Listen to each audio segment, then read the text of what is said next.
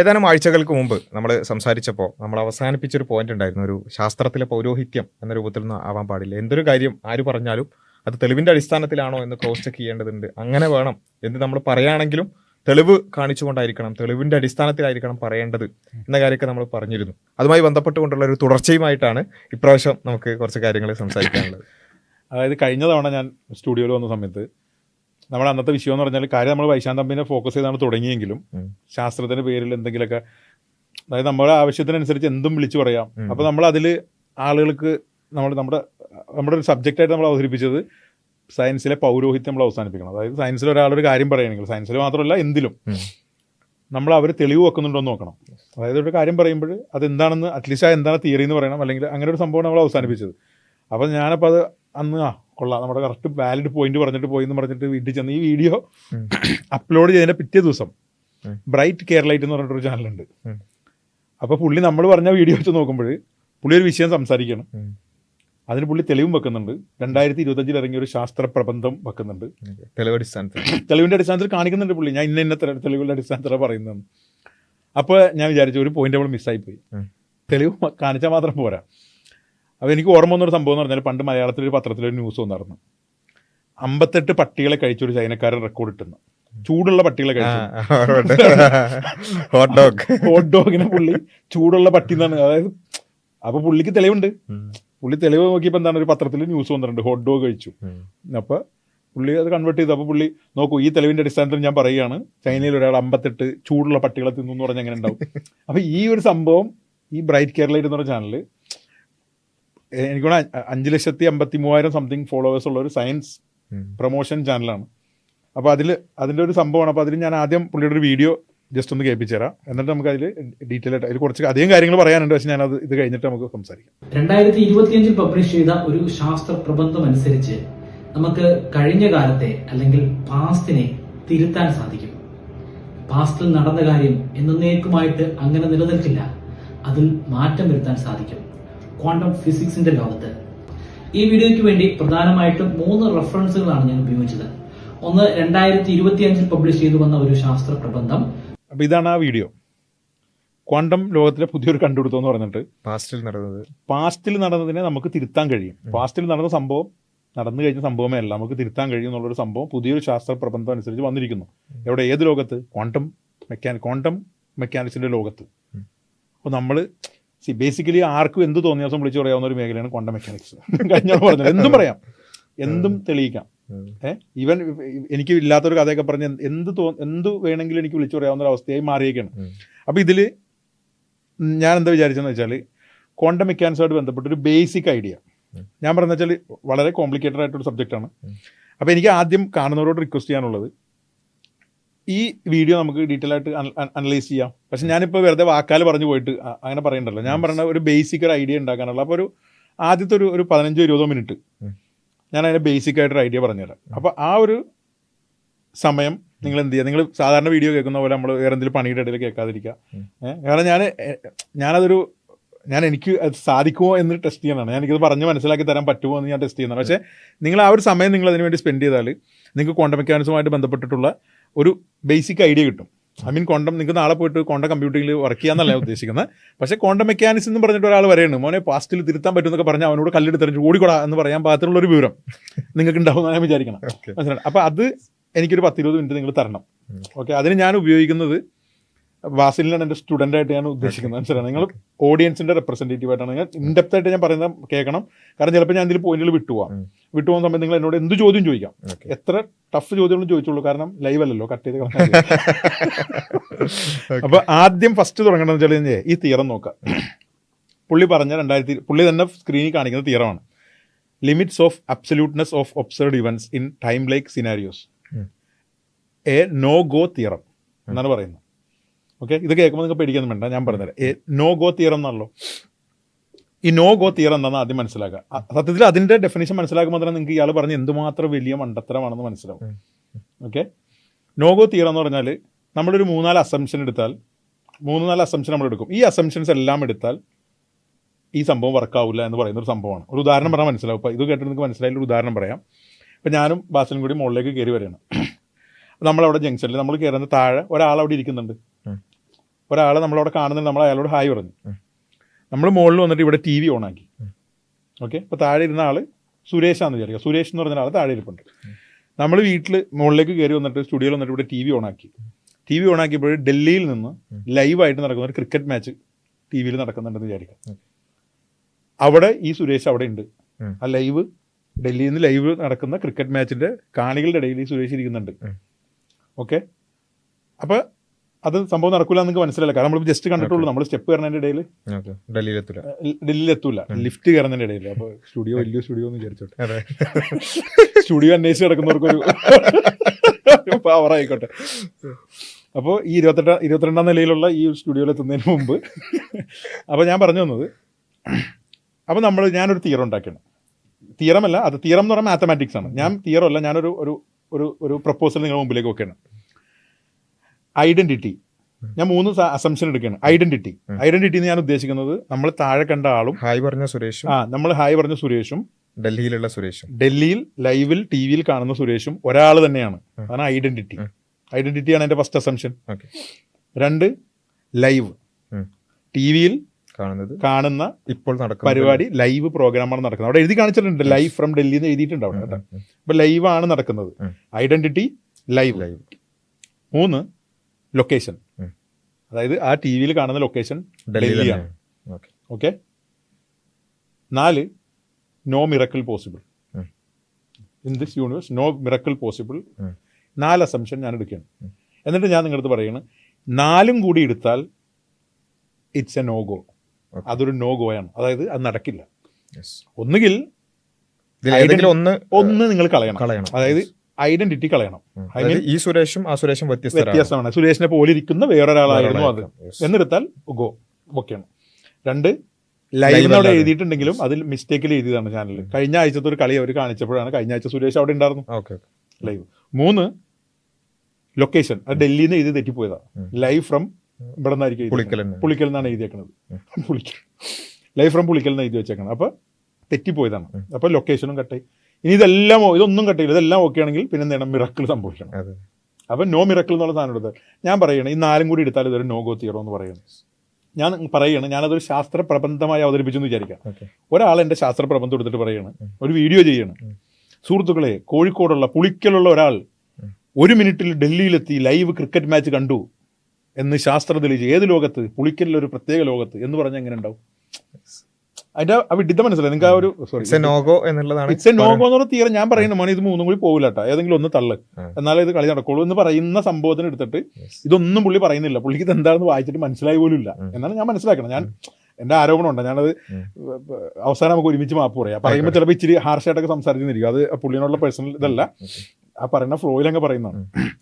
അപ്പോൾ ഒരാൾ വീഡിയോ ചെയ്യണ്, ഒരു സുരേഷ്, പുള്ളിക്കുള്ളൊരു സുരേഷിന്റെ കഥ നിങ്ങൾക്ക് കേൾക്കണോ? 1 മിനിറ്റിൽ 2 മിനിറ്റിൽ പുളിക്കൽ നിൽക്കുന്ന സുരേഷ് 2ാമത്തെ മിനിറ്റിൽ ഡൽഹിയിൽ പോയി ലൈവ് മാച്ച് ക്രിക്കറ്റ് കണ്ടു എന്ന് പറഞ്ഞിട്ട് ഒരു വീഡിയോ ഉണ്ടായി കഴിഞ്ഞാൽ എങ്ങനെ ഉണ്ടാവും? അത് എത്രത്തോളം അബ്സേർഡ് ആണോ അതേ പരിപാടിയാണ് പുള്ളി ഈ വീഡിയോയിൽ ചെയ്തത്. അപ്പോൾ ഇനി നമുക്ക് എന്താ വെച്ചാൽ ഈ നോഗോ തിയറം എന്താണെന്ന് മനസ്സിലാക്കാനായിട്ട് എന്ത് ചെയ്യാം? അതിനുവേണ്ടി ഞാൻ എന്ത് ചെയ്യാം, ആദ്യം മുതൽ ഇപ്പോൾ ക്വാണ്ടം മെക്കാനിക്സിന്റെ പേരിൽ പലരും പറ്റിക്കുന്നുണ്ടല്ലോ. ഇപ്പോൾ വൈശാന്തമി പറ്റിക്കുന്നുണ്ട്, ദീപക് ചോപ്ര പറ്റിക്കുന്നുണ്ടെന്ന് പറയുന്നുണ്ട്, എല്ലാവരും പറ്റിക്കുന്നുണ്ട്. അപ്പോൾ നമുക്ക് എന്ത് ചെയ്യാം, ക്വാണ്ടം മെക്കാനിക്സിന്റെ ഒരു ബേസിക് സംഭവം ഞാൻ ജസ്റ്റ് പറഞ്ഞ് മനസ്സിലാക്കാൻ ശ്രമിക്കണം. അത് എനിക്ക് വളരെ ഫീഡ്ബാക്ക് വേണ്ട ഒരു സംഭവമാണിത്. ഐ മീൻ മനസ്സിലാവുന്നുണ്ടെങ്കിൽ നിങ്ങൾ പറയണത് മനസ്സിലാക്കി. അതായത് ക്വാണ്ടം മെക്കാനിക്സിൽ വളരെ സിമ്പിളായിട്ട് ഒരു സ്റ്റാർട്ടിംഗ് പോയിന്റ് എന്നുള്ള നിലയ്ക്ക് ഞാൻ പറയാം, ക്വാണ്ടം പാർട്ടിക്കിൾ. ഒരു ക്വാണ്ടം പാർട്ടിക്കിൾ നമ്മൾ സാധാരണ പാർട്ടിക്കിൾ അല്ല. സാധാരണ പാർട്ടിക്കിൾ എന്ന് പറഞ്ഞാൽ നമ്മുടെ ഒരു ക്രിക്കറ്റ് ബോൾ എന്ന് എടുക്കാം. ഒരു ക്രിക്കറ്റ് ബോൾ ഉണ്ട്, സാധാ ക്രിക്കറ്റ് ബോൾ ഉണ്ട്, ഒരു ക്വാണ്ടം ബോൾ ഉണ്ട് എൻ്റെ കയ്യിൽ. ഓക്കെ, ഈ 2 സാധനമുണ്ട്. ഈ ക്വാണ്ടം ബോൾ എന്ന് പറഞ്ഞാൽ നമുക്ക് കാണാൻ പറ്റില്ല. ക്വാണ്ടം ബോളിനെ നമുക്ക് എന്ത് ചെയ്യാൻ പറ്റും? റെപ്രസെന്റ് ചെയ്യുന്നത് സൈ എന്ന് പറഞ്ഞാൽ തൃശ്ശൂരം പോലെ ഇരിക്കുന്ന സൈ ഉണ്ടല്ലോ, സൈ എന്ന് പറഞ്ഞാൽ ഒരു വേവ് ഫംഗ്ഷൻ എന്നാണ് അതിനെ പറയുന്നത്. Psi wave function, psi of x bar t എന്ന് പറഞ്ഞാൽ ഈ സൈ വേവ് ഫംഗ്ഷൻ എക്സ് ലൊക്കേഷനിൽ ടി ടൈമിൽ എന്നുള്ള നിലയ്ക്ക് ഇതൊന്നും മനസ്സിലാവേണ്ട ആവശ്യമില്ല. ഓക്കെ, സൈ എന്ന് പറഞ്ഞൊരു വേവ് ഫംഗ്ഷനിലാണ് നമ്മളൊരു പാർട്ടിക്കിളിനെ റെപ്രസെന്റ് ചെയ്യുന്നത് മാത്രം മനസ്സിലാക്കാം. ഓക്കെ, അങ്ങനെ നമുക്ക് റെപ്രസെന്റ് ചെയ്യുന്നത് സൈ സ്ക്വയർ, അതൊരു വേവ് ആയിരിക്കും. ഈ സൈ എന്ന് പറഞ്ഞൊരു വേവ് ഫംഗ്ഷനാണ്, പിന്നെ വേവ് ആയിരിക്കും അതിൻ്റെ ഫംഗ്ഷൻ. സൈ സ്ക്വയർ വെച്ചിട്ടാണ് നമ്മളൊരു സാധനത്തിൻ്റെ പ്രോബബിലിറ്റി കാണുന്നത്. ഈ സാധനത്തിന് എവിടെ കാണാം എന്നുള്ളതിൻ്റെ പ്രോബിലിറ്റി കണക്കാക്കുന്നത് ബോണ്ട് റൂൾ എന്ന് പറഞ്ഞിട്ടൊരു സംഭവം വെച്ചിട്ട് സൈ സ്ക്വയർ ആണ് അതിൻ്റെ പ്രോബിലിറ്റി. ഇത് രണ്ടും മനസ്സിലായാലും കുഴപ്പമില്ല. ക്വാണ്ടം മെക്കാനിക്സിലെ ഒരു ക്വാണ്ടം പാർട്ടിക്കിൾ നമ്മൾ റെപ്രസെന്റ് ചെയ്യുന്നത് സൈ എന്നാണ്. ഇനി ഞാൻ സിമ്പിളായിട്ടൊരു എക്സാമ്പിൾ പറയാം. ഇപ്പോൾ 2 പൊസിഷൻ എടുക്കുന്നത് കാണൂല വീഡിയോയിൽ. ഓക്കെ, ഇത് എ എന്ന് പറഞ്ഞൊരു പൊസിഷനിൽ നിന്ന് ബി എന്ന് പറഞ്ഞൊരു പൊസിഷനിലേക്ക് പോകണം. എ ടു ബി 10 മീറ്റർ ദൂരമുണ്ട്. എ ടു ബി 10 മീറ്റർ ദൂരമുണ്ട്. ആദ്യം ഞാനൊരു സാധാ പാർട്ടിക്കിൾ എടുക്കുകയാണ്, സാധാ ബോൾ, ക്രിക്കറ്റ് ബോൾ, സാധാരണ നമ്മുടെ മാക്രോസ്കോപ്പിലുള്ള ബോൾ എടുക്കുകയാണ്, അല്ലെങ്കിൽ ഒരു ഐറ്റം. ആ ഒരു സംഭവം എയിൽ നിന്ന് 1 മീറ്റർ പെർ സെക്കൻഡ് വെലോസിറ്റിയിൽ മുന്നോട്ട് വന്നുകൊണ്ടിരിക്കുകയാണ്. ഇത് നമുക്കറിയാം, നമ്മൾ കാണണമെന്ന് പോലും ഇല്ല. 1 മീറ്റർ പെർ സെക്കൻഡിൽ എയിൽ നിന്ന് 1 മീറ്റർ പെർ സെക്കൻഡ് വേഗതയിൽ, അത് 1 സെക്കൻഡിൽ 1 മീറ്റർ വെച്ചത് പോകും. എയിൽ നിന്ന് പോയിക്കൊണ്ടിരിക്കുകയാണ്. നമ്മളിതിലേക്ക് നോക്കുന്നില്ല, നോക്കാതെ തന്നെ നമ്മൾ പറയുന്നത് 10 സെക്കൻഡ് കഴിയുമ്പോൾ എന്തായിരിക്കും അവിടെ സംഭവിക്കുന്നത്? ബിയിലെത്തിയിട്ടുണ്ടാവും. ഈ ബോള് ബിയിലെത്തിയിട്ടുണ്ടാവും. നമ്മൾ നോക്കിയാലും ബോൾ ബിയിലെത്തിയിട്ടുണ്ടാവും അല്ലേ? അപ്പോൾ നമുക്കത് കൃത്യമായിട്ട് മനസ്സിലാക്കാം. കാരണം എന്തായാലും സ്റ്റാൻഡേർഡ് പാർട്ടിക്കിൾ നമുക്ക് എന്ത് ചെയ്യാം, എപ്പോഴും നമുക്ക് ലൊക്കേറ്റ് ചെയ്യാം. നമ്മൾ നോക്കിക്കൊണ്ടിരുന്നാലും അങ്ങനെ തന്നെ പോകുള്ളത്. അത് ഇവിടെ വെച്ചാലും എവിടെ വെച്ച് നോക്കിയാലും 3 സെക്കൻഡ് കഴിയുമ്പോൾ എവിടെ ഇരിക്കും? അത് 3 മീറ്റർ മാറിയിട്ടായിരിക്കും ഇരിക്കുന്നത് അല്ലേ? ഇനി ഒരു ക്വാണ്ടം പാർട്ടിക്കിളാണ്. ഞാൻ ഇതേപോലെ തന്നെ എയിൽ നിന്ന് ബിയിലേക്ക് ഒരു ക്വാണ്ടം പാർട്ടിക്കിൾ സ്റ്റാർട്ട് ചെയ്യാണ്. ഈ പറഞ്ഞ വെലോസിറ്റിക്ക് ഇക്വലൻ്റ് ആയിട്ടുള്ളൊരു മൊമെൻറ്റം ഇതിനുണ്ടെന്ന് വിചാരിക്കാം. സാധാരണ ബോൾ ഫോളോ ചെയ്യുന്നത് ന്യൂട്ടൻ്റെ ലോസ് ഓഫ് മോഷൻ ആണല്ലോ. ഓക്കെ, അതുപോലെ ന്യൂട്ടൻ്റെ ലോസ് ഓഫ് മോഷൻ എങ്ങനെയാണോ അതുപോലെ ക്വാണ്ടം പാർട്ടിക്കിളിൻ്റെ ഒരു ലോ ആണ് ഷ്രോഡിംഗർ ഇക്വേഷൻ എന്ന് പറയും.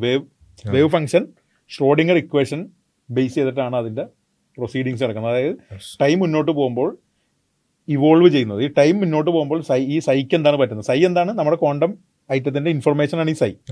ഓക്കെ, ഇത് മുന്നോട്ട് പോകുന്നത് ഈ ഷ്രോഡിംഗർ ഇക്വേഷൻ വെച്ചിട്ടാണ്. മനസ്സിലായല്ലോ? അപ്പോൾ നമ്മളൊരു ഷ്രോഡിംഗർ ഇക്വേഷൻ ഉണ്ട്. അപ്പോൾ എയിൽ നിന്ന് ക്വാണ്ടം പാർട്ടിക്കിൾ തുടങ്ങി. നമ്മൾ നോക്കുന്നില്ല, നമ്മൾ കാണുന്നില്ല, കാരണം ക്വാണ്ടം പാർട്ടിക്കിൾ കാണുന്നത് നമ്മൾ ചെക്ക് ചെയ്യുന്നില്ല. ഈ 1 മീറ്റർ പെർ സെക്കൻഡിന് ഇക്വലൻ്റ് ആയിട്ടുള്ളൊരു മൊമെൻറ്റം അതുണ്ടെന്ന് വിചാരിക്കുക. 10 സെക്കൻഡ് കഴിയുമ്പോൾ ഈ ക്വാണ്ടം പാർട്ടിക്കിൾ എവിടെ ഉണ്ടാവും എന്നുള്ളതാണ് ചോദ്യം. ക്വാണ്ടം പാർട്ടിക്കിൾ എവിടെ ഉണ്ടാകുന്നുള്ള ചോദ്യമല്ല, ക്വാണ്ടം പാർട്ടിക്കിളിൻ്റെ റെപ്രസെൻറ്റ് ചെയ്യുന്ന സൈഡ് അവസ്ഥ എന്തായിരിക്കും? സൈ എന്ന് പറഞ്ഞാൽ ഇതിൻ്റെ വേവ്, ഒരു വേവാണ് സൈ. ഈ വേവ് എന്തിനനുസരിച്ചാണ് പോണത്? ഷ്രോഡിംഗർ ഇക്വേഷൻ അനുസരിച്ചാണ് പോണത്. ഇതിൻ്റെ അവസ്ഥ എന്തായിരിക്കും എന്ന് വെച്ചാൽ, അത് ക്ലാസിക്കൽ ബോൾ ഉരുണ്ട പോലെ അല്ല അത് ഉരുളുന്നത്. ഇത് ഇവിടെ നിന്ന് ഒരു വേവ് ആണല്ലോ. ഈ വേവ് അതിനെ റെപ്രസെന്റ് ചെയ്യുന്നു എന്നുള്ളൂ. ഈ വേവ് അല്ല അത് മനസ്സിലാക്കണം. അത് വേവ് അതാണോ, വേവ് അതല്ലേ, അത് റെപ്രസെന്റ് മാത്രം ചെയ്യുന്നതാണോ എന്നുള്ളതൊക്കെ ശാസ്ത്രത്തിൽ തർക്കം നടന്നുകൊണ്ടിരിക്കുന്ന മേഖലയാണ്. പല ഇന്റർപ്രിട്ടേഷനുകളിൽ പല രീതിക്കാണ്. ഞാനിപ്പോൾ സ്റ്റാൻഡേർഡ് ഇന്റർപ്രിട്ടേഷൻ വെച്ചാണ് സംസാരിക്കുന്നത്. നമ്മളിങ്ങനെ നോക്കിക്കഴിഞ്ഞാൽ 10 സെക്കൻഡ് കഴിയുമ്പോൾ ഷ്രോഡിംഗർ ഇക്വേഷൻ വെച്ചാൽ നമുക്ക് വേവ് വരക്കാമല്ലോ. നമ്മൾ സാധനം കാണുന്നില്ല, പക്ഷേ വേവ് ഇരിക്കുമ്പോൾ എങ്ങനെ ഇരിക്കുന്നു വെച്ചാൽ, ബിയിലാണല്ലോ അത് എത്തേണ്ടത്. ബിയുടെ അടുത്തെത്തുന്ന ബിയുടെ ലൊക്കേഷനിൽ അതിൻ്റെ ആംപ്ലിറ്റ്യൂഡ് ഭയങ്കര വലുതായിരിക്കും. വേവാണല്ലോ, വേവിൻ്റെ ആംപ്ലിറ്റ്യൂഡ് ഭയങ്കര വലുതായിരിക്കും. ബിയുടെ അടുത്ത് വലിയ ആംപ്ലിറ്റ്യൂഡ് ആയിരിക്കും. പക്ഷേ എ മുതൽ ബി വരെയുള്ള സ്ഥലങ്ങളിൽ ഈ വേവ് ഫംഗ്ഷൻ 0 ആയിരിക്കില്ല. അവിടെ എല്ലാം ചെറിയ രീതിയിൽ വേവ് ഫംഗ്ഷൻ്റെ വാലവിടെ കിടപ്പുണ്ടാവും. അതായത് നമ്മൾ 10 സെക്കൻഡിന് ശേഷം ഈ സംഭവം ഈ കാണപ്പെടുന്ന സ്ഥലം, ഇതെല്ലാം ഒരു പ്രോബിലിറ്റിയാണ്. ഈ വേവ് എന്ന് പറഞ്ഞ പ്രോബിലിറ്റിയാണ്.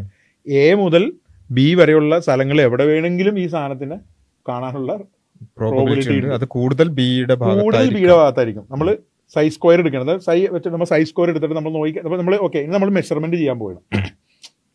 എനിക്ക് 10 സെക്കൻഡ് കഴിഞ്ഞപ്പോൾ ഈ സാധനം എവിടെയെന്ന് കാണണം. ഓക്കെ, അപ്പം ഞാൻ ബോണ്ട് റൂൾ വെച്ചിട്ട് എനിക്ക് എവിടെ കാണും എന്ന് ഊഹിക്കാൻ പറ്റും.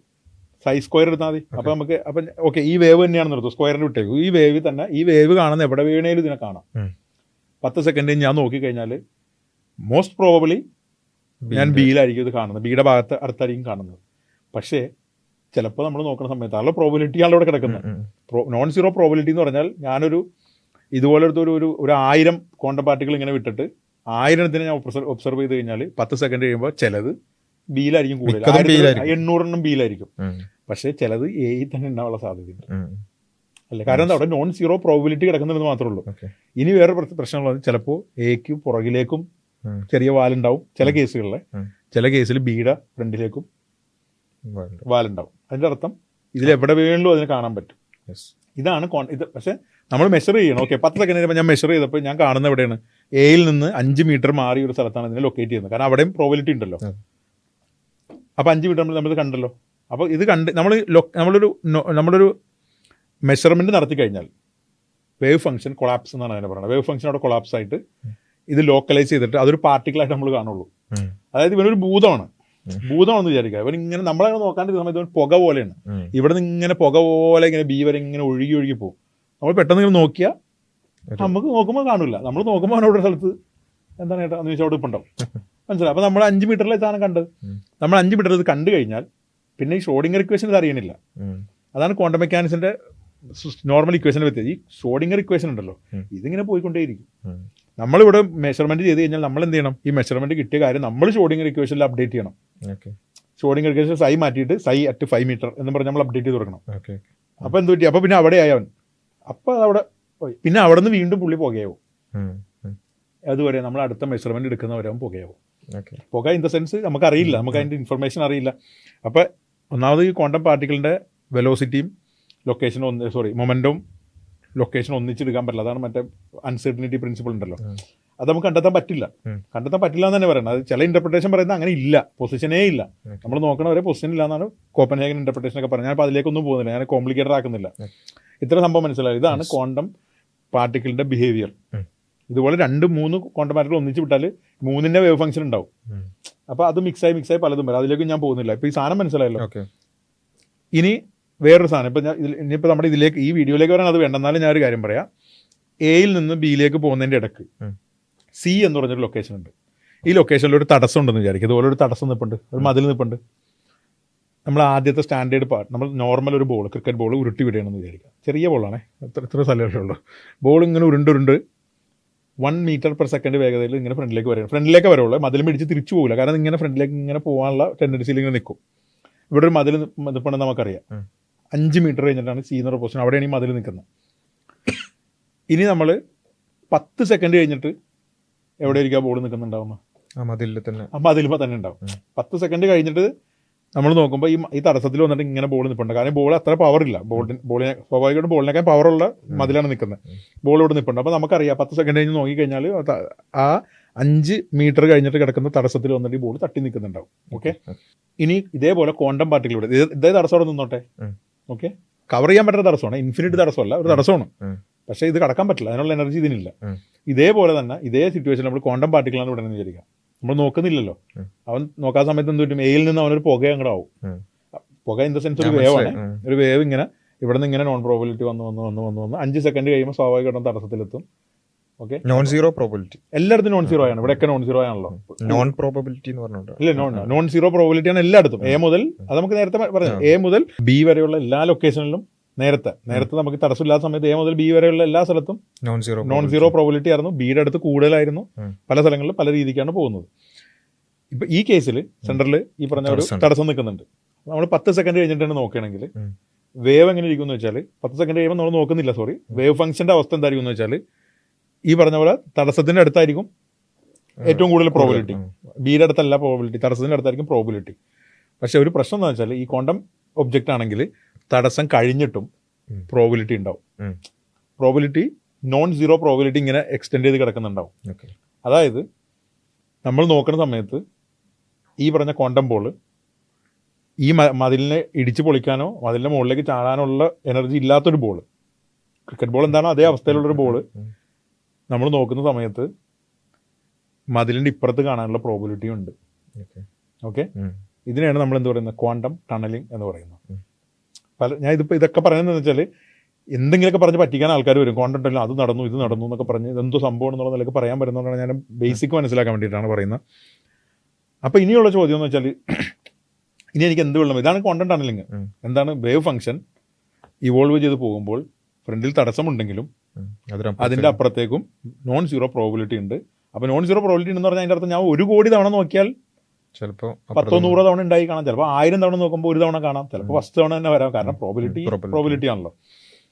അപ്പോൾ ഇതാണ്, ഇതിനെ നമുക്ക് എന്ത് വേണമെങ്കിൽ പറയാം, എങ്ങനെ പറയാം. എനിക്കൊരു വീഡിയോ ചെയ്തതിന് വേണ്ടിയിട്ട് ക്വാണ്ടം ടണലിംഗ് എന്ന് പറഞ്ഞിട്ട് ഇതൊന്നും പറയാതെ, മതിലിനെ ഇടിച്ചു തുറക്കാതെ, അതിൽ തുരന്ന് കടന്ന് ഇലക്ട്രോൺ അപ്പുറം വഴിയും സുഹൃത്തുക്കളെ എന്ന് പറഞ്ഞിട്ട് എനിക്ക് വീഡിയോ ചെയ്യാം. മനസ്സിലായി? അതല്ലെങ്കിൽ എനിക്ക് എന്ത് ചെയ്യാം, മതിലിന് കടക്കാൻ വഴിയില്ല, ഇവിടുന്ന് അപ്രത്യക്ഷമായി മതിലിന്റെ അപ്പുറത്ത് പ്രത്യക്ഷമാവും ഇലക്ട്രോണുകൾ. ഇതെല്ലാം ക്വാണ്ടം ലോകത്ത് സാധിക്കും. ഇതൊക്കെ ഓരോരുത്തരുടെ ഇഷ്ടമാണ്. അതല്ലാതെ ഇത് സയൻസ് അല്ല ഈ പറയുന്നത്. സയൻസ് എന്താ പറയുന്നത്, ഒരു ക്വാണ്ടം ഒബ്ജക്റ്റ് ഷ്രോഡിംഗർ ഇക്വേഷൻ വെച്ച് ഇവോൾവ് ചെയ്ത് പോകുമ്പോൾ ഫ്രണ്ടിൽ ഒരു തടസ്സമുണ്ട്. തടസ്സം ഇൻ ദ സെൻസ് ഇലക്ട്രോണിന് കടക്കാൻ പറ്റാത്ത ഒരു നെഗറ്റീവ് ഒരു തടസ്സം ഉണ്ടെന്ന് വിചാരിക്കുക, അല്ലാതെ മതിൽ നിൽക്കല്ല. ഒരു തടസ്സമുണ്ടെങ്കിൽ ഈ ഇലക്ട്രോൺ തടസ്സത്തിന്റെ അപ്പുറത്തും കാണാനുള്ള നോൺ സീറോ പ്രോബിലിറ്റി ഉണ്ട്. അത് ചിലപ്പോൾ അവിടെ കാണപ്പെടാം. ഇത്രേ ഉള്ളൂ അതിന്റെ സയൻസ്. നമ്മൾ നോക്കുമ്പോൾ നോക്കുമ്പോൾ കണ്ടു കഴിയുമ്പോൾ നമ്മൾ എന്ത് ചെയ്യണം, അവിടെ അപ്ഡേറ്റ് ചെയ്യണം. ഇനി സൂപ്പർ പൊസിഷൻ എന്ന് പറയുന്നത് എന്താണ്, നമ്മൾ നോക്കുന്നതിന് മുമ്പ് ഈ സംഭവം ഉണ്ടല്ലോ. ഇപ്പോൾ സാധാ ക്രിക്കറ്റ് ബോളാണെങ്കിൽ നമുക്കറിയാം, നമ്മൾ നോക്കുന്നതിന് മുമ്പ് ഈ ബോൾ എവിടെയോ ഉണ്ടല്ലോ, എവിടെയുണ്ടെന്ന് നമുക്ക് കൃത്യമായിട്ട് അറിയാം. പക്ഷേ ക്വാണ്ടം ഒബ്ജക്റ്റിനെ സംബന്ധിച്ചിടത്തോളം ക്വാണ്ടം പാർട്ടികളാണെന്നുണ്ടെങ്കിൽ നമുക്ക് ആകെ ക്വാണ്ടം പാർട്ടികളെ പറ്റി എന്താ അറിയുന്നത്? ഈ വേവ് ഫംഗ്ഷൻ മാത്രമേ അറിയാവുള്ളൂ അല്ലേ.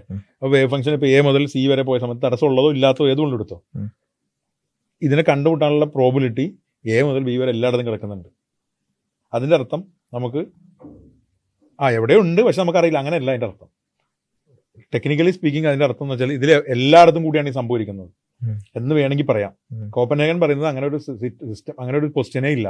നമ്മൾ നോക്കുമ്പോഴാണ് ക്വസ്റ്റ്യൻ വരുന്നത്. കോപ്പൻഹേഗന്റെ ചില ഇന്റർപ്രിട്ടേഷൻ അങ്ങനെ വരുന്നത്. ഓക്കെ, അതായത് ടെക്നിക്കലി നമ്മൾ ഇക്വേഷൻ വൈസ് മാത്തമാറ്റിക്കലി നോക്കുമ്പോൾ ഇതെല്ലാ എവിടെയോ ഉണ്ടെന്നല്ല അതിൻ്റെ അർത്ഥം. ഈ കാണാവുന്ന എല്ലാ പൊസിഷനുകളും ഉണ്ടല്ലോ, ഇതിനെ കാണപ്പെടാൻ സാധ്യതയുള്ള എല്ലാ പൊസിഷനുകളും കൂടി ചേർന്ന ഒരു സ്ഥലത്ത് നിലകൊള്ളുകയാണ്. അതെന്താണെന്ന് നമുക്കറിയില്ല. സൂപ്പർ പൊസിഷൻ എന്ന് പറഞ്ഞാൽ എന്താ നമുക്ക് ഇതിന്റെ ബുദ്ധിമുട്ട് എന്ന് വെച്ചാൽ ക്ലാസിക്കൽ ലോകത്ത് നമ്മൾ പറയുന്ന ഒരു സംഭവം ഉണ്ടല്ലോ, നമ്മുടെ ലോകത്ത് ഇപ്പൊ ഇവിടെ അവിടെ ഉണ്ടെങ്കിൽ ഇവിടെ ഉണ്ടാവും, അങ്ങനെ നമുക്ക് വിശദീകരിക്കാൻ പറ്റില്ല. പക്ഷെ നമ്മൾ അങ്ങനെ വിശദീകരിക്കാൻ ശ്രമിക്കേണ്ട കാര്യമില്ല. നമുക്ക് ആകെ അറിയാവുന്ന നമുക്ക് മനസ്സിലാക്കാൻ വേണ്ടി മാത്രം പറയുന്ന ഒരു കൂട്ടിയാൽ മതി. ഈ കാണപ്പെടാൻ സാധ്യതയുള്ള എല്ലാ പ്രോബിലിറ്റികളുടെയും കൂടി ഒരു സൂപ്പർ പൊസിഷനിലാണ് സംഭവിക്കുന്നത്. നമ്മൾ നോക്കുമ്പോഴാണ് കൊളാപ്സ് ആവുന്നത്. ഈ തിയറിയുടെ പ്രശ്നം ഞാൻ നേരത്തെ പറഞ്ഞ പോലെ കൊളാപ്സ് ആയോ ഇല്ലെന്ന് വേവ് ഫംഗ്ഷൻ വെച്ചിട്ട് നമുക്ക് അറിയാൻ പറ്റില്ല. നമ്മൾ മെഷർ ചെയ്തിട്ട് വേണം ഇതിലേക്ക് അപ്ഡേറ്റ് ചെയ്യാനായിട്ട്. അപ്പോഴേ ഇതിലത് അപ്ഡേറ്റ് ആവുള്ളൂ ഇൻഫർമേഷൻ. അത് അല്ലെങ്കിൽ ഇതിങ്ങനെ പോയിക്കൊണ്ടിരിക്കും. ഞാൻ ഒരു റിയൽ ലൈഫ് ഉദാഹരണം പറയണമെന്നുണ്ടെങ്കിൽ, ക്ലാസിക്കൽ ഉദാഹരണം പറയണമെന്നുണ്ടെങ്കിൽ, ഒരു കുട്ടീനെ ഒരു അമ്മ സ്കൂളിലേക്ക് അയക്കണം. ഉമ്മ രാവിലെ കുട്ടീനെ കുളിപ്പിച്ച് 9:30 വീട്ടിൽ നിന്ന് സ്കൂളിലേക്ക് വിടും. അരമണിക്കൂർ നടക്കാനുള്ള ദൂരമുണ്ട് സ്കൂളിലേക്ക്. ഓക്കെ, പിന്നെ ഇനി ഉമ്മയുടെ ഇൻഫർമേഷൻ നോക്കാം. ഉമ്മ സ്കൂളിൽ നിന്ന് കുട്ടീനെ വിട്ടു, 9:30 വിട്ടു, 10 മണിക്ക് സ്കൂളിലെത്തണം. ഈ കുട്ടി ഒരു കുരുത്തം കെട്ട കുട്ടിയാണ്. കുട്ടി അങ്ങനെ കൃത്യമായിട്ട് പോകുന്നില്ല, തോന്നിയ പോലെ അങ്ങോട്ട് വിടുമ്പോൾ ചിലപ്പോൾ മാങ്ങ കല്ലറിയാമ്പോൾ അങ്ങനത്തെ ഒരു കുട്ടിയാണെന്ന് വിചാരിക്കാം. ഇനി നമ്മൾ ഉമ്മയുടെ ഇൻഫർമേഷൻ അപ്പോൾ ഉമ്മയുടെ നമ്മൾ ചോദിക്കണം, ഉമ്മ പുള്ള എവിടെ ഉണ്ടാവും എന്ന് ചോദിച്ചാൽ 10 മണിക്കാണ് ചോദിക്കണത്. അപ്പോൾ ഉമ്മ പറയുന്നത് മോസ്റ്റ് പ്രോബബ്ലി അവൻ സ്കൂളിലാണ്, അതായത് സ്കൂളിൽ അവൻ ഉണ്ടായിരിക്കാനുള്ള സാധ്യതയാണ് ഏറ്റവും കൂടുതൽ. പക്ഷെ അവന്റെ കാര്യം ഒന്നും പറയാൻ പറ്റില്ല. അവൻ ചിലപ്പോൾ വീട്ടിൽ നിന്ന് സ്കൂളാണ്, അരമണിക്കൂർ നടക്കാനുള്ളൂ, 10 മണിക്കാണ് നമ്മൾ ചോദിക്കുന്നത്. ക്ലാസിക്കലാണ്, അവൻ നോർമൽ കുട്ടിയാണെങ്കിൽ അവൻ സ്കൂളിൽ എത്ര സമയം കഴിഞ്ഞ്. ഉമ്മ പറയുന്നത് പക്ഷേ ഈ പോണ വഴിക്ക് എവിടെ വേണമെങ്കിലും അവനെ കാണാനുള്ള സാധ്യതയുണ്ട്.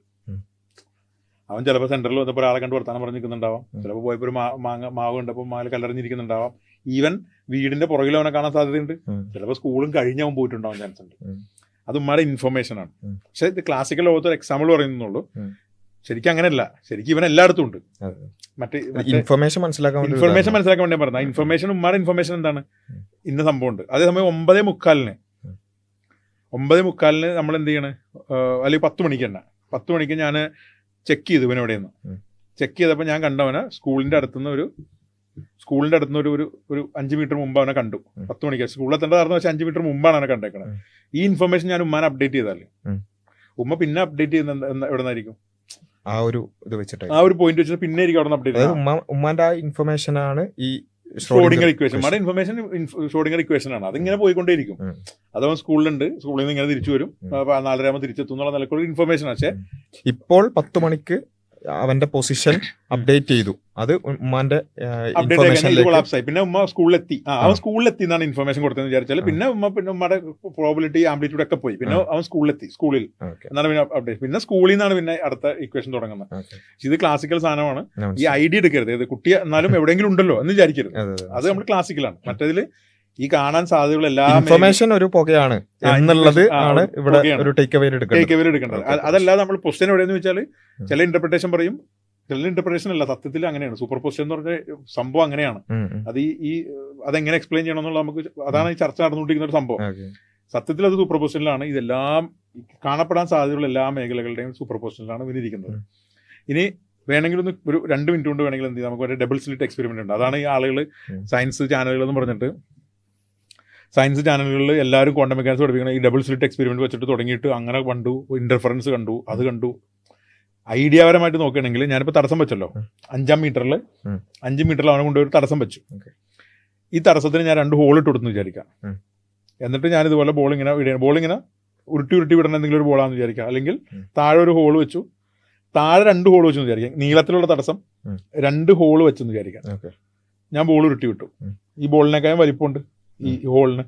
അപ്പോൾ ക്ലാസിക്കൽ ഒരു ബോളാണ് നമ്മൾ ഉരുട്ടി വിടണമെങ്കിൽ ഒന്നില്ലെങ്കിൽ ഇവിടെ ഉള്ളിൽ തട്ടി നിൽക്കണ്ടാവും, ഇല്ല ഹോളിൽ കൂടി കയറിയിട്ടുണ്ടെങ്കിൽ സ്വാഭാവികമായിട്ടും അപ്പുറത്തെത്തിയിട്ടുണ്ടാവും. 10 മിനിറ്റ് കഴിയുമ്പോൾ 10 സെക്കൻഡ് കഴിയുമ്പോൾ ആദ്യത്തെ എക്സാമ്പിൾ പറഞ്ഞ പോലെ ബിയിലെത്തിയിട്ടുണ്ടാവും. അതല്ലെങ്കിൽ ഇപ്പുറത്തെ ബോളിൽ കൂടി ഇപ്പുറത്തെ ഹോളിൽ കറക്റ്റ് ബോളിന്റെ വലിപ്പത്തിലാണെന്ന് വിചാരിക്കുക. ആദ്യത്തെ ഹോളിൽ ഞാനൊരു ബ്ലൂ കളർ ഇട്ടെന്ന് വിചാരിക്കുക. ബ്ലൂ കളർ ഇങ്ങനെ മാർക്ക് ചെയ്ത് വെച്ചിട്ടുണ്ട്. ഇപ്പുറത്തെ സൈഡിൽ മാർക്ക് ചെയ്ത് ഞാൻ ഉദാഹരണത്തിന് പറഞ്ഞാണ്. അല്ലെങ്കിൽ വേണ്ട, അത് വിട്ടേക്കും, അത് വിട്ടുകഴിഞ്ഞാൽ വേറെ പ്രശ്നം വരും. അപ്പോൾ ഈ ബോൾ വിട്ട് ഇനി ക്വാണ്ടം ഒബ്ജക്റ്റ് ആണെങ്കിൽ നമ്മൾ ഇതിനെ ഡിറ്റക്ട് ചെയ്യണം. നമ്മളിങ്ങനെ വിട്ടു പോയത് നമുക്ക് ഇവിടെ നിന്ന് അറിയില്ല, കാരണം നമ്മൾ നോക്കുന്നില്ലല്ലോ. നോക്കിക്കഴിഞ്ഞാൽ നമുക്ക് എന്ത് ചെയ്യാൻ പറ്റും, കറക്റ്റ് നമ്മളൊരു ഹോളിൽ കൂടി പോകണമെന്ന് കാണാൻ പറ്റും. കറക്റ്റ് ഹോളിൻ്റെ അവിടെ നമ്മളിങ്ങനെ നോക്കിക്കുകയാണെങ്കിൽ കണ്ടു, അങ്ങനെ കയറി പോയി നമ്മൾ കണ്ടു. അതേസമയം നമ്മൾ നോക്കാതെ ഒരു 10 സെക്കൻഡ് കഴിഞ്ഞപ്പോൾ ഡിറ്റക്ട് ചെയ്തപ്പോൾ നമ്മൾ ഹോള് കഴിഞ്ഞിട്ടുള്ള സ്ഥലത്താണ് കണ്ടേക്കുന്നത് വിചാരിക്കുക. അപ്പോൾ നമ്മൾ അപ്പം കാണുന്നൊരു അവസ്ഥ, അതെന്ത് അവസ്ഥ ആയിക്കോട്ടെ, അതിനിപ്പോൾ ഞാൻ ഉദാഹരണം പറയുന്നില്ല, ആ അവസ്ഥയിൽ നിന്ന് നമുക്ക് നോക്കിക്കഴിഞ്ഞാൽ എന്ത് തോന്നുന്നു വെച്ചാൽ ഈ ക്വാണ്ടം പാർട്ടിക്കിൾ 2 ഹോളിൽ കൂടിയും കയറി, ഒരു പാർട്ടിക്കിൾ 2 ഹോളിൽ കൂടിയും കയറി വന്നിട്ട് ജോയിൻ ചെയ്ത പോലത്തെ ഒരു എഫക്റ്റ് ആയിരിക്കും അവിടെ കാണാൻ പറ്റുന്നത്. അതിപ്പോൾ ബോളിന്റെ ഉദാഹരണത്തിൽ നമുക്ക് കിട്ടില്ല, എന്നാലും ഞാനൊരു സംഭവം പറയാം. അതായത് നമ്മളൊരു സാധനം നോക്കുമ്പോൾ നമുക്ക് എന്ത് മനസ്സിലാവുന്നു, ഈ ബോൾ 2 ഹോളിൽ കൂടിയും ഒറ്റ ബോൾ 2 ഹോളിൽ കൂടിയും കയറി വന്ന പോലെ. സത്യം പറയാതെ എന്താണ് ആ വേവ് ഫംഗ്ഷനാണ് പോയേക്കണത്, അല്ലാതെ പാർട്ടികൾ പോയോ അറിയില്ല. അപ്പോൾ ഒരാൾ പറയുന്നത് ഇല്ല, ബോൾ 2 ഹോളിൽ കൂടിയും പോയിട്ടുണ്ട് എന്ന് പറയാണ്. അന്നാ നീ ക്യാമറ വെക്കുമ്പോൾ ഒരു കുഴപ്പമെന്ന് വെച്ചാൽ അവിടെ നമ്മൾ എന്തായി മെഷർമെന്റ് നടക്കുമ്പോൾ അവിടെ ഭൂത എഫക്റ്റ് ഇല്ല, പിന്നെ ഒപ്പം തന്നെ കൊളാപ്സ് ആയി. നമുക്ക് പറയാണ് ക്വാണ്ടം പാർട്ടിക്കിൾ ഒരു വേവ് ആയിട്ടാണ് ട്രാവൽ ചെയ്യുന്നത് നമുക്ക് പറയാൻ പറ്റില്ല. അപ്പോൾ നമ്മൾ പ്രൂഫ് എവിടെ എന്ന് വെച്ചാൽ ഇതേ കണ്ടോ, നമ്മൾ ഫോട്ടോ എടുത്താൽ അവനിങ്ങനെ ചിരിച്ചിട്ടുണ്ടാവും, അവൻ ആ പൊസിഷനിൽ നിൽപ്പുണ്ടാവും. അപ്പോൾ നമുക്ക് എന്ത് ചെയ്യാൻ പറ്റില്ല. അപ്പോൾ അവിടെയാണ് നമുക്ക് ആ ഒരു അവ്യക്തത കിടക്കുന്നത്. അതിന് പല തിയറികളുണ്ട്, പല ഇന്റർപ്രിട്ടേഷനുകളുണ്ട്. ചിലർ പറയുന്നത് നോൺ ലോക്കൽ ആയിട്ടുള്ള ഒരു സംഭവമുണ്ട്, നോൺ ലോക്കൽ ആയിട്ടൊരു വേവ് ഉണ്ട്. ആ വേവാണ് ശരിക്ക് ഈ ഒരു പാർട്ടികളുടെ കൂടെ ഡൗട്ടിന് ചോദിക്കണോട്ടെ, ഒരു ഇലക്ട്രോണിന്റെ കൂടെ ഒരു വേവ് ഉണ്ട്, നോൺ ലോക്കൽ വേവ് ആണ്. ലൊക്കാലിറ്റി ഇല്ലാത്തൊരു വേവ്, ലൊക്കാലിറ്റി ഇല്ലാത്തൊരു എന്തോ ഒരു വേവ്. ലൊക്കാലിറ്റി ഇല്ലാന്ന് ഉദ്ദേശിക്കുന്നത് നമുക്ക് കാണാൻ പറ്റാത്ത, അല്ലെങ്കിൽ നമ്മൾ ഉദ്ദേശിക്കുന്ന പോലത്തെ ഒരു വേവ് അല്ല. കണക്ഷൻ എവിടെ വേണമെങ്കിലും പോവാം. ലോക്കൽ വേവ് എന്ന് പറഞ്ഞാൽ ഇവിടെ നിന്ന് ഞാൻ അവിടെ എത്താനുള്ള സമയമെങ്കിലും വേണം, അങ്ങനെയല്ല. ഇത് നോൺ ലോക്കലായ കണക്ഷനാണ് നമ്മൾ തമ്മിൽ. ഞാൻ ഇപ്പൊ എറണാകുളത്ത് ഇരുന്നിട്ട് ഞൊട്ടിയാൽ നിങ്ങളിവിടെ കരയുമെന്ന് പറയണം. അപ്പൊ അതിന് ലോക്കലായിട്ട് നമ്മൾ തമ്മിൽ ഇപ്പൊ നോൺ ലോക്കൽ ഒരു കണക്ഷൻ ഉണ്ട്. ലോക്കൽ കണക്ഷൻ വേണമെങ്കിൽ ഞാൻ അവിടെ നിന്ന് ഞൊട്ടി കഴിഞ്ഞാൽ ഞാൻ ഇവിടെ അടുത്ത് വന്ന് ഞൊട്ടേണ്ടി വരും, അല്ലെങ്കിൽ ഞാൻ അവിടെ വേറെ ആരെങ്കിലും വിട്ട് ഇവിടെ ഞൊട്ടിക്കേണ്ടി വരും. ലോക്കൽ. ഇപ്പൊ നോൺ ലോക്കലായിട്ടൊരു ഇന്റർപ്രിട്ടേഷൻ ആണ്. ഇതാണ് ബോമിയൻ പൈലറ്റ് വേവ് ഇന്റർപ്രിട്ടേഷൻ. അവർ പറഞ്ഞ ഇലക്ട്രോണിന്റെ കൂടെ ഒരു പൈലറ്റ് വേവ് ഉണ്ട്. പൈലറ്റ് എന്ന് പറഞ്ഞാൽ മുഖ്യമന്ത്രിക്കൊക്കെ പൈലറ്റ് പോകണ പോലെ എന്നാണ് ഞാൻ മനസ്സിലാക്കുന്നത്. ഈ പൈലറ്റ് വേവ് ആണ് ഇതിനെ ഗൈഡ് ചെയ്യണമെന്ന് പറയുന്നത്. അപ്പൊ അവരുടെ എക്സ്പ്ലനേഷൻ വെച്ചാൽ അവർക്ക് 2 ഹോള് കുഴപ്പമില്ല. അവർ പറഞ്ഞ ഈ പൈലറ്റ് വേവ് 2 ഹോളിൽ കൂടിയും പോകും. പാർട്ടികൾ ഇതിലെ വെള്ളം വന്നോട്ടെ, പക്ഷെ ഈ വേവിനനുസരിച്ചാണ് ഈ പാർട്ടികൾ പോണത്. അതായത് നമ്മളിപ്പോൾ ഒഴുകണ വെള്ളം ഉണ്ടല്ലോ, ഒഴുകണ വെള്ളത്തിൽ 2 സ്ഥലത്തു നിന്ന് ഒഴുക്ക് വന്നിട്ട് ഇങ്ങനെ ഒരു ഒഴുക്കാവെന്ന് വിചാരിക്കുക. അതിലേക്ക് നമ്മളൊരു ഇല ഇട്ടാൽ ഇങ്ങനെ ഉണ്ടാവും. നമ്മളിങ്ങനെ ഇല ഇടുമല്ലോ, ഇങ്ങനെ ഒഴുകി വന്ന വെള്ളത്തിൽ ഇങ്ങനെ ഇല ഇടും. അപ്പോൾ ഈ സൈഡിൽ കൂടി ഇങ്ങനെ ഇല വന്നിട്ട് 2 സൈഡിൽ നിന്നും കൂടി വെള്ളം വന്ന് ഇടിച്ചിട്ട് പിന്നെ വേവായിട്ട് പോകുന്ന സ്ഥലത്തേക്ക് പോകുമ്പോൾ ഈ ഇല പോകുന്നത് ആ ഈ വന്ന പൊസിഷനിലാവണമെന്നില്ല. അവിടെ ആരാണ് ഇലയുടെ പോക്ക് തീരുമാനിച്ചത്? ഈ 2 വേവ്. അങ്ങനെ വേണമെങ്കിൽ അവർ വിശദീകരിക്കാൻ ശ്രമിക്കുന്നുണ്ട്. ഇത് ഞാൻ വെറുതെ മനസ്സിലാക്കാൻ വേണ്ടി പറഞ്ഞോളൂ, ഇത് നമ്മുടെ ഇവിടെ റിലവൻ്റ് ആയിട്ടുള്ള കേസേ അല്ല. അപ്പോൾ ഇതിന്റെ പ്രധാന പ്രശ്നം നമുക്ക് മനസ്സിലായി. ഇതിനെ റെപ്രസെന്റ് ചെയ്യുന്നത് സൈ എന്ന് പറഞ്ഞിട്ട് സംഭവമാണ് റെപ്രസെന്റ് ചെയ്യുന്നത്. കാരണം വേവാണ്. അതിന് നമുക്ക് നമ്മളൊരു നോർമൽ ഒബ്ജക്റ്റ് ആണ്, നമുക്ക് ഇന്ന ലൊക്കേഷനിൽ ഇത്ര ടൈം എന്ന് പറഞ്ഞാൽ നമുക്ക് റെപ്രസെന്റ് ചെയ്ത് നമ്മൾ എന്ത് ചെയ്യണം, സൈ എന്ന് പറഞ്ഞിട്ട് റെപ്രസെന്റ് ചെയ്യുന്നു. സൈ സ്ക്വയറിൽ നമുക്ക് അതിന്റെ പ്രോബിലിറ്റി, ഇതിനെ കണ്ടെത്താനുള്ള പ്രോബിലിറ്റി കിട്ടും. ഈ സൈ എന്ന് പറഞ്ഞാൽ വേവ് ഫംഗ്ഷൻ ആണ്. ഈ വേവ് ഫംഗ്ഷൻ സമയത്തിനനുസരിച്ച് ഫോളോ ചെയ്യുന്ന ലോ ഷ്രോഡിംഗർ ഇക്വേഷൻ ആണ്. ഇത്ര നമുക്ക് കിട്ടി. ഷ്രോഡിംഗർ ഇക്വേഷൻ സെപ്പറേറ്റഡ് ഇക്വേഷൻ ആണ്. നമ്മൾ നോക്കിക്കഴിഞ്ഞാൽ നമ്മൾ നോക്കിയെന്ന് പറഞ്ഞാൽ നമ്മൾ അപ്ഡേറ്റ് ചെയ്താൽ അത് മാറുള്ളൂ. ക്ലാസിക്കൽ വെള്ളിൽ അങ്ങനെയല്ല, നമ്മൾ സ്ഥലത്ത് പോയി ഇടിച്ചാൽ ആ ഇടിച്ചടക്കം അവിടെ അപ്ഡേറ്റ് ആവും. ഓക്കെ, ഇത്ര സംഭവമുണ്ട്. ഇനിയാണ് നമ്മൾ എന്ത് ചെയ്യേണ്ടത്? ഇനി നമ്മൾ ഈ പുള്ളി പറഞ്ഞ വീഡിയോയിലേക്ക് വരാൻ വേണ്ടിയിട്ട് നമുക്ക് എന്ത് ചെയ്യാം, പറ്റാവുന്ന പോലെ സിമ്പിളാക്കി ഞാൻ പറഞ്ഞുതരാം. അപ്പോൾ നമ്മൾ ആദ്യം ഷ്രോഡിംഗർ സ്കാറ്റ് എക്സ്പെരിമെന്റിലേക്ക് പോവാം. ഷ്രോഡിംഗർ സ്കാറ്റ് എക്സ്പെരിമെന്റിന്റെ പ്രോബ്ലം എന്താണെന്ന് വെച്ചാൽ, ഈ ക്വാണ്ടം വേവ് തിയറി ഉണ്ടല്ലോ. അപ്പോൾ ഇത് തിയറിയാണ്. അപ്പോൾ ക്വാണ്ടം മെക്കാനിക്സിന്റെ തിയറിക്ക് മാത്തമാറ്റിക്കലി ആർക്കും ഒരു സംശയമില്ല. അപ്പോൾ ഈ ഷ്രോഡിംഗർ എന്ന് വെച്ചാൽ, ഷ്രോഡിംഗർ എന്താ പറയണമെന്ന് വെച്ചാൽ, ഈ ക്വാണ്ടം മെക്കാനിക്സ് തിയറി, അപ്പോൾ എല്ലാം ക്വാണ്ടം മെക്കാനിക്സ്, നമ്മളെല്ലാം ക്വാണ്ടം മെറ്റീരിയലാണല്ലോ. ഈ ക്വാണ്ടം മെക്കാനിക്സ് നമുക്ക് എല്ലായിടത്തും അപ്ലൈ ചെയ്യാൻ പറ്റിയാൽ, അതായത് ഈ ക്വാണ്ടം മെക്കാനിക്സിന്റെ റൂൾസ് നമ്മൾ മാക്രോസ്കോപ്പിക് വേൾഡിലേക്കും കൂടി അപ്ലൈ ചെയ്താൽ പ്രശ്നം ഉണ്ടാവും എന്നുള്ള നിലക്ക്, അതായത് ഇവർ പറയുന്നത് എന്താണ്, ഈ കോപ്പൻഹേഗൻ ഇന്റർപ്രിട്ടേഷൻ പറയുന്നത് അതിന് മുമ്പ് അങ്ങനെയാണത് അറിയില്ല, അത് രണ്ടും കൂടി ചേർന്ന ഒരു അവസ്ഥയിലാണ് സൂപ്പർ പൊസിഷനിലാണ് ഇലക്ട്രോൺ നിൽക്കുന്നതെന്നൊക്കെയാണ് അവർ, അതാണ് ആക്ച്വൽ സിനാരിയോ എന്ന് പറഞ്ഞിട്ടാണ് പറയുന്നത്. ശരിക്കും അതൊരു ഇൻഫർമേഷൻ ആണെന്ന് എടുത്താൽ ഈ പ്രശ്നമില്ല. ആക്ച്വലി അങ്ങനെയാണ്, ഇലക്ട്രോൺ രണ്ട് സ്ഥലത്ത് ഒരേ സമയത്ത് ഉണ്ട് എന്നുള്ള നിലക്ക് പറഞ്ഞാൽ എന്ത് സംഭവിക്കുന്നു കാണിക്കാൻ വേണ്ടിയിട്ടാണ് പുള്ളി എക്സ്പെരിമെന്റ് വെച്ചത്. ക്വാണ്ടം മെക്കാനിക്സിനാണുള്ളത് അപ്ലൈ ചെയ്യുന്നത്. ക്വാണ്ടം എഫക്റ്റ് ഉള്ള ഒരു കണിക, ഒരു റേഡിയോ ആക്റ്റീവ് ആറ്റം വെക്കുന്നു, അത് പുറത്തേക്ക്, അപ്പോൾ അത് ക്വാണ്ടം എഫക്റ്റ് ആണ്. അപ്പോൾ റേഡിയോ ആക്റ്റീവ് ഒന്നിൽ ഡീക്കേ ആവും അല്ലെങ്കിൽ ഡീക്കേ ആവില്ല, അതിൽ നിന്നൊരു ആറ്റം പുറത്തേക്ക് പോകും അല്ലെങ്കിൽ പോകില്ല. നമ്മൾ നോക്കാത്തടത്തോളം കാലം ഇത് ഫോളോ ചെയ്യുന്നത് മറ്റേ ഷ്രോഡിംഗർ ഇക്വേഷൻ ആണെന്ന് വിചാരിക്കുക. അപ്പോൾ പോയില്ല എന്ന് പറഞ്ഞ അവസ്ഥയിൽ ഇങ്ങനെ നിൽക്കുകയാണ്. അവിടെ നമ്മളിപ്പോൾ അത് കണക്ട് ചെയ്തിട്ട് എന്ത് ചെയ്യണം, അത് കണക്ട് ചെയ്തിട്ട് ഒരു പൂച്ചേനെ, ജീവനുള്ള ഒരു പൂച്ചേനെ വെച്ചിട്ടുണ്ട്. ഇത് കണക്ട് ചെയ്തിട്ട് നമ്മൾ എന്ത് ഈ ഡീക്കെ നടന്നിട്ട് വിശദമായിട്ട് തന്നെ പറയാം. അപ്പോൾ ആരെങ്കിലും ഇത് കേൾക്കാത്ത ആൾക്കാരുണ്ടെങ്കിൽ എല്ലാവരും കേട്ടിട്ടുണ്ടാവും, എന്നാൽ പോലും പറയാം. ഇപ്പോൾ ഡീക്കെ ആയിട്ടുണ്ടെങ്കിൽ എന്ത് ചെയ്യും, ഈ ഡീക്കെ ഡിറ്റക്ട് ചെയ്യാനൊരു സാധനം വെച്ചിട്ടുണ്ട്. ഈ ഡിറ്റക്ടർ നേരെ പോയിട്ടൊരു കുപ്പീനെ പൊട്ടിക്കും, ആ കുപ്പിയിലുള്ള വിഷമുണ്ട്, ഈ വിഷം ആ ബോക്സിൻ്റെ അകത്ത് പരക്കും, ആ ബോക്സിൻ്റെ ഉള്ളിലിരിക്കുന്ന പൂച്ച ചത്തുപോകും. പക്ഷേ ഇത് ഡീക്കെ ആയിട്ടില്ലെങ്കിൽ വേറെ പ്രശ്നമൊന്നുമില്ല, അവിടെ ഇരിക്കും. നമ്മൾ 1 മണിക്കൂർ കഴിയുമ്പോൾ ഈ ബോക്സ് തുറന്നു നോക്കും. ഓക്കെ, അപ്പോൾ നമ്മൾ തുറക്കുമ്പോഴാണ് എന്ത് കിടക്കുന്നത്, വരെ മെഷർമെന്റ് നടന്നത് അല്ലേ. മെഷർമെന്റ് നടക്കണ വരെ ഇത് ഷ്രോഡിംഗർ ഇക്വേഷൻ വെച്ചിട്ട് ഇങ്ങനെ കയറി പോയില്ല എന്ന് പറഞ്ഞ് നിൽക്കണം എന്നാണ് പറയുന്നത്. രണ്ടും കൂടി ചേർന്ന അവസ്ഥയിലാണ്. അപ്പോൾ ഈ ക്വാണ്ടം റൂള് നമുക്ക് മൊത്തത്തിൽ അപ്ലൈ ചെയ്യാൻ പറ്റുമെങ്കിലും മാക്രോസ്കോപ്പിക് ഒബ്ജക്റ്റിലേക്കും കൂടി അപ്ലൈ ചെയ്യാൻ പറ്റുകയാണെങ്കിൽ ഈ പുറത്ത് നിൽക്കുന്ന ഷ്രോഡിംഗറിനെ സംബന്ധിച്ചിടത്തോളം ആ ബോക്സ് ഒരു ക്വാണ്ടം സിസ്റ്റത്തിലാണ്. ബോക്സ് തുറക്കുമ്പോഴാണ് സത്യത്തിൽ രണ്ടിലൊരു നമ്മൾ കണ്ടത്. ബോക്സ് തുറക്കുന്നതിന് മുമ്പ് ഇത് ഡീക്കെ ആയതും ഡീക്കെ ആവാത്തതുമായ ഒരു സൂപ്പർ പൊസിഷനിലാണ്. സൂപ്പർ പൊസിഷൻ ഒറിജിനൽ ആണെങ്കിൽ, ഫിസിക്കൽ ആണെങ്കിൽ പൂച്ച എന്തായിരിക്കണം, പൂച്ച ചത്തതും ജീവിച്ചിരിക്കുന്നതുമായ അവസ്ഥ, ഒരേ സമയത്ത് ജീവിച്ചിരിക്കുന്നതും ഒരേ സമയം പൂച്ച ചത്തിട്ടുണ്ട് ജീവിച്ചിരിപ്പുണ്ടെന്നുള്ള അവസ്ഥ വരും. പക്ഷേ ഈ സംഭവം റിയൽ ലൈഫിൽ വർക്കാവില്ല. കാരണം എന്താണെന്ന് വെച്ചാൽ ഈ പൂച്ചയുടെ കേസിൽ എന്താണെന്ന് വെച്ചാൽ പൂച്ച സത്യത്തിൽ മാക്രോസ്കോപ്പിക് ഐറ്റമാണ്, അത് ശ്വാസം എടുക്കുന്നുണ്ട്, അത് ഡിറ്റക്ട് ചെയ്യുന്നുണ്ട്. അപ്പോൾ ഈ ക്വാണ്ടം സിസ്റ്റത്തിന്റെ പ്രത്യേകത ഇത് എൻവയോൺമെന്റുമായിട്ട് അതിലേക്ക് ഒരു ലീക്ക് വന്നാൽ ഈ ക്വാണ്ടം സിസ്റ്റം ലീക്ക് ആവും. ഡീകോഹറൻസ് എന്ന് പറയും. അതായത് എൻവയോൺമെന്റുമായിട്ട് ഇതിനൊരു ടച്ച് വന്നാൽ തന്നെ ഇത് ഡീകോഹറൻസ് ആവും ഇമ്മീഡിയറ്റ്ലി. 10⁻⁻23 സെക്കൻഡിനുള്ളിൽ ഡീകോഹറൻസ് ആയിട്ട് ഇതിന്റെ ക്വാണ്ടം സ്റ്റേറ്റിൽ നിന്ന് പോയിട്ട് കൊളാപ്സ് ആയി നോർമൽ ലെവലിലാവും. അപ്പോൾ സത്യം പറഞ്ഞാൽ പ്രാക്ടിക്കലി നോക്കുമ്പോൾ പൂച്ച അവിടെ വന്നു കഴിയുമ്പോൾ തന്നെ സ്വാഭാവികമായിട്ടും പൂച്ച ഒരു മാക്രോസ്കോപ്പിക് ആയിട്ടാണ് എൻവയോൺമെന്റിലേക്ക് ആ ഇൻഫർമേഷൻ ലീക്കായി, അപ്പം തന്നെ പരിപാടി കഴിഞ്ഞു. പക്ഷെ തിയററ്റിക്കലി ഉള്ള പ്രശ്നം കാണിക്കാനാണ് പുള്ളി ഈ പ്രശ്നം പറഞ്ഞത്. അപ്പോൾ തോട്ട് എക്സ്പെരിമെന്റ്. പക്ഷേ ഈ തോട്ട് എക്സ്പെരിമെന്റ് പറഞ്ഞ് 1990 സമയത്ത്, തോട്ട് എക്സ്പെരിമെന്റ് 1925-35 സമയത്താണ്. 90-കൾക്ക് ശേഷമാണ് ഡീകോഹറൻസ് തിയറി വന്നത്. ഡീകോഹറൻസ് തിയറി വന്നതോടുകൂടി ഇത് എക്സ്പ്ലെയിൻ ചെയ്യാൻ പറ്റി, എന്ത് മാക്രോസ്കോപ്പിക് ഐറ്റത്തിലേക്ക് ഇത് അപ്ലൈ ആവില്ല, കാരണം ഡീകോഹറൻസ് സംഭവിക്കുമെന്ന് പറഞ്ഞു. ഓക്കെ, അപ്പോൾ ഉള്ളൊരു പ്രശ്നം എന്ന് വെച്ചാൽ എന്താണ് ഈ ഡീകോഹറൻസ്, എന്തൊക്കെ വന്നാൽ ഇത് ഡീകോഹറൻസ് സംഭവിക്കും, അതായത് എന്തിലാണ് മെഷർമെന്റ് ആയിട്ട് കണക്കൂട്ടുന്നത്, ഒരാൾ വേണോ? അപ്പോൾ അങ്ങനെ ഒരു തോട്ട് പ്രോസസ്സ് വരാൻ വേണ്ടിയിട്ടാണ്, അതിന് മുമ്പാണ് ഈ 90 ഡീകോഹറൻസ് വരുന്നതിന് മുമ്പാണ് പൂച്ചക്ക് ഒരു പ്രശ്നം വെച്ചാൽ പൂച്ചക്ക് കോൺഷ്യസ്നെസ് ഉണ്ടോ ഇല്ല എന്നുള്ള ചർച്ചയുണ്ട്. അപ്പോൾ വിഗനർ എന്ന് പറഞ്ഞിട്ടൊരു യൂജിൻ വിഗനർ എന്ന് പറഞ്ഞിട്ടൊരു സയന്റിസ്റ്റ് ഇതേ തോട്ട് എക്സ്പെരിമെന്റിന്റെ വേറൊരു രീതിയിലൊരു സാധനം ഇറക്കുകയാണ്. അതായത് പുള്ളി മുന്നോട്ട് വെക്കുകയാണ്, വിഗനേഴ്സ് ഫ്രണ്ട് എന്നാണ് ഇതിനെ പറയുന്നത്. ഓക്കെ, ഇതും മറ്റേതായിട്ട് കണക്ഷനാണ്. അതായത് ഞാൻ പറഞ്ഞത് ഒരു 10-15 മിനിറ്റ് കൂടി നിങ്ങൾ ക്ഷമിച്ചാൽ നമുക്ക് അതിനുശേഷം മറ്റേത് കണ്ട് മനസ്സിലാക്കാം എന്താണ്. അതുമാത്രമല്ല ഇനി വരുന്ന ഏത് ക്വാണ്ടം വീഡിയോയും നിങ്ങൾക്ക് മനസ്സിലാക്കാൻ പറ്റും. ഈ വിഗനർ മുന്നോട്ട് വെച്ച സംഭവം എന്ന് വെച്ചാൽ ഒരു ലാബാണ്. ഈ ലാബിൻ്റെ അകത്ത് വിഗനറിൻ്റെ ഒരു ഫ്രണ്ട് ഉണ്ട്, അതാണ് വിഗനേഴ്സ് ഫ്രണ്ട് എന്ന് പറയുന്നത്. ഈ ഫ്രണ്ട് ഒരു ക്വാണ്ടം പാർട്ടിക്കിളിനെ നോക്കിക്കൊണ്ടിരിക്കുകയാണ്. ഓക്കെ, ഒരു ക്വാണ്ടം പാർട്ടിക്കിൾ എന്ന് പറഞ്ഞാൽ ഒരു ഡീക്കെ ആയതും ഒരു റേഡിയോ ആക്റ്റീവ് മെറ്റീരിയൽ ഇരിക്കുകയാണ്. ഇത് നോക്കിക്കൊണ്ടിരിക്കുകയാണ് പുള്ളി. അപ്പോൾ നോക്കുന്നതിന് മുമ്പ് സംഭവം ഡീക്കെ ആയോ ഇല്ലയെന്ന് അറിയാവുന്ന പുള്ളി നോക്കി കഴിഞ്ഞപ്പോൾ ഡീക്കെ ആയി എന്ന് വിചാരിക്കാം. ഡീക്കെ ആയപ്പോൾ തന്നെ പുള്ളിയുടെ ഇൻഫർമേഷൻ ഓക്കെ ആയല്ലോ, പുള്ളിയുടെ വേവ് ഫംഗ്ഷൻ കൊളാപ്സ് ആയി, പുള്ളി അതിൽ അപ്ഡേറ്റ് ചെയ്തു അത് ലീക്ക്. അപ്പോൾ ഈ വിഗനർ ചോദിക്കുന്നത്, വിഗനർ പുറത്താണ് നിൽക്കുന്നത് ഈ ലാബിൻ്റെ.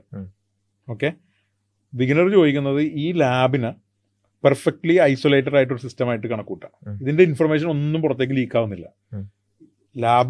ലാബിന്റെ ഉള്ളിലുള്ള വിഗനറിന്റെ ഫ്രണ്ടും ഈ റേഡിയോ ആക്റ്റീവ് മെറ്റീരിയൽ എല്ലാം കൂടി ചേർന്നിട്ട് ഒരു ക്വാണ്ടം സിസ്റ്റമായിട്ട് കണക്കൂട്ടിയാൽ, കാരണം ക്വാണ്ടം ഇക്വേഷൻ എല്ലായിടത്തും അപ്ലൈ ചെയ്യാന്നുള്ള അവർ പറയുന്നത്. അപ്പോൾ ഈ ലാബ് തിയററ്റിക്കലി ഐസൊലേറ്റഡ് ആണ്, ഒരു ഇൻഫർമേഷൻ പുറത്തേക്ക് പോകുന്നില്ല. അപ്പോൾ വിഗനർ പുറത്തുനിന്ന് നോക്കുമ്പോൾ വിഗനറിന്റെ മനസ്സിൽ എന്താണ്, ഇതൊരു ക്വാണ്ടം സിസ്റ്റമാണ്.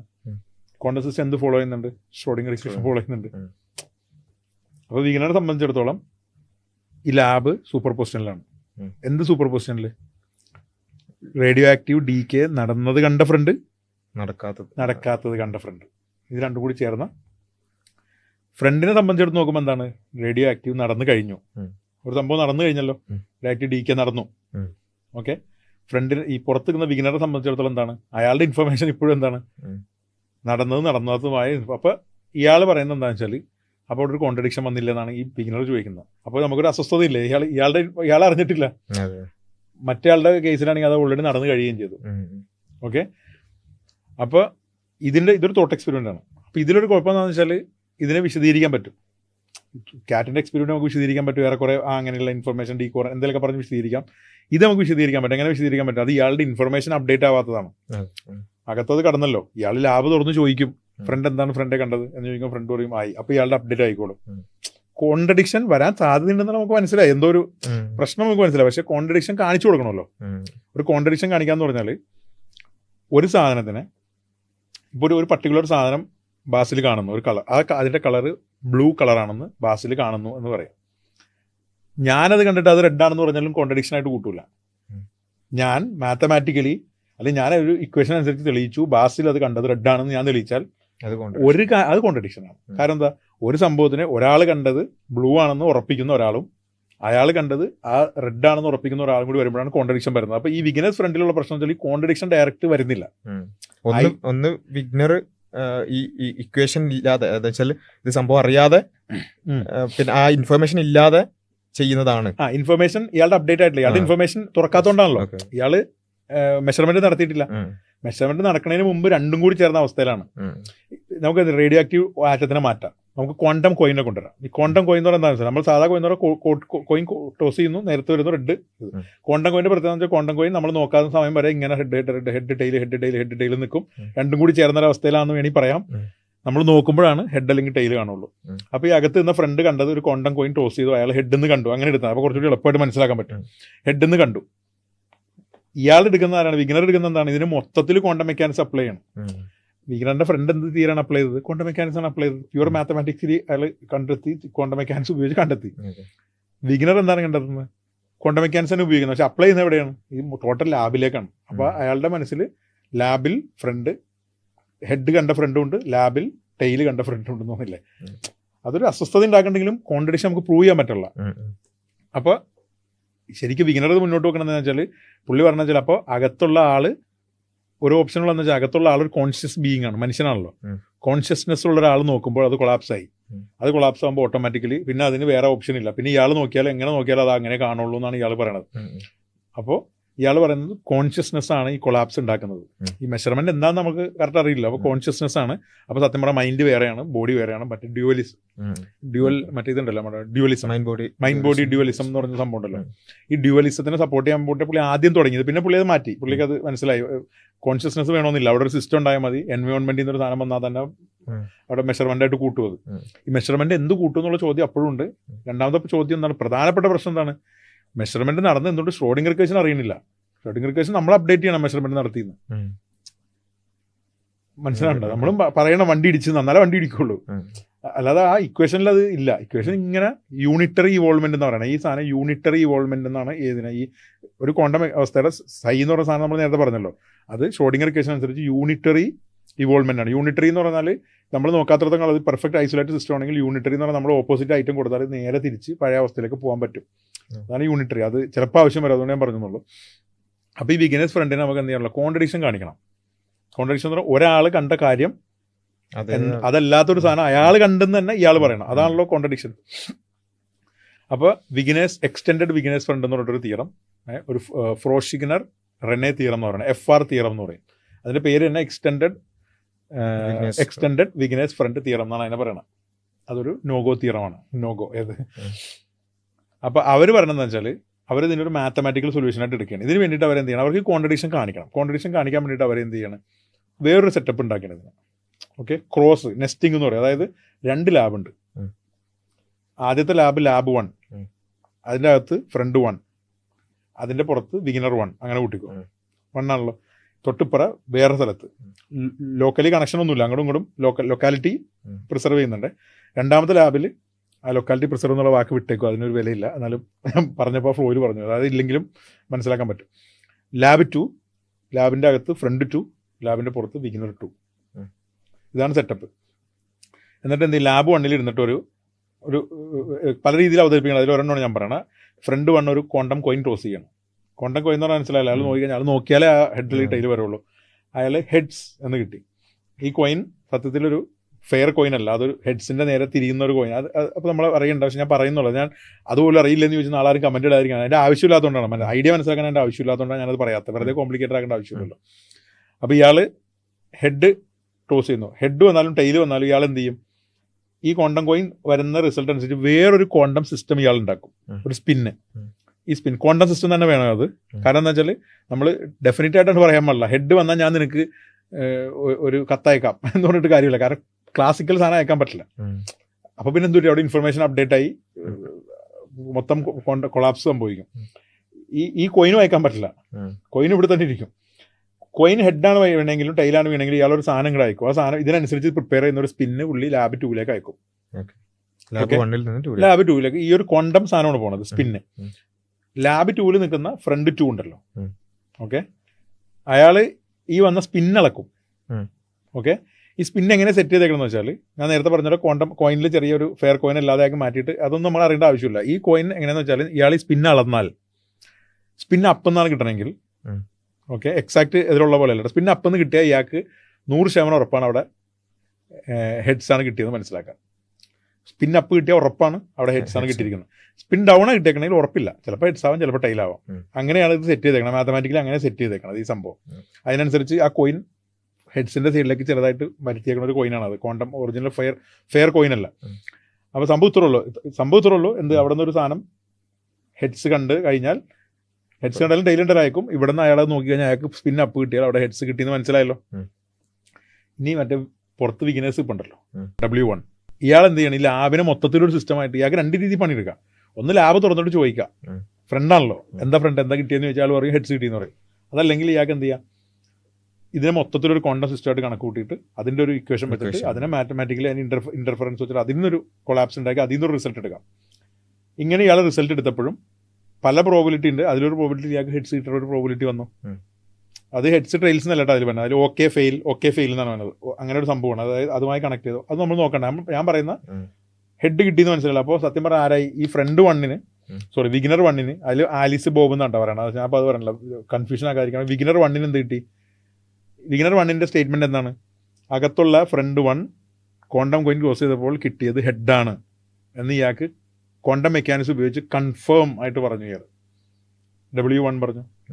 കൺഫേം ആയിട്ട് കാൽക്കുലേറ്റ് ചെയ്തപ്പോൾ അയാൾക്ക് കൺഫേം ആയിട്ട് കിട്ടുന്ന, അതായത് കിട്ടിക്കഴിഞ്ഞാൽ അയാൾ കാൽക്കുലേറ്റ് ചെയ്യാനുള്ള ഓപ്ഷൻ ഉണ്ടല്ലോ, പല പ്രോബിലിറ്റി ഉണ്ട്. അതിൽ ഒരു പ്രോബിലിറ്റിയിൽ അയാൾക്ക് എന്ത് ചെയ്ത് കിട്ടി എന്നുള്ള പ്രോബിലിറ്റി എടുക്കുക, അതാ എടുക്കുന്നത്. അല്ലാതെ കൺഫേം ആക്കി അപ്പോൾ പിന്നെ കൺഫേം ആയല്ലോ. അപ്പോൾ ഇയാൾ ആ ക്വാണ്ടം മെക്കാനിക്സിന്റെ ഇക്വേഷൻ അനുസരിച്ച് മാത്തമാറ്റിക്കലി ഇയാൾ എന്ത് ചെയ്തു? ഇയാൾക്ക് വർക്കൗട്ട് ചെയ്തപ്പോൾ പല പ്രോബിലിറ്റിയിൽ ഒരു പ്രോബിലിറ്റി, എന്ത് പ്രോബിലിറ്റി ഇരുന്നോട്ടെ, ഒരു പ്രോബിലിറ്റിയിൽ അയാൾക്ക് എന്തായാലും ഹെഡ് നിന്ന് കിട്ടുമല്ലോ. ആ പ്രോബിലിറ്റിയിൽ അയാൾക്ക് ഹെഡ് നിന്ന് കിട്ടി. അപ്പോൾ ഇപ്പോൾ ആരൊക്കെ ഹെഡ് എന്ന് പറഞ്ഞിട്ടുണ്ട്? മറ്റേ ആള് ലാബ് 2 ഇരിക്കുന്ന ഫ്രണ്ട് 2 ഉണ്ടല്ലോ, അയാൾ നോക്കിയപ്പോൾ സ്പിൻ അപ്പും കിട്ടി. അപ്പോൾ അയാൾ ഹെഡാന്ന് പറഞ്ഞു. ടോസ് ചെയ്ത അതിൻ്റെ ഉള്ളിലുള്ള ഫ്രണ്ട് 1-ഉം ഹെഡാണെന്ന് പറഞ്ഞു. മറ്റേയാൾക്ക് ഈ ഇക്വേഷൻ വഴിയും ഹെഡ് എന്ന് കിട്ടി. ഫ്രണ്ട് 1 ആണ് നമ്മുടെ മെഷറിംഗ് പോയിന്റ്. ഫ്രണ്ട് 1-ന് കിട്ടിയത് ഹെഡ്സ് ആണ്. ഫ്രണ്ടിന്റെ പുറത്തിരുന്ന വിഗിനർ 1-നും കിട്ടിയത് ഹെഡ്സ് ആണെന്ന് കൺഫേം പറഞ്ഞു. കൺഫേം ആയ ഹെഡാണ് കിട്ടിയത്. അവനും കൺഫേം ആണ്, കാരണം ക്വാണ്ടം മെക്കാനിക്സ് വഴി കൺഫേം ചെയ്തു. ഇവരെല്ലാവരും ക്വാണ്ടം മെക്കാനിക്സ് ഉപയോഗിക്കുന്നത്. ലാബ് 2-ലുള്ള ഫ്രണ്ട് 2-ഉം പറഞ്ഞു ഹെഡ്സാണ് കിട്ടിയത്. ഇനിയാണ് W2 ഉണ്ട്, ലാബ് 2-ന്റെ പുറത്തിരിക്കുന്ന ആള്. ഇയാൾക്ക് ഈ ലാബ് 2-നെ മൊത്തത്തിലൊരു ക്വാണ്ടം സിസ്റ്റമായിട്ട് അളക്കാൻ പറ്റും. ഇയാൾക്കുണ്ട് പല പല പല പ്രോബിലിറ്റി ഉണ്ട്. അതിൽ ഒരു പ്രോബിലിറ്റിയിൽ ഒരു ഓക്കെ ഫെയിൽ എന്ന് പറയുന്ന സംഭവമാണ്. വാട്ട് എവർ, ഇയാളുടെ ഒരു പ്രോബിലിറ്റി ഇയാൾക്ക് 1/12 ഓഫ് പ്രോബിലിറ്റിയിൽ ഇയാൾക്ക് ഒരു സാധനം കിട്ടും. ആ സാധനം വെച്ച് നോക്കിക്കഴിഞ്ഞാൽ ഇവിടെ F1-ന് കിട്ടിയത് ടെയിലാണെന്ന് ഇയാൾക്ക് പറയാൻ പാകത്തിനുള്ളൊരു പ്രോബിലിറ്റി അവിടെ ഉണ്ട്. അതായത് ഇയാൾ ക്വാണ്ടം മെക്കാനിക്സ് ചോദിക്കണില്ല ഇയാളോട്. ചോദിച്ചാലല്ലേ ഇയാൾ പറയുള്ളൂ ഹെഡാണ് കിട്ടിയെന്ന് പറഞ്ഞാൽ തീർന്നു. അങ്ങനെയല്ല, ഇതിനൊരു ക്വാണ്ടം സിസ്റ്റമായിട്ട് കണക്ക് കൂട്ടിയിട്ട് എടുക്കുന്ന സമയത്ത്, കാൽക്കുലേറ്റ് ചെയ്തെടുക്കുന്ന സമയത്ത് പല പ്രോബിലിറ്റികളിൽ ഒരു പ്രോബിലിറ്റിയിൽ എന്തുണ്ട്? F1 കണ്ടത് ടെയിലാണെന്ന് ഇയാൾ കൺഫേം പറയാൻ പറ്റുന്ന ഒരു ക്വസ്റ്റ്യൻ ഉണ്ട് മാത്തമാറ്റിക്കലി, അയാൾ തിയററ്റിക്കൽ. അപ്പോൾ ചുരുക്കം പറഞ്ഞാൽ F1 എന്ന് പറഞ്ഞ ആളുടെ വിഷയമാണ് സംസാരിക്കാൻ പോണത്. ഈ F1-നെ സംബന്ധിച്ചിടത്തോളം പുറത്ത് നിൽക്കുന്ന ഒബ്സർവർ, മറ്റേ രണ്ടുപേരെ വിട്ടേക്കൂ. പുറത്ത് നിൽക്കുന്ന ഇയാളും പറയുന്നത് W1-ഉം പറയും W2-ഉം പറയും. 2 സ്ഥലത്ത് നിൽക്കുന്ന ആളുകൾ ഒരാളെ പറ്റിയിട്ട് 2 കോൺട്രഡിക്ടറി സ്റ്റേറ്റ്മെന്റ് പറയുന്നൊരവസ്ഥ വന്നു. ഇത് കഥ പറയുമ്പോൾ മാത്രമേ ഇതുള്ളൂ. ശരിക്കും ഇത് നോഗോ തീറം എന്ന് പറഞ്ഞാൽ മാത്തമാറ്റിക്കലാണ്. തീറം എന്ന് പറഞ്ഞാൽ മാത്തമാറ്റിക്കലാണ്. മാത്തമാറ്റിക്കൽ കാൽക്കുലേഷൻ ഇട്ടിട്ട് വന്നിട്ട് A0 B1, അതായത് ഈ ഫ്രണ്ട് 1 കണ്ടത് ഫ്രണ്ട് 1 എല്ലാ പ്രോബിലിറ്റിയും കൂടി ഇട്ടിട്ട് വന്നിട്ട് കൂട്ടി കഴിയുമ്പോൾ ഒരു സാധനം ഇട്ടിട്ട് പറയും ഇത് ലെസ് ദാൻ 2 ആണെങ്കിൽ മാത്രമേ ഉള്ളൂ. അതാണ് ഇനിക്വാലിറ്റി തിയറം എന്ന് പറയുന്നത്. ബെൽസ് ഇനിക്വാലിറ്റി എന്ന് പറയുന്ന ഒരു തിയറമാണ്. ഈ തിയറം ബ്രേക്ക് ചെയ്താൽ 3 കണ്ടീഷൻ ഒരു വെക്കുന്നുണ്ട്. നമ്മൾ നേരത്തെ ഐഡന്റിറ്റി പറഞ്ഞ പോലെ 3 കണ്ടീഷൻ വെക്കുന്നുണ്ട്. ഒന്ന്, quantum mechanics is universal. Universally apply ചെയ്യാൻ പറ്റും ക്വാണ്ടം മെക്കാനിക്സ്. ഒന്ന്. 2, സ്പെസിഫിക് ഔട്ട്കം. അതായത് ഒരാൾക്ക് ഒരു ഔട്ട്കം കിട്ടുള്ളൂ. അതായത് F1 ഒരു പ്രാവശ്യം നോക്കുമ്പോൾ ഹെഡ് അല്ല അതിലോ പിന്നെ അങ്ങനെയല്ല, ഒരു ഔട്ട്കം ഒരാൾക്ക് സ്പെസിഫിക് ഔട്ട്കം കിട്ടും. ക്വാണ്ടം മെക്കാനിക്സ് യൂണിവേഴ്സലി ആക്സെപ്റ്റബിൾ ആണ്, സ്പെസിഫിക് ഔട്ട്കം കിട്ടും. പിന്നെ 3ാമത്തത് അബ്സല്യൂട്ട് ആയിരിക്കും. അതായത് അബ്സല്യൂട്ട്നെസ് ഓഫ് ഒബ്സർവ്ഡ് ഇവന്റ്. അതായത് ഫ്രണ്ട് വൺ ആ ഹെഡ് കണ്ടെന്ന് പറഞ്ഞാൽ അത് അബ്സല്യൂട്ട് ഇവന്റ് ആണ്. പിന്നെ ഞാൻ വന്ന് നോക്കുമ്പോൾ വേറെ ഒന്നും കാണില്ല എന്നല്ല, അതാണ് അബ്സല്യൂട്ട്നെസ് എന്ന സാധനം എടുക്കുന്നത്. അങ്ങനത്തെ ഒരു ഓപ്ഷൻ ഇല്ലാന്നിരിക്കുകയാണ്. അബ്സല്യൂട്ട്നെസ് ഓഫ് ഇവന്റ്, അതായത് ഒരാൾ കണ്ട സാധനത്തിന് അബ്സല്യൂട്ട് ആയിട്ട് നടന്നതാണ്, അല്ലാതെ റിലേറ്റീവ് അല്ല. ഞാൻ നോക്കിയപ്പോൾ റെഡ് കണ്ട അങ്ങനത്തെ അല്ല. അബ്സല്യൂട്ട് ആണെന്ന് അസ്യൂം ചെയ്താൽ, ഒരു ഔട്ട്കം ഉള്ളൂ എന്ന് അസ്യൂം ചെയ്താൽ ക്വാണ്ടം മെക്കാനിക്സ് യൂണിവേഴ്സലി ആപ്ലിക്കബിൾ ആണെന്ന് QSC ഇത് 3 കൂടി ഒന്നിച്ചെടുത്താൽ ക്വാണ്ടം മെക്കാനിക്സ് ഫെയിൽ ആവും. ക്വാണ്ടം മെക്കാനിക്സിന്റെ ഇക്വേഷൻ നടക്കില്ല. It's a no go. ശ്യാമിന്റെ കഥ പറഞ്ഞു. സുരേഷ് ഒരേ സമയത്ത് ഐഡന്റിറ്റിയും ലൈവും അതേപോലെ തന്നെ ഇവര് ചുരുക്കം പറയും ജഡ്ജ് ചെയ്യുന്നില്ല. ഇവര് ഈ ക്വാണ്ടം മെക്കാനിക്സ് ശരിയാണെന്നോ തെറ്റാണെന്നോ പുതിയ കണ്ടുപിടുത്തം ഒന്നുമല്ല നടത്തിയേക്കണത്. പുതിയൊരു കണ്ടുപിടുത്തം, ശാസ്ത്രപ്രബന്ധം അങ്ങനെയൊന്നുമില്ല. ഇവര് പറയുന്നത് എന്തോ ഒരു പ്രശ്നം ക്വാണ്ടം മെക്കാനിക്സിന്റെ ഇക്വേഷൻ ഉണ്ട്. ഈ 3ഉം ഒരേപോലെ എടുക്കാൻ പറ്റില്ല. ഒന്നില്ലെങ്കിൽ നിങ്ങൾ പറയണം ക്വാണ്ടം മെക്കാനിക്സ് യൂണിവേഴ്സിറ്റി ആപ്ലിക്കബിൾ അല്ല. അതായത് മൈക്രോ വേൾഡിൽ മാത്രം അപ്ലിക്ക് ചെയ്യാൻ പറ്റുള്ളൂ.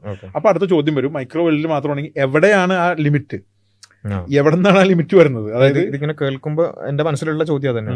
അതായത് നമ്മൾക്കറിയാം, നമ്മൾ നേരത്തെ ബോളിന്റെ കഥ പറഞ്ഞല്ലോ, ഫ്രം A to B. അത് നമുക്ക് മാക്രോസ്കോപ്പിക് വേൾഡിലാണ് നമുക്ക് ഇങ്ങനെ പറയാൻ പറ്റും. ക്വാണ്ടം വേൾഡിലാണ്.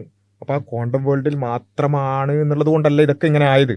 അപ്പൊ പിന്നെ നമ്മൾ ഈ പറഞ്ഞ വലിയ വലിയ കഥകൾ ഉണ്ടാക്കുന്നതിലൊന്നും അർത്ഥമില്ല എന്ന് വളരെ സിമ്പിൾ ആയിട്ട് പറഞ്ഞുകൂടെ എന്നുള്ള ഒരു പ്രശ്നമുണ്ട്. എവിടെയാണ് ലിമിറ്റ്? അതാണ് ഇവരും ചോദിക്കുന്നത്. ഒരു ഒന്നിനും നിങ്ങൾ യൂണിവേഴ്സാലിറ്റി തട്ടിക്കളയണം. കളയുമ്പോൾ കുഴപ്പമുണ്ട്. എവിടെയാണ് ആ യൂണിവേഴ്സൽ അല്ലാണ്ടായി മാറുന്നത്? എവിടെയാണ് ആ അതിരെവിടെയാണ്? നിങ്ങളുടെ ക്വാണ്ടം അതിരുണ്ടല്ലോ, അതിനിപ്പോ സത്യം പറഞ്ഞ തിയറി നടന്നുകൊണ്ടിരിക്കുന്നത്. ഈ റോജർ പെൻറോസ് ഉണ്ടല്ലോ, കഴിഞ്ഞ നമ്മൾ പറയുന്നത്. റോജർ പെൻറോസ് പറയുന്നത് ക്വാണ്ടം മെക്കാനിക്സ് മിസ്റ്റേക്കാണ്, ഈ തിയറിയിൽ എന്തോ കുഴപ്പമുണ്ട്. ഇത് തന്നെയാണ് ഐൻസ്റ്റീനും പറഞ്ഞത്, എന്തോ കുഴപ്പമുണ്ട്. റോജർ പെൻറോസ് വർക്ക് ചെയ്യുന്ന ഐഡിയ എന്ന് പറഞ്ഞാൽ ഗ്രാവിറ്റിയുടെ എഫക്ട് വരുന്ന സമയത്ത് കൊളാപ്സ് ആവും. അയാൾ പറയുന്നത് ഇങ്ങനെ നോക്കുമ്പോൾ കൊളാപ്സ് ആയിട്ട് അത് അപ്ഡേറ്റ് ചെയ്യുന്ന പരിപാടി നടക്കില്ല. നിങ്ങൾ പറയണം ഓക്കെ, ഒരു പർട്ടിക്കുലർ ലെവലിലേക്ക് ഗ്രാവിറ്റി എത്തിക്കഴിഞ്ഞാൽ ഇത് കൊളാപ്സ് ആവും. പിന്നെ അത് ഇതിൽ നിങ്ങൾ അങ്ങനെ ഒരു സാധനം വേണ്ടേ നമുക്കല്ലാതെ അങ്ങനെ ചിലപ്പോൾ അവിടെ നോക്കിയാൽ കിട്ടും എന്നൊക്കെ പറഞ്ഞാൽ അപ്പോഴാണ് ദീപക് ചോപ്രയൊക്കെ പറയുന്നത് അവസ്ഥയുള്ളൂ. നമ്മൾ നോക്കുമ്പോൾ ലോകമുള്ളൂ എന്നൊക്കെ പറഞ്ഞ അവസ്ഥയിലേക്കൊക്കെ പോകുന്നുണ്ട്. ഇവർ പറഞ്ഞു തന്നെ എന്താണ് ക്വാണ്ടം മെക്കാനിക്സിന്റെ ഈ തിയറത്തിന്റെ പേര്, ഞാൻ ഈ പറഞ്ഞ എക്സ്റ്റെൻഡഡ് വിഗ്നസ് തിയറത്തിന്റെ അവരുടെ ഇതിൽ പറയുന്നത് എക്സ്റ്റെൻഡഡ് വിഗ്നസ് ഫ്രണ്ട് തിയറം ഉണ്ടല്ലോ, ഇതിന്റെ തിയറത്തിന്റെ ഫ്രണ്ട് വായിച്ചു നോക്കാൻ നിങ്ങൾക്ക് എന്ത് മനസ്സിലാക്കും? ഇതിന്റെ ഹെഡിങ് എന്താണെന്ന് വെച്ചാൽ quantum theory cannot consistently describe the use of it self. അതായത് ക്വാണ്ടം തിയറിയുടെ ഒരു കുഴപ്പം, ക്വാണ്ടം തിയറി ഉപയോഗിക്കുമ്പോൾ അത് ഇൻകൺസിസ്റ്റന്റ് ആണ്. അതായത് കൺസിസ്റ്റന്റ്ലി അതിന്റെ യൂസ് എന്താണെന്ന് അതിന് എക്സ്പ്ലെയിൻ ചെയ്യാൻ പറ്റുന്നില്ല എന്ന് തെളിയിക്കാനാണ് ഈ സാധനം ഇട്ടത്. വേറെ ഒന്നുമില്ല. ഇതുവരെ പറയുന്നത് തിയററ്റിക്കലി ഇന്ന പോലെ പ്രശ്നമുണ്ടെന്ന്, അല്ലാതെ ഒരാൾ അവിടെ നിന്നിട്ട് അളന്നു, അവിടെ കോയിൻ കണ്ടു, പുറത്തുനിന്ന് ഒരാൾ അത് കണ്ടപ്പോൾ അത് ടെയിലായി മാറി, ഇങ്ങനെയൊന്നുമില്ല. അത് ഇവർ പറയുന്നത് ഹബീബി മാത്തമാറ്റിക്കലി ഇവരെല്ലാവരും ഉപയോഗിച്ച എന്താണ്? ക്വാണ്ടം മെക്കാനിക്സ് അല്ലേ. ഫ്രണ്ട് 1 ഉപയോഗിച്ച ക്വാണ്ടം മെക്കാനിക്സ് അല്ലേ, ഫ്രണ്ട് 2 ഉപയോഗിച്ച ക്വാണ്ടം മെക്കാനിക്സ് ആണ്, ഐസൊലേറ്റഡ് സിസ്റ്റം അല്ലേ. അതെ, തിയററ്റിക്കലി ഇതൊന്നും പോസിബിൾ അല്ല കേട്ടോ. അതുപോലെ ഈ എക്സ്പെരിമെന്റ് എന്ന് പറഞ്ഞാൽ ഈ എക്സ്പെരിമെന്റ് നടക്കുന്നതല്ല. ഇതൊക്കെ ഞാൻ എടുത്ത് പറയുന്നതെന്ന് വെച്ചാൽ മറ്റേ വീഡിയോയിലേക്ക് വരുമ്പോൾ നമുക്ക് ഇത് എൻജോയ് ചെയ്യാൻ വേണ്ടിയിട്ടാണ്. നിങ്ങൾ ഇച്ചിരി നേരം തല പോയിച്ചാൽ നിങ്ങൾക്ക് തന്നെ മനസ്സിലാവും. ഞാനിപ്പോൾ പറഞ്ഞിട്ട് മയ്യ മണ്ടത്തരം എന്ന് പറഞ്ഞാൽ നിങ്ങൾ പിന്നെ ഞാൻ വീണ്ടും പുരോഹിതനായില്ലേ, പിന്നെ ആരെങ്കിലും ചോദിച്ചാൽ എന്നോട് ചോദിക്കാൻ അതിൻ്റെ ആവശ്യമില്ല. ഈ എക്സ്പെരിമെന്റ് പുള്ളി കോട്ട് ചെയ്യുന്ന 2ാമത്തെ എക്സ്പെരിമെന്റ് 2025 ആ എക്സ്പെരിമെന്റിൽ അവർ പറയുന്നത് ദ ഗെഡൻകെൻ എക്സ്പെരിമെന്റ്. അതിന്റെ പ്രൊനൗൺസിയേഷൻ അങ്ങനെയാണെന്ന് പറഞ്ഞുകൂടാ. ഗെഡൻകെൻ എക്സ്പെരിമെന്റ് എന്ന് പറഞ്ഞാൽ ഈ എക്സ്പെരിമെന്റ് ചെയ്യാൻ പറ്റില്ല. ഈ എക്സ്പെരിമെന്റ് പ്രാക്ടിക്കലി ചെയ്യാൻ പറ്റില്ല എന്നുള്ളതിന്റെ അർത്ഥമാണ് ഈ ഗെഡൻകെൻ എക്സ്പെരിമെന്റ് എന്ന് പറഞ്ഞാൽ അതിന്റെ പേര്. പക്ഷെ എന്നിട്ട് ഇവർ പറയണെന്ന് വെച്ചാൽ ഒരു തോട്ട് എക്സ്പെരിമെന്റ് ആയിട്ട്, തോട്ട് എക്സ്പെരിമെന്റ് അല്ല, ഇത് തിയറമാണ്, മാത്തമാറ്റിക്കൽ തിയറമാണ്. ഇത് ഇൻഇക്വാലിറ്റി ഈ വെച്ചിട്ട് ഈ 3ഉം കൂടി പോവില്ല എന്ന് പറഞ്ഞാൽ പോവില്ല. ഇതിൽ ഏതെങ്കിലും ഒന്ന് നിങ്ങൾ തള്ളണം. അപ്പോൾ ഒന്നില്ലെങ്കിൽ നമ്മൾ എന്ത് ചെയ്യണം? അബ്സല്യൂട്ട് ക്വാണ്ടം സിസ്റ്റത്തിൽ നമ്മൾ ഒബ്സർവ് ചെയ്യുമ്പോൾ അബ്സല്യൂട്ടായിട്ട് കാണുന്ന സംഭവം ഇല്ല എന്ന് പറയേണ്ടി വരും. ഇവർ പറയുന്നത് ക്വാണ്ടം മെക്കാനിക്സിന്റെ ഇൻകൺസിസ്റ്റന്റ് ആണ്, ഇതിൽ ഏത് കളയും എന്നുള്ളതാണ് ചോദ്യം. ഇതാണ് ഒരു തിയറം. ഇനി ഇതിന്റെ തന്നെ ഇതേപോലെ തന്നെ വേറൊരു എക്സ്പെരിമെന്റ് ഉണ്ട്, LF തിയറം എന്ന് പറഞ്ഞിട്ട്. അത് നമ്മളിപ്പോൾ പറയുന്നില്ല. ഇതേപോലെ തന്നെയാണ് അതും വരുന്നത്. ഒരു തിയറം ഉണ്ടാക്കുന്നു, നോഗോ ഇത് കൊടുക്കുന്നു, അതിലും ഈ പറഞ്ഞ പോലെ ലൊക്കാലിറ്റി അതുപോലെ അബ്സല്യൂട്ട്നെസ്സും കൂടി എടുത്തിട്ട് ഒന്നിലെ അബ്സല്യൂട്ട് ആയിരിക്കണം, നമ്മൾ നിങ്ങൾ കാണുന്ന സാധനം തന്നെ ഞാനും കാണുന്നു, അല്ലെ അതൊരു അബ്സല്യൂട്ട് സംഭവമാണെന്ന്. ഇപ്പോൾ ഒരു ക്ലാസിക്കൽ സംഭവത്തിൽ ഇപ്പോൾ ഒരു വണ്ടി ഇടിച്ചാൽ നിങ്ങൾ പോയി കണ്ടാൽ ഞാൻ പോയി നോക്കിയാൽ വണ്ടി ഇടിച്ച് കിടപ്പുണ്ടാവും, അങ്ങനെയാണെന്നുള്ള ഒരു നിലക്ക് ആയിരിക്കണം എന്നുള്ള ഒരു തിയറുണ്ട്. അതിലേക്ക് ഞാൻ പോകുന്നില്ല. ഇനി ഇയാൾ പറഞ്ഞ് 2025 എക്സ്പെരിമെന്റ് എന്ന് വെച്ചാൽ ഇതേ എക്സ്പെരിമെന്റ് ഇനി ബുദ്ധിമുട്ടുണ്ട്, ഇനി അധികം ടെൻഷനില്ല. ഇപ്പൊ ചെയ്ത പരിപാടി എന്താണ്, ലാബുകൾ 2 സ്ഥലത്തായിട്ട് നിൽക്കുകയാണ്. ഇതിനെ നമ്മൾ സ്പേസ് ലൈക്ക് എന്ന് പറയുന്നത്, അതായത് സ്പേസ് ലൈക്ക് എക്സ്പെരിമെന്റ് ആണ്. അതായത് ഒരു 2 സ്പേസിൽ നിൽക്കുന്ന സ്ഥലങ്ങളിലാണ് ഈ എക്സ്പെരിമെന്റ് നടക്കുന്നത്. ഇത് തമ്മിൽ സ്പീഡ് ഓഫ് ലൈറ്റിനേക്കാൾ വേഗത്തിൽ ഒരു കമ്മ്യൂണിക്കേഷൻ പാസ്സാവില്ല എന്നുള്ള അസംഷൻ, ലൊക്കാലിറ്റി പ്രിസർവ് ചെയ്തിട്ടുള്ള 2 സ്പേസിൽ നടക്കുന്ന, ഐ മീൻ 2 ലൊക്കേഷനിൽ നടക്കുന്ന ഒരു എക്സ്പെരിമെന്റ് എന്നുള്ള നിലക്കാണ് ഇത് കണക്കൂട്ടിയേക്കണം. ഈ 2025 എക്സ്പെരിമെന്റ് എന്ന് പറഞ്ഞാൽ ഈ പറഞ്ഞ എക്സ്പെരിമെന്റുകളെ തന്നെ എക്സ്റ്റെൻഡഡ് ബിഗിനേഴ്സ് ഫ്രണ്ട് തിയറം പോലത്തെ തിയറങ്ങൾ അല്ലെങ്കിൽ LF പോലത്തെ തിയറങ്ങൾ എടുത്തിട്ട് ടൈം ലൈക്ക് ഒരു കാൽക്കുലേഷനിലേക്ക് മാറ്റുകയാണ്. അതായത് നിങ്ങൾ ഓൾറെഡി പറഞ്ഞ ഇതിലെന്തോ പ്രശ്നമുണ്ടെന്ന് നിങ്ങൾ തിയറം വെച്ച് കഴിഞ്ഞു, ഞാൻ ആ തിയറത്തിന് തന്നെ ഒന്നും കൂടി അഡ്ജസ്റ്റ് ചെയ്തിട്ട് ഇങ്ങനെ നോക്കിയാലോ അത് ശരിയല്ല കേട്ടോ എന്ന് പറയുന്നതാണ് ബേസിക്കലി ടൈം ലൈക്ക് എന്ന് പറഞ്ഞാൽ ഉദ്ദേശിക്കുന്നത്. പല സമയത്താണ് എക്സ്പെരിമെന്റ് നടക്കുന്നത്. അപ്പൊ അങ്ങനെ നോക്കി എങ്ങനെ ഉണ്ടാവും ചിന്തിച്ചു നോക്കണം അവർ. പല സമയത്ത്, അതായത് ആദ്യം ഒരാളൊരു ക്വാണ്ടം കോയിൻ ടോസ് ചെയ്യുന്നു, അതിന് ഹെഡ്സ് കിട്ടുന്നു, എന്നിട്ട് പിന്നെ കുറച്ചു നേരം കഴിഞ്ഞിട്ടാണ് ഇയാൾ അളക്കുന്നത്. അപ്പൊ സ്പേസിന്റെ കുഴപ്പമൊന്നുമില്ല, പക്ഷെ ടൈം ലൈക്ക്, അതായത് ടൈം വ്യത്യാസമുണ്ട്.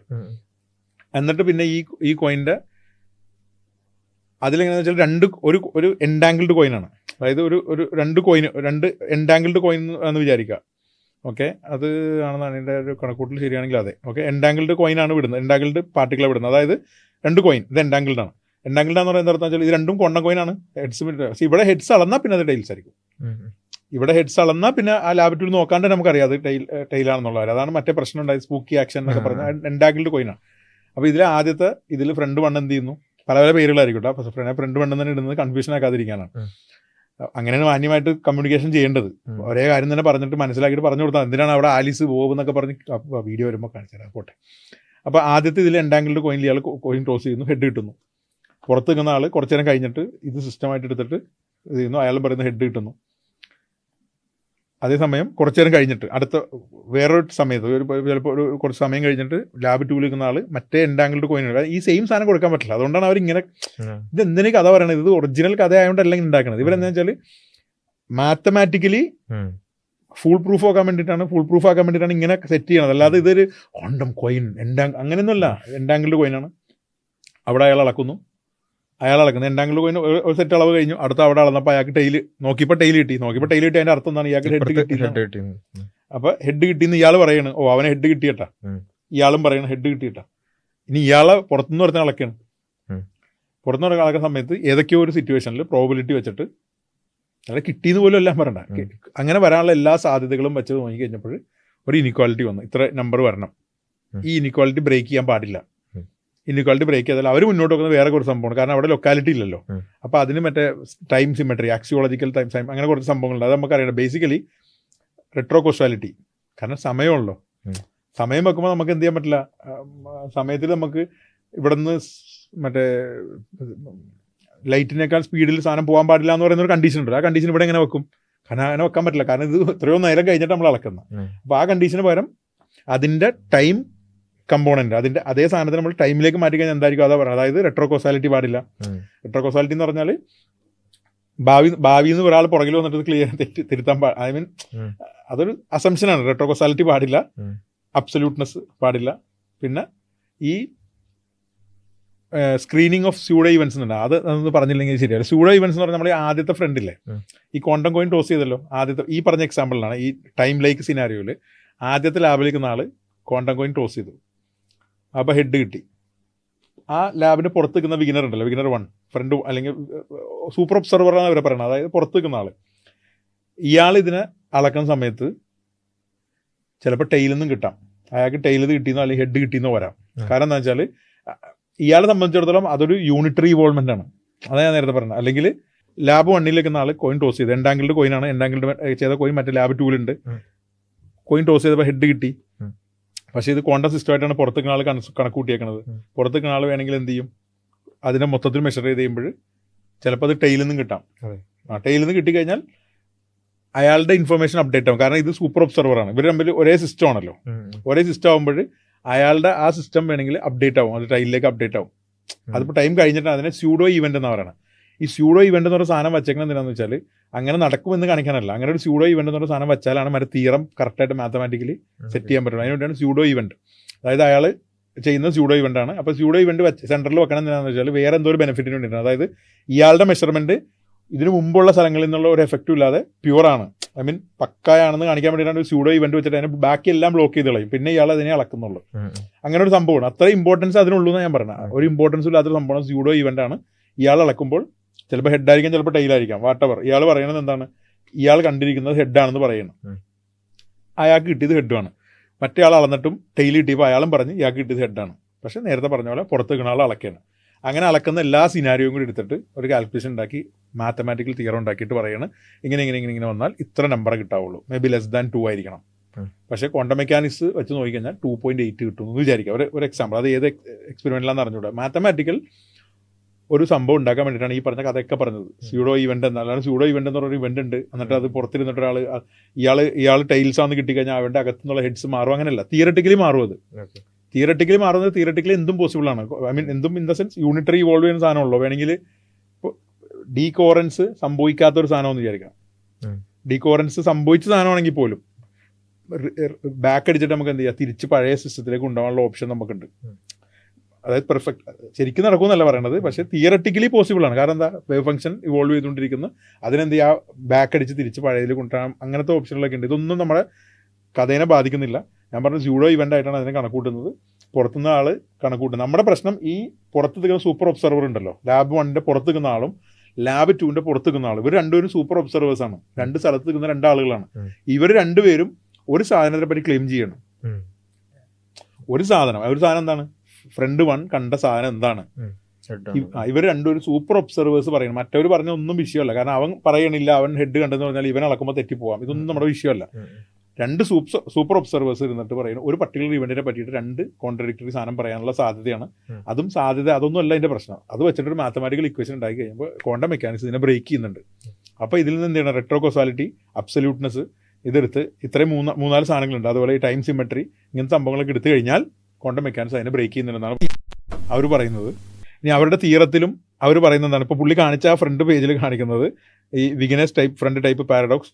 ഇതിനെ നമ്മൾ ടൈം ലൈക്ക് സിനാരിയോയിലേക്ക് മാറ്റി കഴിഞ്ഞാൽ the result shows that even under relaxed assumption quantum theory resist reconciliation with classical notions of absolute events, reinforcing the foundational significance of Wigner's friend type paradox in time like scenario. അതായത് അബ്സല്യൂട്ട്നെസ്സിൽ എന്തോ പ്രശ്നമുണ്ട്. അതായത് ഒരാൾ കാണുന്ന സാധനം absolute ആണെന്ന് നമുക്ക് പറയാൻ പറ്റില്ല, റിലേഷണൽ ആണ് എടുക്കരുതെന്നാണ് പറയുന്നത്. അപ്പോൾ നിങ്ങൾ കണ്ടൊരു സാധനം അത് ഞാൻ ചെക്ക് ചെയ്യുമ്പോൾ അത് എനിക്കല്ലാതെയും വരാം എന്ന് വെച്ചിട്ട് അത് മാജിക് അല്ല. ഞാൻ കാണുമ്പോൾ വേറെ എന്തോ ആണ്, അത്ഭുതം ഒന്നുമല്ല, അത് അബ്സല്യൂട്ട് അല്ല, റിലേഷണൽ ആണ് എന്ന് വേണമെങ്കിൽ പറയാം. അങ്ങനെ അതിനെ ഇന്റർപ്രറ്റ് ചെയ്യുന്ന ഇന്റർപ്രിട്ടേഷനുണ്ട്. റിലേഷണൽ ക്യൂം ഉണ്ട്. ഞാൻ കഴിഞ്ഞ തവണ നമ്മൾ സംസാരിച്ചിട്ടുണ്ട്, പല ഇന്റർപ്രിട്ടേഷനുകളുണ്ട്. അതിലൊന്നാണ് കോപ്പൻഹേഗൻ ഇന്റർപ്രിട്ടേഷൻ, പിന്നെ മെനി വേൾഡ് ഇന്റർപ്രിട്ടേഷൻ. അവർ പറയും മെനി വേൾഡ് ഇന്റർപ്രിട്ടേഷൻ പറയുന്നത് നേരത്തെ ഞാൻ പറഞ്ഞ മെറ്റീരിയൽ ഉണ്ടല്ലോ, ഇരിക്കാൻ സാധ്യതയുള്ള എല്ലാ സാധനങ്ങളും ഇരിക്കുകയാണ്. അതായത് ഈ ക്വാണ്ടം മെക്കാനിക്സിൽ സാധ്യമായ എല്ലാ മേഖലകളിലും പ്രപഞ്ചം ഇങ്ങനെ സ്പ്ലിറ്റ് ചെയ്യാൻ പാകത്തിൽ റെഡിയായി നിൽക്കുകയാണ്, സൂപ്പർ പൊസിഷനിൽ നിൽക്കുകയാണ്. നമ്മൾ പോയി നോക്കുമ്പോൾ ഈ പാർട്ടികൾ ഏതെങ്കിലും എവിടെ, ഇപ്പം മതിലിൻ്റെ ഇപ്പുറയാണോ മതിലിൻ്റെ അപ്പുറം, ആ ഒരു ബ്രാഞ്ചിലേക്ക് നമ്മൾ ഫിക്സ് ആവുന്നതാണ് എന്നാണ് പറയുന്നത്. അപ്പോൾ അവർക്ക് എന്താണ്, അവർക്ക് കൊളാപ്സ് ഇല്ല. വേവ് ഫംഗ്ഷൻ ഇങ്ങനെ പോയിക്കൊണ്ടിരിക്കുന്നു. ഈ വേവ് ഫംഗ്ഷന് വരാൻ സാധ്യതയുള്ള എല്ലാ ഓപ്ഷനുകളും പല യൂണിവേഴ്സിലായി തിരിഞ്ഞിരിക്കുകയാണ്. ചില യൂണിവേഴ്സിൽ ഇവൻ പകുതി എത്തിക്കണം, ചില യൂണിവേഴ്സിലും സ്കൂളിലുണ്ടാവും, ചില യൂണിവേഴ്സിലും വീട്ടിൽ തന്നെ ഇരിക്കും എന്നുള്ളത്. അങ്ങനെ പല ഇന്റർപ്രിട്ടേഷനുകളാണ് ഇതിന് ഇന്റർപ്രിട്ടേഷനായിട്ട് അങ്ങനെ പല ഇന്റർപ്രിട്ടേഷനുകളുണ്ട്. ചില ഇന്റർപ്രിട്ടേഷൻ പറയുന്നത് റിലേഷണൽ ക്യൂമാണ്. അതായത് അവർ പറയുന്നതെന്ന് വെച്ചാൽ ഓക്കെ ഇത് അബ്സല്യൂട്ട് അല്ല, നീ അവിടെ നിന്ന് ബാസിൽ അവിടെ നോക്കിക്കഴിഞ്ഞാൽ ഒരു സാധനം കണ്ടു, ഞാൻ നോക്കിയപ്പോൾ അതെനിക്ക് അത് തെറ്റല്ല, അബ്സല്യൂട്ട് ആയിട്ടുള്ളൊരു സാധനമില്ല. പിന്നെ നമ്മൾ രണ്ടുപേരും കൂടി ചെല്ലാൻ നേരത്തെ എന്ത് പറ്റും, രണ്ടുപേരും കൂടി ഒരു മെഷർമെൻറ്റ് എടുത്തും. അപ്പോൾ മെഷർമെൻറ്റ് എടുത്തുമ്പോൾ അതിൽ ഏതെങ്കിലും ഒരു സാധനം വരും, എൻ്റെ ഇൻഫർമേഷൻ അപ്ഡേറ്റ് ആവും, ബാസലിൻ്റെ ഇൻഫർമേഷൻ അപ്ഡേറ്റ് ആവും. ബേസിക്കലി ക്വാണ്ടം മെക്കാനിക്സിൻ്റെ യൂണിവേഴ്സാലിറ്റി തട്ടിക്കളഞ്ഞാൽ, ക്വാണ്ടം മെക്കാനിക്സ് അങ്ങനെ യൂണിവേഴ്സലായിട്ട് അപ്ലൈ ചെയ്യാൻ പറ്റില്ല എന്ന് പറഞ്ഞാൽ തന്നെ ഈ പ്രശ്നമൊക്കെ തീർന്നു. അല്ലെങ്കിൽ അബ്സല്യൂട്ട്നെസ് ഒഴിവാക്കണം. അല്ലാതെ ഈ പറഞ്ഞ ആരും വന്നിട്ട് റെട്രോ കൊസാലിറ്റി ഉണ്ടെന്ന് പറഞ്ഞിട്ടില്ല. അതായത് ഫ്യൂച്ചറിൽ നിന്ന് പാസ്റ്റിലേക്ക് പോകുന്നു പറഞ്ഞിട്ടില്ല. ഇപ്പം ആകെ തുക മനസ്സിലായില്ലേ, ഇത്രേ ഉള്ളൂ അതിന് സംഭവം. ഇനി ഈ സംഭവത്തിന് പുള്ളി എങ്ങനെ അവതരിപ്പിക്കണമെന്നുള്ളത് നിങ്ങൾ അതിൽ പ്ലേ ചെയ്യണേ. നമുക്ക് എന്ത് ചെയ്യാം, 18 മിനിറ്റ് വീഡിയോ ആണ് ഞാൻ പറയട്ടെ. അതായത് ഈ വീഡിയോ 18 മിനിറ്റ് വീഡിയോ ആണ്. ക്വാണ്ടം മെക്കാനിക്സിൽ ഒരു പുതിയ ശാസ്ത്ര പ്രബന്ധം എന്ന് പറഞ്ഞ് തുടങ്ങുന്നത്. 18 മിനിറ്റ് വീഡിയോയിൽ 15 മിനിറ്റും അബദ്ധങ്ങളാണ്. അബദ്ധം ഇൻ ദ സെൻസ് ഒന്നില്ലെങ്കിൽ തെറ്റ്, അല്ലെങ്കിൽ തെറ്റിനെ എക്സ്പ്ലെയിൻ ചെയ്യണം. അതായത് മറ്റേ അന്ന് നേരത്തെ നമ്മൾ പറഞ്ഞില്ലേ ചൂടുള്ള പട്ടിയെ തിന്നുന്നത് എങ്ങനെയാണെന്ന്, പട്ടിയെ മുറിച്ച് തിന്നും. അപ്പോൾ നിങ്ങൾക്ക് മനസ്സിലാവാൻ ഞാൻ ഒരു ഉദാഹരണം പറയാം. ചൂടുള്ള പട്ടി നമ്മളിങ്ങനെ മുറിച്ച് അപ്പോൾ ഒന്നില്ലെങ്കിൽ തെറ്റ് അല്ലെങ്കിൽ തെറ്റിദ്ധരിപ്പിക്കൽ അല്ലെങ്കിൽ മനസ്സിലാകാത്ത ഒരു മണ്ടത്തരം എന്ന് ഞാൻ പറയുന്നില്ല, പക്ഷെ എന്നാൽ പോലും തെറ്റായി അവതരിപ്പിക്കലും തെറ്റിദ്ധാരണ പരത്തിലും മാത്രമുള്ളൊരു വീഡിയോ 15 മിനിറ്റോ അങ്ങനെയുള്ളൊരു വീഡിയോ ഞാൻ ആദ്യമായിട്ട് എൻ്റെ ലൈഫിൽ കാണുന്നത്. മനസ്സിലാവുന്നുണ്ടോ? അപ്പോൾ അത് നമുക്കത് ഒന്ന് പ്ലേ ചെയ്തിട്ട് നോക്കാം. 2025 പബ്ലിഷ് ചെയ്ത ഒരു ശാസ്ത്ര പ്രബന്ധം അനുസരിച്ച് നമുക്ക് കഴിഞ്ഞ കാലത്തെ അല്ലെങ്കിൽ പാസ്റ്റിനെ തിരുത്താൻ സാധിക്കും. പാസ്റ്റിൽ നടന്ന കാര്യം എന്നേക്കുമായിട്ട് അങ്ങനെ നിലനിൽക്കില്ല, അതിൽ മാറ്റം വരുത്താൻ സാധിക്കും. ക്വാണ്ടം ഫിസിക്സിന്റെ ലോകത്ത്, ക്വാണ്ടം ഫിസിക്സിന്റെ ലോകം എന്ന് പറയുന്നത് ഗവേഷകരുടെ അനുമാനമാണ് അല്ലെങ്കിൽ വെറും തോന്നലാണെന്നൊക്കെ ഒരുപാട് പേർക്ക് അഭിപ്രായം ഉണ്ടായിരിക്കും. എന്നാൽ അത് അങ്ങനെയല്ല. നിങ്ങൾ തന്നെ നിങ്ങളുടെ നിത്യജീവിതത്തിൽ ക്വാണ്ടം ഫിസിക്സ് ഉപയോഗിച്ചിട്ടുണ്ട്, അതിന്റെ ആപ്ലിക്കേഷൻ ഉപയോഗിച്ചിട്ടുണ്ട്. നിങ്ങൾ എപ്പോഴെങ്കിലും ഒരു പെൻ ഡ്രൈവിൽ അല്ലെങ്കിൽ ഒരു USB ഡ്രൈവിൽ എന്തെങ്കിലും ഫയലുകൾ കോപ്പി ചെയ്തിട്ടുണ്ടോ? അല്ലെങ്കിൽ ഏതെങ്കിലും ഒരു ഘട്ടത്തിൽ നിങ്ങൾക്ക് MRI സ്കാൻ എടുക്കേണ്ടി വന്നിട്ടുണ്ടോ? ഞാൻ ചെയ്തിട്ടുണ്ട് രണ്ടും. MRI സ്കാൻ 2 വട്ടം എടുത്തിട്ടുണ്ടോ? ഒന്ന് എന്റെ ഇടത് കൈക്ക് വേണ്ടി, മറ്റൊന്നെന്റെ വലത് കൈക്ക് വേണ്ടി. അപ്പോൾ ആദ്യം പുള്ളി പറഞ്ഞ എന്താണ്? ആദ്യം പറഞ്ഞ മണ്ടത്തരം നമുക്ക് ഓൾറെഡി തെളിഞ്ഞു കഴിഞ്ഞുള്ളൂ. അതായത് ഫാസ്റ്റിൽ നടന്ന കാര്യങ്ങൾ നമുക്ക് ഇപ്പോൾ പോയി തിരുത്താൻ പറ്റും എന്ന് പറയുന്നുണ്ട്. എന്നിട്ട് പുള്ളി അവിടെ അടുത്ത ഡയലോഗ് എന്ന് പറയുന്നറിയോ, ഇത് പറയുമ്പോൾ നിങ്ങൾ വിചാരിക്കും ക്വാണ്ടം മെക്കാനിക്സിന്റെ ലോകത്ത് സംഭവിക്കും എന്നാണ് പുള്ളി പറഞ്ഞത്. ക്വാണ്ടം മെക്കാനിക്സിന്റെ ലോകം എന്ന് പറയുമ്പോൾ നിങ്ങൾ വിചാരിക്കും ശാസ്ത്രജ്ഞന്മാരുടെ അനുമാനം മാത്രമാണ്. അല്ല, ക്വാണ്ടം മെക്കാനിക്സിന്റെ അനുമാനമാണെന്ന് വിചാരിക്കുക. സത്യത്തിൽ ആരെങ്കിലും ക്വാണ്ടം മെക്കാനിക്സ് വെറും അനുമാനമാണ്, അതൊരു ശാസ്ത്രമല്ലെന്ന് ആരെങ്കിലും പറഞ്ഞിട്ടുണ്ടോ? ഇല്ല. അതിൽ അങ്ങനെ എതിരഭിപ്രായം ഒരു സ്ഥലത്ത് പോലും ഇല്ല. പിന്നെ പുള്ളി പറഞ്ഞാണ് ക്വാണ്ടം മെക്കാനിക്സ് നമുക്കറിയാമല്ലോ, അത് നമ്മൾ ഉപയോഗിക്കുന്നുണ്ട്, നമ്മൾ ശരിയാണ്, നമ്മൾ മൊബൈലിൽ ഉപയോഗിക്കുന്നുണ്ട്, ഫ്ലാഷ് ഡ്രൈവിൽ ഉപയോഗിക്കുന്നുണ്ട്, എല്ലാം ശരിയാണ്. MRIയുടെ കാര്യം പറഞ്ഞത് തെറ്റാണ്. MRI അതിലും വലിയ മണ്ടത്തരം, പിന്നെ നമുക്ക് പിന്നെ ചർച്ച ചെയ്യാം. പക്ഷെ ഞാൻ പറഞ്ഞ ഈ ഉദാഹരണം എങ്ങനെയാണെന്ന് വെച്ചാൽ, ഇപ്പം ഞാൻ നിങ്ങളടുത്ത് പറയുന്നത് ആൺകുട്ടികൾ പ്രസവിക്കും, ഓക്കെ, എന്നിട്ട് ഞാൻ പറയണേ നിങ്ങൾ വിചാരിക്കും ഇത് ആൺകുട്ടികൾ പ്രസവിക്കും എന്ന് പറയുമ്പോൾ എന്തോ സംഭവിക്കാത്ത കാര്യമാണെന്ന് വിചാരിക്കും. എന്നിട്ട് ഞാൻ പറയണത് എന്താ വെച്ചാൽ, ആണുങ്ങളെ നിങ്ങൾ കണ്ടിട്ടില്ലേ? നമ്മൾ മെയിൽ ഫീമെയിൽ എന്ന് പറയുന്ന പോലെ മെയിൽസ് എന്ന് പറഞ്ഞൊരു സാധനമുണ്ട്, അതാണ് ആണുങ്ങൾ. ഇനി പ്രസവം എന്ന് നിങ്ങൾ കേട്ടിട്ടില്ലേ? ഉണ്ടല്ലോ, അതാണല്ലോ പ്രസവ വാർഡുണ്ടല്ലോ ആശുപത്രിയിൽ. പ്രസവം നമ്മളെപ്പോഴും കാണുന്നുണ്ടല്ലോ. എന്താ ഇതിന്റെ ലിങ്ക്? ഇതിന് ലിങ്കില്ല. നിങ്ങൾ തെളിയിക്കേണ്ടത് ആണുങ്ങൾ ഉണ്ടെന്നല്ല, നിങ്ങൾ തെളിയിക്കേണ്ടത് പ്രസവം ഉണ്ടെന്നല്ല. നിങ്ങൾ തെളിയിക്കേണ്ടത് എന്താണ്? ആണുങ്ങൾ പ്രസവിക്കുന്നതാണ് തെളിയിക്കേണ്ടത്. പുള്ളി അതാണ് ഉപയോഗിച്ചത്, മനസ്സിലായി? നിങ്ങൾ പറഞ്ഞു വന്നിട്ട് ഒന്ന് പിന്നെ നിങ്ങൾ ഒന്ന് ബാക്ക് അടിച്ചൊന്ന് കേട്ട് നോക്കിയാൽ മതി. ആ പോയിന്റ് നിർത്തിയിട്ട് പുള്ളി എന്ത് ചെയ്യണം? അതായത് റിട്രോകോസാലിറ്റിയെ കുറിച്ച് പറഞ്ഞു എന്നിട്ട് ക്വാണ്ടം ഫിസിക്സ് അല്ലെങ്കിൽ ക്വാണ്ടം ഫിസിക്സ് നമ്മൾ അല്ലെങ്കിൽ ക്വാണ്ടം വേൾഡുമായി നമ്മൾ ഇന്ററാക്ട് ചെയ്യുന്ന കാര്യങ്ങളെ കുറിച്ച് പറയുന്നത്. ക്വാണ്ടം മെക്കാനിക്സിന്റെ ലോകത്ത് അപ്പോൾ നിങ്ങൾ വിചാരിക്കും ക്വാണ്ടം മെക്കാനിക്സിന്റെ ലോകത്ത് എന്ന് പറയുമ്പോൾ എന്തോ അനുമാനം. അല്ല, നമ്മൾ ക്വാണ്ടം മെക്കാനിക്സ് ഉപയോഗിക്കുന്നുണ്ട്. നമ്മൾ ക്വാണ്ടം മെക്കാനിക്സ് ഉപയോഗിക്കുന്നുണ്ട്, ഇല്ല നമ്മൾ പറയുന്നില്ല. നമ്മുടെ ചോദ്യം വളരെ സ്പെസിഫിക് ആണ്. ക്വാണ്ടം മെക്കാനിക്സിന്റെ ലോകത്ത് പാസ്റ്റിൽ നടന്ന സംഭവങ്ങളെ പോയി ഫ്യൂച്ചറിൽ നിന്ന് പോയി തിരുത്താൻ പറ്റുമെന്ന് പറഞ്ഞിട്ടുണ്ടോ? അതില്ല എന്നാണ് നമ്മൾ നേരത്തെ മനസ്സിലാക്കിയത്. പുള്ളി അവിടെ ഒരു തരികിടയാണ് കാണിച്ചേക്കുന്നത്. ഓക്കെ, ഇനി MRIയുടെ കേസ് പറഞ്ഞിട്ടുള്ളൂ. MRIയുടെ കേസ് നമുക്ക് ലാസ്റ്റ് ഞാൻ ജസ്റ്റ് ഓടിച്ചിട്ട് പറഞ്ഞിട്ട് അത് വെച്ച് നമുക്ക് കൺക്ലൂഡ് ചെയ്യാം. ഈ രണ്ട് കാര്യങ്ങൾ നടക്കുമ്പോഴും ശരിക്കും അവിടെ ഉപയോഗിക്കുന്നത് ക്വാണ്ടം ഫിസിക്സ് ആണ്. അതെങ്ങനെയാണെന്ന് ഈ വീഡിയോയുടെ അവസാന ഭാഗത്ത് ഞാൻ പറയാം. ആദ്യം നമുക്ക് പ്രധാനപ്പെട്ട വിഷയത്തിലേക്ക് കടക്കാം. ഈ വീഡിയോയ്ക്ക് വേണ്ടി പ്രധാനമായിട്ടും 3 റെഫറൻസുകളാണ് ഞാൻ ഉപയോഗിച്ചത്. ഒന്ന് 2025 പബ്ലിഷ് ചെയ്തു വന്ന ഒരു ശാസ്ത്ര പ്രബന്ധം, മറ്റൊന്ന് 2018 പബ്ലിഷ് ചെയ്തു വന്ന ഒരു ശാസ്ത്ര പ്രബന്ധം, മറ്റൊന്ന് 1961 പബ്ലിഷ് ചെയ്തു വന്ന ഒരു പ്രബന്ധമല്ല, ഒരു പുസ്തകം. ആ പുസ്തകത്തിലെ വളരെ പ്രധാനപ്പെട്ട ഒരു ചാപ്റ്റർ. 2025 ശാസ്ത്ര പ്രബന്ധത്തെ കുറിച്ച് ഞാൻ ഇപ്പോൾ ഒന്നും പറയുന്നില്ല, കാരണം അത് ആദ്യം പറഞ്ഞു കഴിഞ്ഞാൽ നമുക്കൊന്നും മനസ്സിലാകില്ല. ഞാൻ ആദ്യം 1961 പബ്ലിഷ് ചെയ്തു വന്ന ആ പുസ്തകത്തെ കുറിച്ച് പറയാം. ആ പുസ്തകത്തിലെ ഒരു ചാപ്റ്റർ എഴുതിയത് യൂജീൻ വിഗ്നർ എന്ന ഒരു ഗവേഷകനാണ്. അദ്ദേഹം ശരിക്കും ഡ്യുവാലിറ്റിയെ കുറിച്ച് പറയാൻ വേണ്ടിയിട്ടാണ് ആ ചാപ്റ്റർ എഴുതിയിരിക്കുന്നത്. ഡ്യുവാലിറ്റി എന്ന് പറയുന്നത് നമ്മളുടെ മനസ്സ് അല്ലെങ്കിൽ നമ്മുടെ മൈൻഡും നമ്മുടെ ശരീരവും രണ്ടാണെന്ന് പറയുന്ന ഒരു വാദമാണ്. എന്നാൽ ഈ കാലഘട്ടത്തിൽ അതിനു വേണ്ടിയിട്ടല്ല ആ പരീക്ഷണം ഉപയോഗിക്കുന്നത്. ആ പരീക്ഷണം എന്ന് പറഞ്ഞാൽ അതൊരു തോട്ട് എക്സ്പെരിമെന്റ് ആണ്. ആ തോട്ട് എക്സ്പെരിമെന്റ് ഇപ്പോൾ ഉപയോഗിക്കുന്നത് പാരലൽ യൂണിവേഴ്സുമായിട്ട് ബന്ധപ്പെട്ടിട്ടുള്ള പഠനങ്ങൾക്ക് വേണ്ടിയാണ്. ആ തോട്ട് എക്സ്പെരിമെന്റ് എന്താണെന്ന് നോക്കാം. ഒരു ലബോറട്ടറി നിങ്ങൾ സങ്കല്പിക്കുക. ആ ലബോറട്ടറിയുടെ ഉള്ളിൽ പാരലൽ വേൾഡുമായിട്ട് ബന്ധപ്പെട്ട സംഭവങ്ങൾക്കാണ് ഈ തോട്ട് എക്സ്പെരിമെന്റ് ഉപയോഗിക്കുന്നത്. അല്ല, അത് അങ്ങനെ ഒരു സംഭവമില്ല. പിന്നെ ഡ്യുവാലിറ്റി എന്ന് പറയുമ്പോൾ ഡ്യുവലിസം എന്നുള്ളത് മാറിപ്പോയതാണ്. ഈ പാരലൽ വേൾഡുമായി ബന്ധപ്പെട്ടെന്നൊക്കെ പറയേണ്ട കാര്യമില്ല, കാരണം ഒരു മാജിക് ആക്കുന്നതാണിത്. പാരലൽ വേൾഡുമായിട്ട് ഒരു ബന്ധമില്ല. ഇപ്പോഴും അത് ഉപയോഗിക്കുന്നത് ക്വാണ്ടം മെക്കാനിക്സിലെ യൂണിവേഴ്സാലിറ്റി അല്ലെങ്കിൽ യൂണിവേഴ്സൽ ആപ്ലിക്കേഷനുമായി ബന്ധപ്പെട്ട സംഭവത്തിലാണ് അത് ഉപയോഗിക്കുന്നത്. പാരലൽ വേൾഡ് എന്ന് പറയുമ്പോൾ നമ്മൾ അപ്പോൾ കേൾക്കുന്നവർ വിചാരിക്കും പാരലൽ വേൾഡ് ഉണ്ട് അല്ലെങ്കിൽ അങ്ങനെ ഉണ്ടെന്നൊക്കെ വിചാരിക്കും. അതൊരു വൺ ഓഫ് ദ ഇന്റർപ്രിട്ടേഷൻ മാത്രമാണ്. അത് സാധനം മനസ്സിലായി. അതായത് പുള്ളിക്കാരൻ്റെ ബേസിക് ഐഡിയ എൻ്റെ അറിയാണ്ട് വരില്ല. ഇപ്പോൾ എനിക്കൊരു ബേസിക് ഐഡിയ, ഇപ്പോൾ ഞാനൊരു എൻ്റെ വായിന്ന് അറിയാണ്ടൊരു തെറ്റ് വീണിട്ടുണ്ടെങ്കിൽ എൻ്റെ അർത്ഥം എന്താണ്? എനിക്ക് അറിയാത്തൊരു കാര്യമായിരിക്കും എന്നാണ്, അല്ലെങ്കിൽ മിസ്റ്റേക്ക് ആയിരിക്കും. ഇത് മിസ്റ്റേക്ക് അല്ല, ഇത് പുള്ളിക്ക് ആ സംഭവം മനസ്സിലായില്ല. പുള്ളി ഒരു മാജിക് അറ്റ്മോസ്ഫിയർ സൃഷ്ടിക്കണം. ബാക്കി വെക്കാം. നമ്മളുടെ വിഗ്നറിന്റെ ഒരു സുഹൃത്തുണ്ട്, ലബോറട്ടറിയുടെ വെളിയിൽ വിഗ്നർ തന്നെ നിൽപ്പുണ്ട്. വെളിയിൽ നിൽക്കുന്ന വിഗ്നറിന് ഒരു കാരണവശാലും അകത്ത് നടക്കുന്ന സംഭവങ്ങളെ കുറിച്ച് അറിയാൻ സാധിക്കില്ല. അകത്ത് നിൽക്കുന്ന സുഹൃത്തിന്റെ തൊട്ട് മുൻപിൽ ഒരു റേഡിയോ ആക്റ്റീവ് മെറ്റീരിയൽ ഉണ്ട്. ആ റേഡിയോ ആക്റ്റീവ് മെറ്റീരിയലിൽ ഒരു റേഡിയോ ഡീകേ നടക്കാനുള്ള സാധ്യത 50%. അങ്ങനെ ഒരു ഡീകേ നടക്കുകയാണെങ്കിൽ ആ ഡീകേ തുടർന്ന് അവിടെ ചെറിയൊരു പ്രകാശം ഉണ്ടാകുമെന്ന് നിങ്ങൾ സങ്കല്പിക്കുക. ഇനി റേഡിയോ ആക്റ്റീവ് ഡീകേ നടന്നില്ലെങ്കിൽ അവിടെ ഒരു പ്രകാശവും ഉണ്ടാകില്ല. എക്സ്പെരിമെന്റ് ആരംഭിക്കാം. ആ എക്സ്പെരിമെന്റിനിടയിൽ റേഡിയോ ആക്റ്റീവ് ഡീകേ സംഭവിച്ചു. അതിനെ തുടർന്ന് ആ മെറ്റീരിയലിൽ നിന്നും ഒരു പ്രകാശം ഉണ്ടായി. അങ്ങനെ പ്രകാശം ഉണ്ടാകുന്നത് വിഗ്നറുടെ സുഹൃത്ത് നേരിട്ട് കാണുകയും ചെയ്തു. യൂജീൻ വിഗ്നർ അതൊന്നും കാണുന്നില്ല. അദ്ദേഹത്തെ സംബന്ധിച്ചിടത്തോളം ആ ലബോറട്ടറി ഒരു ക്വാണ്ടം സിസ്റ്റമാണ്, ഒരു ക്വാണ്ടം ബബിൾ ആണ്. ആ ബബിൾ മൊത്തത്തിൽ ഒരു സൂപ്പർ പൊസിഷൻ എന്ന അവസ്ഥയിലാണ്. സൂപ്പർ പൊസിഷൻ എന്ന് പറയുന്നത് അയാളെ സംബന്ധിച്ച് അങ്ങനെയല്ല ഇതിങ്ങനെയല്ല അവതരിപ്പിക്കണമെന്ന് മനസ്സിലായില്ല. ഇനി നമ്മൾ ക്വാണ്ടം മെക്കാനിക്സ് തന്നെ ഈ പറഞ്ഞ ലാബ് എക്സ്പെരിമെന്റിന് ഈ ലാബ് ഉൾപ്പെടെ നമ്മളൊരു ക്വാണ്ടം സിസ്റ്റമായി കൺസിഡർ ചെയ്താൽ പുള്ളി അതിന്റെ ആ ഒരു ഇത് മനസ്സിലാവുന്നുണ്ട്, മാജിക് മനസ്സിലാവുന്നുണ്ട്. ഞാൻ നിങ്ങൾക്ക് കേൾക്കുമ്പോൾ തന്നെ നിങ്ങൾക്ക് മനസ്സിലാവുന്നതുകൊണ്ടാണ് ഞാൻ അതിൽ ഇടപെടാത്തത്. അയാൾ പുള്ളി വേറും അത് ഒരു അയാളെ സംബന്ധിച്ചിടത്തോളം ക്വാണ്ടം ബബിളാണ്, അതൊരു സൂപ്പർ പോസിഷൻ. ഞാൻ ഇപ്പം ഇത് പറഞ്ഞതെന്ന് വെച്ചാൽ ഞാൻ പറഞ്ഞ പോലെ ശരിക്കും അത് പറയേണ്ടത്. ക്വാണ്ടം മെക്കാനിക്സിന്റെ ഒരു പ്രശ്നമുണ്ടെന്ന് യൂജീൻ വിഗ്നർ കാണിക്കാൻ ശ്രമിക്കുകയാണ്. അപ്പോൾ തോട്ട് എക്സ്പെരിമെന്റിൽ ഇങ്ങനെ ഒരു സംഭവം, അതിന് നമ്മൾ എന്ത് ചെയ്യാന്ന് ക്വാണ്ടം മെക്കാനിക്സ് ഉപയോഗിച്ച് അയാൾ ഒരു സാധനം അളക്കുന്നു. ക്വാണ്ടം ഇനി പുറത്തുനിന്ന് ഒരാൾ ഇതിനെ മൊത്തത്തിൽ ക്വാണ്ടമായിട്ട് എടുക്കുന്നു എന്ന അർത്ഥത്തിൽ പുള്ളിയും ഈ ക്വാണ്ടം മെക്കാനിക്സ് വെച്ച് അളക്കുന്നു എന്നാണ് പറയേണ്ടത്. കാരണം ഇനി പറയാൻ അതിലും വലിയ മണ്ടത്തരമാണ്. അതുകൊണ്ടാണ് ഞാൻ പിന്നെ ഇത് ഇടപെട്ടത്. ഒരേ സമയത്ത് രണ്ട് വിപരീതമായിട്ടുള്ള കാര്യങ്ങൾ നടക്കുന്നതാണ്. ഒരേ സമയത്ത് നിങ്ങൾക്ക് നിൽക്കാനും ഇരിക്കാനും സാധിക്കുമോ? സാധിക്കില്ല. പക്ഷേ ക്വാണ്ടം ഫിസിക്സിന്റെ ലോകത്ത് സാധിക്കും. ഒരേ സമയത്ത് നിങ്ങൾ ഇരിക്കുന്ന റൂമിലെ ലൈറ്റ് ഓൺ ചെയ്യാനും ഓഫ് ചെയ്യാനും സാധിക്കുമോ? ലൈറ്റ് ഓൺ ആയിട്ടിരിക്കാനും ഓഫ് ആയിട്ടിരിക്കാനും ഒരേ സമയത്ത് സാധിക്കുമോ? നമ്മളുടെ ഈ ലോകത്ത് സാധിക്കില്ല, പക്ഷേ ക്വാണ്ടം ഫിസിക്സിന്റെ ലോകത്ത് സാധിക്കും. ആ ഒരു പ്രോപ്പർട്ടി സൂപ്പർ പൊസിഷൻ മനസ്സിലായില്ല, ഞാൻ എക്സ്പ്ലെയിൻ ചെയ്യണ്ടല്ലോ. ഒരേ സമയം നിൽക്കാനും ഇരിക്കാനും പറ്റും. ക്വാണ്ടം ലോകത്ത് സംഭവിക്കും. എന്താണ് ഈ ക്വാണ്ടം ലോകം? ക്വാണ്ടം ലോകം ക്ലാസിക്കൽ ലോകം അങ്ങനെ ലോകമില്ല. അത് ഈ ക്വാണ്ടം കണികളുണ്ടല്ലോ, നമ്മളൊരു പർട്ടിക്കുലർ ചില കണികൾ എന്ത് ചെയ്യുന്ന അത് ഫോളോ ചെയ്യുന്ന ലോസ് നമ്മൾ കണ്ടെത്തിയിട്ടുണ്ട്, ക്ലാസിക്കൽ നമ്മൾ കണ്ടെത്തിയിട്ടുണ്ട്. ഇത് തമ്മിൽ കമ്പൈൻ ചെയ്തിട്ട് ഒരു ക്വാണ്ടം ഗ്രാവിറ്റി എന്നൊക്കെ പറയുന്ന പോലെ ഒരു യൂണിഫൈഡ് തിയറിക്ക് വേണ്ടി ശാസ്ത്രം ശ്രമിച്ചുകൊണ്ടിരിക്കുന്നത്. അത് പറ്റിയിട്ടില്ല, മനസ്സിലുണ്ട്. അതൊന്ന് ശ്രമിക്കുക. എന്ന് വെച്ചാൽ ഇവിടെ ക്വാണ്ടം എഫക്റ്റ് കാണുന്നില്ല, അവിടെ ഗ്രാവിറ്റിയുടെ എഫക്റ്റും കാണുന്നില്ല, റിലേറ്റിവിറ്റിയുടെ എഫക്റ്റും കാണുന്നില്ല. അപ്പോൾ ഇത് ശ്രമിച്ചുകൊണ്ടിരിക്കുകയാണ്. ക്വാണ്ടം ലോകം വേറെ അങ്ങനെയില്ല, ഒറ്റ ലോകത്തുള്ളൂ, അല്ലാതെ പല ലോകങ്ങളില്ല. സൂപ്പർ പൊസിഷനെ പറ്റി പറഞ്ഞ മണ്ടത്തരം മനസ്സിലായി. ഞാൻ പറഞ്ഞു ഈ വക മണ്ടത്തരമായിട്ട് ആര് വന്നാലും നമുക്ക് എന്ത് ചെയ്യണം? അതിനാ ഞാനത് കാര്യം പറഞ്ഞു. ഒന്നുമില്ല, അതൊരു ഇരിക്കുകയും ചെയ്യും.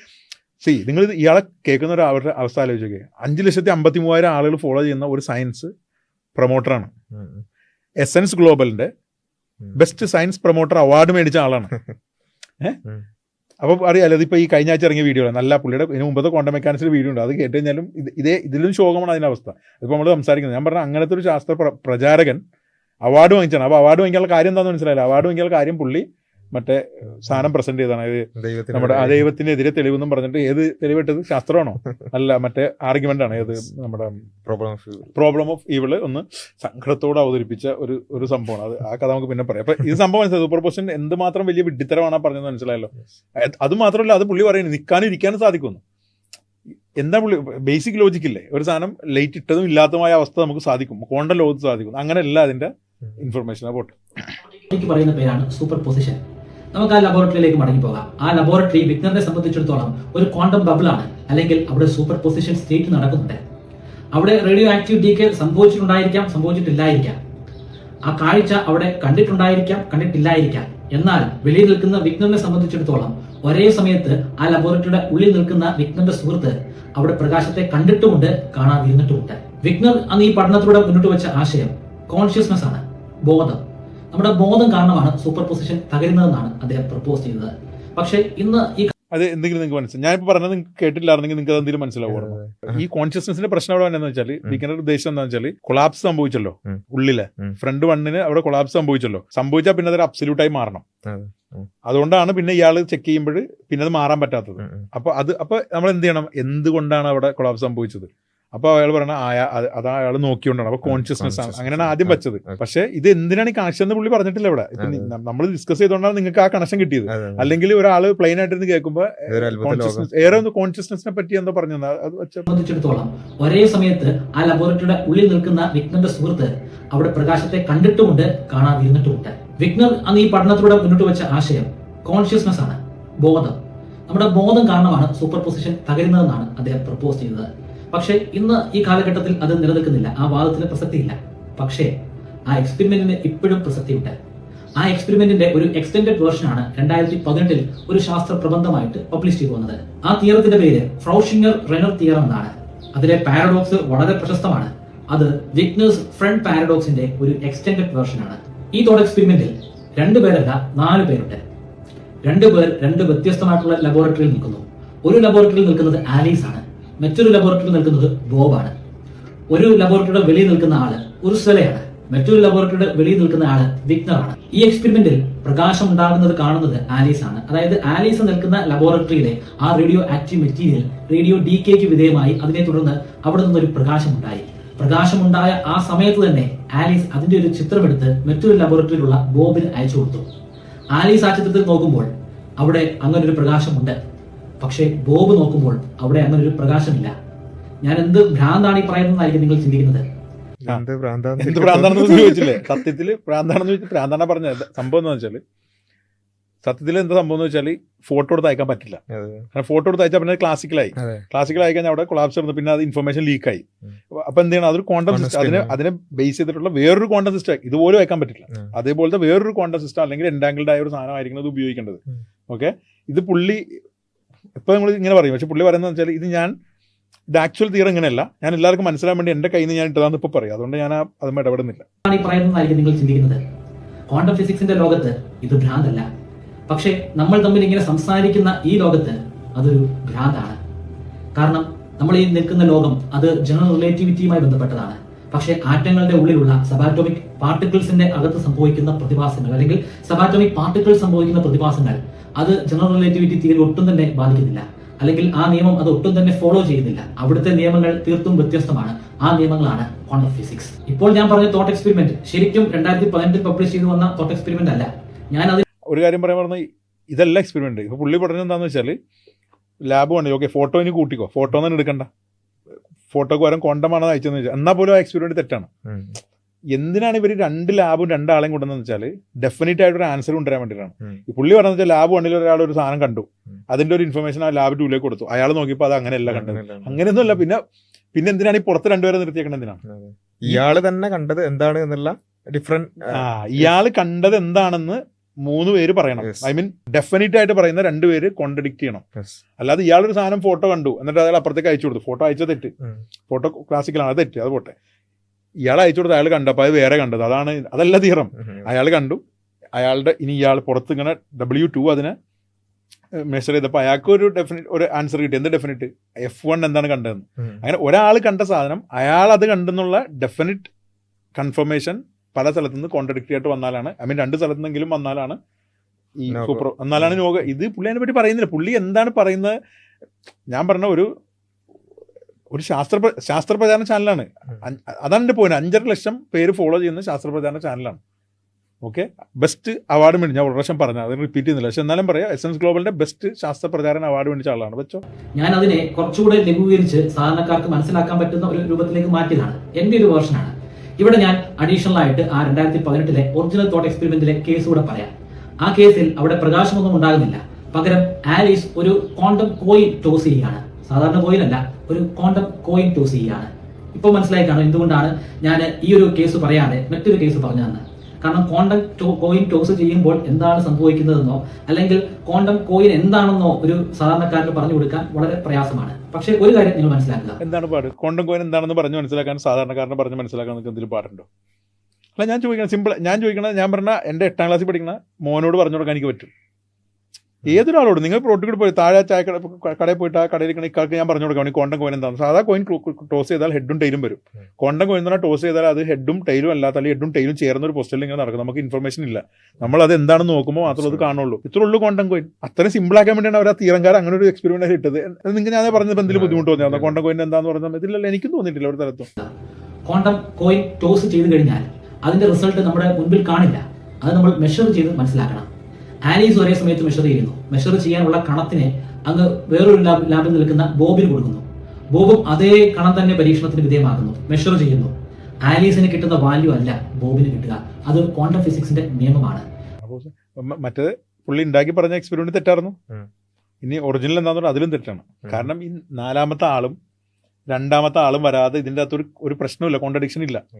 മനസ്സിലായില്ല. അപ്പൊ അത് മനസ്സിലായില്ല. ഞാനത് വീണ്ടും ഞാൻ പറഞ്ഞ സംഭവം മനസ്സിലായില്ല, ഞാൻ പറയാതെ തന്നെ മനസ്സിലായില്ല. അത് എന്തുകൊണ്ടാണ് അങ്ങനെ ഒരു നിയമം ചോദിച്ചു കഴിഞ്ഞാൽ അതിന്റെ പിന്നിലുള്ളത് ഗണിതശാസ്ത്രം മാത്രമാണ്. ഗണിതശാസ്ത്രത്തിലൂടെ മാത്രമേ നമുക്കത് പറയാൻ സാധിക്കത്തുള്ളൂ. കാൾ സാഗൻ ഒരിക്കൽ പറഞ്ഞിട്ടുണ്ട്, ക്വാണ്ടം ഫിസിക്സിലുള്ള കാര്യങ്ങൾ ശുദ്ധ അസംബന്ധമാണെന്ന് പറയുന്ന ആളോട് ആദ്യം നമ്മൾ പറയേണ്ടത് ക്വാണ്ടം ഫിസിക്സിന്റെ അടിസ്ഥാനമായിട്ടുള്ള ഗണിതശാസ്ത്രം പഠിക്കാനായിരിക്കണം. ആ ഗണിതശാസ്ത്രം അപ്പാടെ പഠിച്ചു വരാൻ ഏകദേശം ഒരു 10-15 വർഷമെങ്കിലും ഒരു സാധാരണക്കാരന് വേണ്ടി വരും. അതിനുശേഷം ആ അടിസ്ഥാനത്തിന്റെ മുകളിൽ പുതുതായി ക്വാണ്ടം ഫിസിക്സ് കൂടെ പഠിക്കണം. അതിന് ഒരു 5-6 അല്ലെങ്കിൽ ഒരു 10-12 വർഷമൊക്കെ വേണ്ടി വരും. അതിനൊക്കെ ശേഷം മാത്രമാണ് ഇത് എന്തുകൊണ്ടാണെന്ന് ഗണിതശാസ്ത്രത്തിലൂടെ പറയാൻ സാധിക്കത്തുള്ളൂ. കാരണം പുള്ളി ഒരു ഈ തോട്ട് എക്സ്പെരിമെന്റ് പറയാണ്. തോട്ട് എക്സ്പെരിമെന്റ് പറയാൻ ഒന്നും പഠിക്കേണ്ട കാര്യമില്ല, സാധാരണക്കാരനും പറഞ്ഞ് മനസ്സിലാകാൻ പാകത്തിനാണ് തോട്ട് എക്സ്പെരിമെന്റ് ഇടുന്നത്. പുള്ളി പറഞ്ഞ പുള്ളി ആലിസ് ക്വാണ്ടം കോയിൻ അളക്കുന്നു, അത് അളക്കാൻ ഉപയോഗിച്ചൊരു കണം അപ്പുറത്തേക്ക് അയക്കുന്നു. ഓക്കെ, കണം തന്നെ എടുത്തു ഒരു ക്വാണ്ടം. ഓക്കെ, എൻ്റെ പുള്ളിക്ക് ഇത് മനസ്സിലായിട്ടില്ല എന്ന് മനസ്സിലാക്കി കഴിഞ്ഞല്ലോ ഓൾറെഡി. ഞാൻ അതിലേക്ക് വീണ്ടും പറയുന്നില്ല. അയച്ചു കൊടുത്തപ്പോൾ ബോബ് അളക്കുന്നു, ബോബ് അളന്നപ്പോൾ വേറെയാണ് കിട്ടിയത്, ആലിസ് അളന്ന് വേറെ കിട്ടി. ഇതെല്ലാം അവിടുത്തെ പ്രശ്നം ഒന്നാമത്തെ. രണ്ടാമത് പറയുന്നത് ഇത് എന്തുകൊണ്ടാണെന്ന് ചോദിച്ചാൽ അത് മാത്തമാറ്റിക്സിന്റെ ഒരു സംഭവമാണെന്ന് മനസ്സിലായി. അപ്പോൾ എന്താ കാൾ സാഗൻ പറഞ്ഞിട്ടുണ്ട്, ക്വാണ്ടം മെക്കാനിക്സ് കാൾ സാഗൻ അങ്ങനെ പറഞ്ഞിട്ടുണ്ടെന്ന് എനിക്ക് അറിഞ്ഞിട്ടുണ്ട്. എൻ്റെ അഭിപ്രായത്തിൽ പറഞ്ഞിട്ടുണ്ടാവില്ല, കാരണം കാൾ സാഗന്റെ പണി ക്വാണ്ടം മെക്കാനിക്സ് അല്ല. കാൾ സാഗൻ വേറെ മറ്റേ കോസ്മോളജി പരിപാടിയാണെന്നാണ് ഞാൻ മനസ്സിലാക്കുന്നത്. കാൾ സാഗൻ പറഞ്ഞിട്ടുണ്ട് ക്വാണ്ടം മെക്കാനിക്സ് മണ്ടത്തരമാണെന്ന് പറയുന്ന ആരെങ്കിലും ഉണ്ടെങ്കിൽ ആരും പറയില്ല എന്ന്. ശാസ്ത്രീയമായിട്ടൊരു സാധനം ഇത് ശരി തെളിയിച്ച് കഴിഞ്ഞാൽ ഈ ക്വാണ്ടം മെക്കാനിക്സ് മണ്ടത്തരമെന്ന് ആരും പറയില്ല. പുള്ളി പറയണേ ക്വാണ്ടം മെക്കാനിക്സ് മനസ്സിലാവണമെങ്കിൽ 15 വർഷം മാത്സ് പഠിക്കണം, പിന്നെ 12 വർഷം 6 to 12 വർഷം വരെ ക്വാണ്ടം മെക്കാനിക്സും പഠിക്കണം. എന്താ സംഭവം വെച്ചാൽ ഇയാൾ പറഞ്ഞപ്പോൾ താഴെ ആരെങ്കിലും വന്നിട്ട് കമന്റിന് ഒരാൾക്ക് ചോദിക്കണമെന്ന് വെച്ചപ്പോൾ അയാൾ വിചാരിക്കും അയ്യോ 27 ഞാൻ മണ്ടനായിട്ടാന്നല്ലേ വിചാരിക്കുള്ളൂ. എന്തിനാ 15 വർഷം മാത്സ് എന്ന് പറഞ്ഞാൽ സ്വാഭാവികം കിട്ടും. മാത്സ് പഠിക്കാതെ നിങ്ങൾക്ക് ഒരു 1+1 2 ഒന്നാം ക്ലാസ് പഠിക്കാണ്ട് പറ്റില്ല. അങ്ങനെ 15 വർഷം മാത്സ് പഠിച്ച് പിന്നെ എന്തിനാ 12 വർഷം? എന്നിട്ടും ഞാൻ ഇയാൾ പറഞ്ഞില്ലെന്ന് പറഞ്ഞ് ഞാൻ സെർച്ച് ചെയ്ത് നോക്കി. ഞാൻ ക്വാണ്ടം മെക്കാനിക്സിൽ എനിക്ക് ക്വാണ്ടം എഞ്ചിനീയർ ആയിട്ട് വർക്ക് ചെയ്യണമെങ്കിൽ ഒന്നുമില്ല, നിങ്ങൾ സാധാരണ ഒരു പോസ്റ്റ് ഗ്രാജുവേറ്റ് ചെയ്യുന്ന ആളാണെങ്കിൽ അടുത്ത 2 വർഷം അതിൽ സ്പെഷ്യലൈസ്. അത് ഏതിലും അങ്ങനെ തന്നെയാണ്. നിങ്ങൾ മെക്കാനിക്കൽ എഞ്ചിനീയർ ആയിട്ട് വർക്ക് ചെയ്യണോ? എനിക്ക് വേണ്ടി പറയാം, നിങ്ങൾ മെക്കാനിക്കൽ എഞ്ചിനീയർ ആയിട്ട് വർക്ക് ചെയ്യാം. ഞാൻ AC ഫീൽഡിൽ വർക്ക് ചെയ്യുന്ന ആളാണ്. AC ഫീൽഡിൽ വർക്ക് ചെയ്യണമെങ്കിൽ 15 വർഷം നിങ്ങൾ മാത്സ് പഠിക്കണം, പിന്നെ 17 വർഷം പഠിക്കണം, പിന്നെ ഒരു 4 വർഷം നിങ്ങൾ എക്സ്റ്റെൻഡ് ഇതായിട്ട് പഠിക്കണം എന്നൊക്കെ പറഞ്ഞാൽ വെറുതെ. അതായത് പുള്ളിക്ക് സത്യം പറഞ്ഞാൽ എന്താണെന്ന് മനസ്സിലായിട്ടില്ല, പറഞ്ഞത് തെറ്റുമാണ്. അപ്പോൾ ആരും ചോദ്യം ചോദിക്കാതിരിക്കാൻ വേണ്ടി പറയുകയാണ് 27 വർഷം മാത്സ് പഠിച്ചിട്ടുണ്ടോ? ഇല്ല എന്നാൽ പൊക്കോ, എന്നോട് ചോദ്യം ചോദിക്കണ്ട, 27 വർഷം കഴിഞ്ഞിട്ട് വന്നാൽ അതാണ് ആ സാധനം പുള്ളി ഉദ്ദേശിച്ചത്. മാത്സ് അറിയാവുന്നവർക്ക് മനസ്സിലാവുള്ളൂ എന്ന് വെച്ചാൽ. കാരണം ക്വാണ്ടം ഫിസിക്സ് ശരിക്കും ഗണിതശാസ്ത്രത്തിലൂടെ മാത്രം മുന്നോട്ട് പോകുന്ന ഒരു മേഖലയാണ്. അത് ഇന്ന കാരണമാണെന്ന് നമുക്ക് വാക്കുകൾ ഉപയോഗിച്ച് ഒരിക്കലും പറയാൻ സാധിക്കില്ല. പക്ഷെ എങ്കിൽ പോലും ഒരു ചോദ്യത്തിന് അപ്പോഴും അവിടെ ഒരു പ്രസക്തിയുണ്ട്. എന്തുകൊണ്ടാണ് ക്വാണ്ടം ഫിസിക്സിൽ മാത്രം ഇങ്ങനെയൊക്കെ സംഭവിക്കുന്നത്? അല്ലെങ്കിൽ ആറ്റങ്ങളുടെ ഉള്ളിലേക്ക് പോകുമ്പോൾ ശരിക്കും എന്തുകൊണ്ടാണ് ഇങ്ങനൊരു സംഭവം ഉണ്ടാകുന്നത്? അത് നമ്മളുടെ ലോകത്തേക്ക് വരുമ്പോൾ അങ്ങനൊന്നും സംഭവിക്കാത്തത് എന്താണ്? അതിന് പ്രധാനമായിട്ടും ഗവേഷകർ 3 കാരണങ്ങളാണ് പറയുന്നത്. ഒന്ന്, നമ്മളുടെ ലോകം എന്ന് പറയുന്നത് ഗ്രാവിറ്റിക്ക് പ്രാധാന്യമുള്ള ലോകമാണ്, അല്ലെങ്കിൽ ജനറൽ റിലേറ്റിവിറ്റിക്ക് പ്രാധാന്യമുള്ള ലോകമാണ്. പക്ഷേ സബാറ്റോമിക് പാർട്ടിക്കിൾ ഗ്രാവിറ്റിയുമായിട്ട് ഒരു രീതിയിലും ബന്ധപ്പെടുന്നില്ല. വലിപ്പമുള്ള വസ്തുക്കളിലേക്ക് വരുമ്പോൾ അവിടെ ഗ്രാവിറ്റിക്ക് പ്രാധാന്യം ഉണ്ടാകും. ക്വാണ്ടം കണികകൾക്ക് ഒരു തരത്തിലും ഗ്രാവിറ്റിയുമായി ബന്ധപ്പെടുന്നില്ല എന്നൊക്കെ പുള്ളി ഉണ്ടാക്കണം. സത്യത്തിൽ ഇത് തിയറി ഉണ്ടാക്കിയിട്ടില്ല. ക്വാണ്ടം ഗ്രാവിറ്റി എന്നുള്ള തിയറി വന്നിട്ടില്ല. ഗ്രാവിറ്റി ഉണ്ട്, സ്വാഭാവികമായിട്ടും ഗ്രാവിറ്റി എഫക്റ്റ് വരുന്ന ചില കണ്ടീഷനുകൾ നമ്മൾ കണ്ടെത്തിയിട്ടുണ്ട്. ഏത് ക്വാണ്ടം കണികകൾക്കും ഗ്രാവിറ്റി എഫക്റ്റ് ചെയ്യുന്നുണ്ട്. അപ്പോൾ ഇതൊക്കെ മനസ്സിലാവും. ഒരു ഓളത്തിൽ അങ്ങോട്ട് പോകണതാണ്. അല്ലാതെ അത് ബേസിക്കലി എന്താണ് റിലേറ്റിവിറ്റിയും ഇതും കൂടി മിക്സ് ചെയ്തിട്ട് ഒരു ക്വാണ്ടം ഒരു യൂണിഫൈഡ് തിയറി ഉണ്ടാക്കിയിട്ടില്ല എന്ന് മാത്രമേ ഉള്ളൂ. അത് പുള്ളി വേറെ രീതിയിലാണ് അവതരിപ്പിക്കണമെന്നുള്ളൂ. ഗ്രാവിറ്റിക്ക് പ്രാധാന്യം ഉണ്ടായിക്കഴിഞ്ഞാൽ സൂപ്പർ പൊസിഷൻ തകരുമെന്നാണ് ഒരു കൂട്ടം ഗവേഷകർ പറയുന്നത്. പുള്ളി പറഞ്ഞത് വെച്ചാൽ ഗ്രാവിറ്റിയുടെ എഫക്റ്റ് വരുമ്പോൾ സൂപ്പർ പൊസിഷൻ തളരുന്നതാണ് ഒരു കൂട്ടം ഗവേഷകർ പറയുന്നത്. അല്ല, ഇത് ശരിക്കും അവതരിപ്പിക്കണം എന്നു വെച്ചാൽ കൊളാപ്സ് എന്താണെന്നുള്ളതിൽ നമുക്ക് ഒരു ചർച്ച നടക്കുന്നുണ്ട്. പുതിയ തിയറികൾ വരെ നടന്നുകൊണ്ടിരിക്കുന്നത്. ഞാൻ നേരത്തെ പറഞ്ഞ റോജർ പെൻറോസിന്റെ ഒരു തിയറി ഉണ്ട്, അല്ലെങ്കിൽ അതുപോലത്തെ വേറെ തിയറി ഉണ്ടായിരിക്കാം. അവർ പറയുന്നത് ഗ്രാവിറ്റിയാണ് കൊളാപ്സ് ഉണ്ടാക്കുന്നത്. അപ്പോൾ നമുക്ക് എന്തായി, നമുക്കൊരു കണക്ക് കിട്ടി. ഓക്കെ, ഗ്രാവിറ്റി ഇത്ര ആയി കഴിഞ്ഞാൽ കിട്ടും. ഇതുപോലെ ഒരു കൂട്ടം ഗവേഷകർ പറയുന്നത്. അങ്ങനെയല്ല അതിനെ അവതരിപ്പിക്കേണ്ടത്. ശരിയാണ് തെറ്റാണെന്ന് ഞാൻ പറയുന്നില്ല, പക്ഷെ അങ്ങനെയല്ല അതിനെ അവതരിപ്പിക്കേണ്ടത്. അത് വളരെ കൺഫ്യൂഷൻ ഉണ്ടാക്കാൻ മാത്രമേ ഇത് ഉപകരിക്കുള്ളൂ. മറ്റൊരു കൂട്ടം ഗവേഷകർ പറയുന്നത് അതിന്റെ കാരണം പാരലൽ യൂണിവേഴ്സ് ആണെന്നാണ്. ഈ പറയുന്ന കാര്യങ്ങളെല്ലാം സംഭവിക്കുന്നുണ്ട്. ഒരേ സമയത്ത് തന്നെ കോയിൻ ഹെഡ് ആകാനും ടെയിൽ ആകാനുമുള്ള സാധ്യതയുണ്ട്. അത് ഹെഡായിട്ട് മാറുന്നുണ്ട്, ടെയിലായിട്ട് മാറുന്നുണ്ട്. ഹെഡായിട്ട് മാറുന്നത് ഒരു പ്രപഞ്ചത്തിലാണെങ്കിൽ ടെയിലായിട്ട് മാറുന്നത് മറ്റൊരു പ്രപഞ്ചത്തിലാണ്. അതാണ് നമ്മൾ മൾട്ടിവേഴ്സ് യൂണിവേഴ്സ് എന്നും അതുപോലെ പാരലൽ വേൾഡ് എന്നൊക്കെ പറയുന്നത്. ഇതൊന്നുമല്ലാതെ മൂന്നാമത് ഒരു കൂട്ടം ഗവേഷകരുണ്ട്. അവരുടെ വാദം കുറച്ചുകൂടെ രസകരമാണ്. അവർ പറയുന്നത് ഫാക്ട്സ് എല്ലാവർക്കും ഒരുപോലല്ല. മറ്റേത് മനസ്സിലായില്ല, മൾട്ടി വേൾഡ്. അതായത് പിന്നെ നമുക്കുള്ളത് ഇന്റർപ്രിട്ടേഷനുകളാണ്. അതിലൊരു ഇന്റർപ്രിട്ടേഷൻ പറയുന്നത് മൾട്ടി വേൾഡ് ഉണ്ട്. അതായത് നമ്മൾ കൊളാപ്സ് നടക്കുന്നില്ല, ഷ്രോഡിംഗർ ഇക്വേഷൻ ഇങ്ങനെ പോയിക്കൊണ്ടേയിരിക്കുന്നുണ്ട്. അതിനെ പല പല ബ്രാഞ്ചായിട്ട് സ്പ്ലിറ്റ് ആവുന്നതാണ് ചെയ്യുന്നത്. അപ്പോൾ നമുക്ക് എന്താ വിശദീകരിക്കാൻ പറ്റും.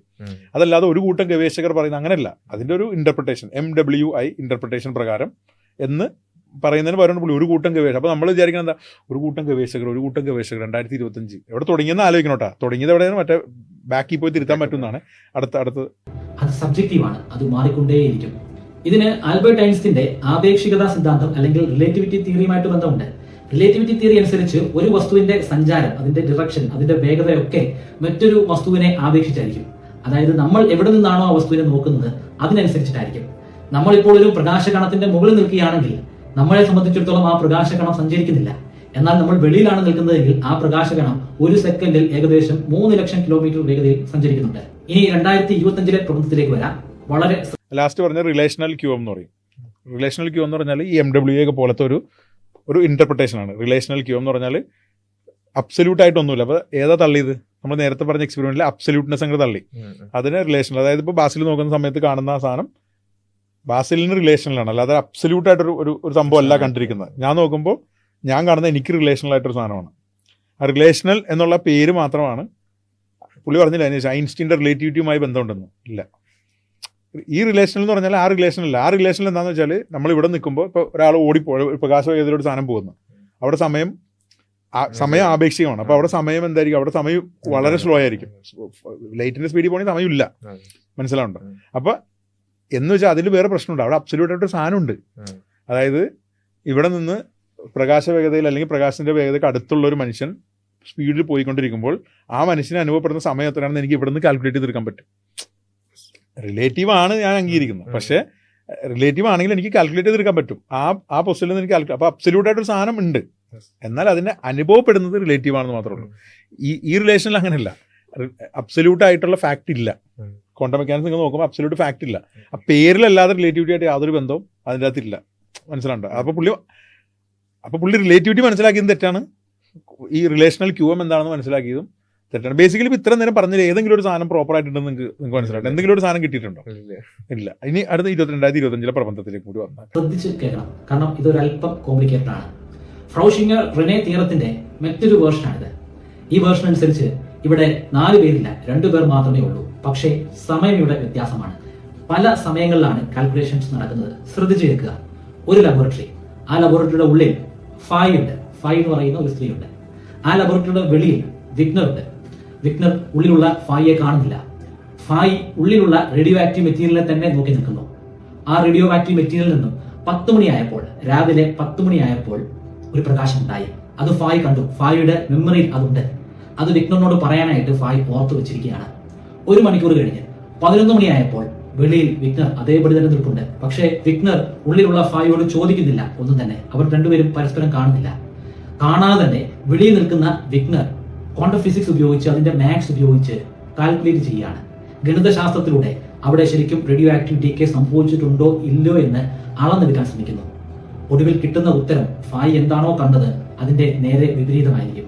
അങ്ങനെ നേരെ വിപരീതമായിട്ടുള്ള ഒരു ഉത്തരം വെളിയിൽ നിൽക്കുന്ന വിഗ്നറിന് കിട്ടുന്ന ആ സമയം ഫായിയുടെ ഓർമ്മശക്തിയിൽ ഉണ്ടായിരുന്ന കാര്യം തെറ്റാകും, അതില്ലാതെയാകും. ഫായ് കണ്ടത് പ്രകാശം ഉണ്ടെന്നാണ്. വിഗ്നർ കാൽക്കുലേറ്റ് ചെയ്തെടുത്തത് പ്രകാശം ഇല്ലെന്നാണ്. അത് വിഗ്നർ കാൽക്കുലേറ്റ് ചെയ്തെടുക്കുന്ന ആ സമയം തന്നെ ഫായിയുടെ തലച്ചോറിൽ പ്രകാശം കണ്ടില്ലെന്നാകും. ഫായ് പിന്നെ ഓർത്തു വെക്കുന്നത് പ്രകാശത്തെ ഞാൻ കണ്ടില്ലെന്നാണ്. വെളിയിലേക്ക് ഇറങ്ങി വരുന്ന ഫായ് പിന്നെ വിഗ്നറിനോട് പറയുന്നത് ഞാൻ പ്രകാശത്തെ കണ്ടില്ലെന്നായിരിക്കും. ശരിക്കും കോംപ്ലിക്കേറ്റഡ് ആയല്ലേ? ഒന്നാമത്തെ കാര്യം പുള്ളി പറഞ്ഞത് ഇവിടെ 4 പേരില്ല, 2 പേരുള്ളൂ എന്നാണ്. 2 പേര് വെച്ചിട്ട് ഇങ്ങനെ ഈ എക്സ്പെരിമെന്റ് കൺഫർമേഷൻ ചെയ്യാൻ പറ്റില്ല. അതിന് വേണ്ടിയിട്ടാണ് 2 പേരെ ഇൻട്രൊഡ്യൂസ് ചെയ്തത് തന്നെ. പുള്ളി പറയുന്നത് ഈ സ്യൂഡോ ഇവന്റിനെ പറ്റിയാണ്.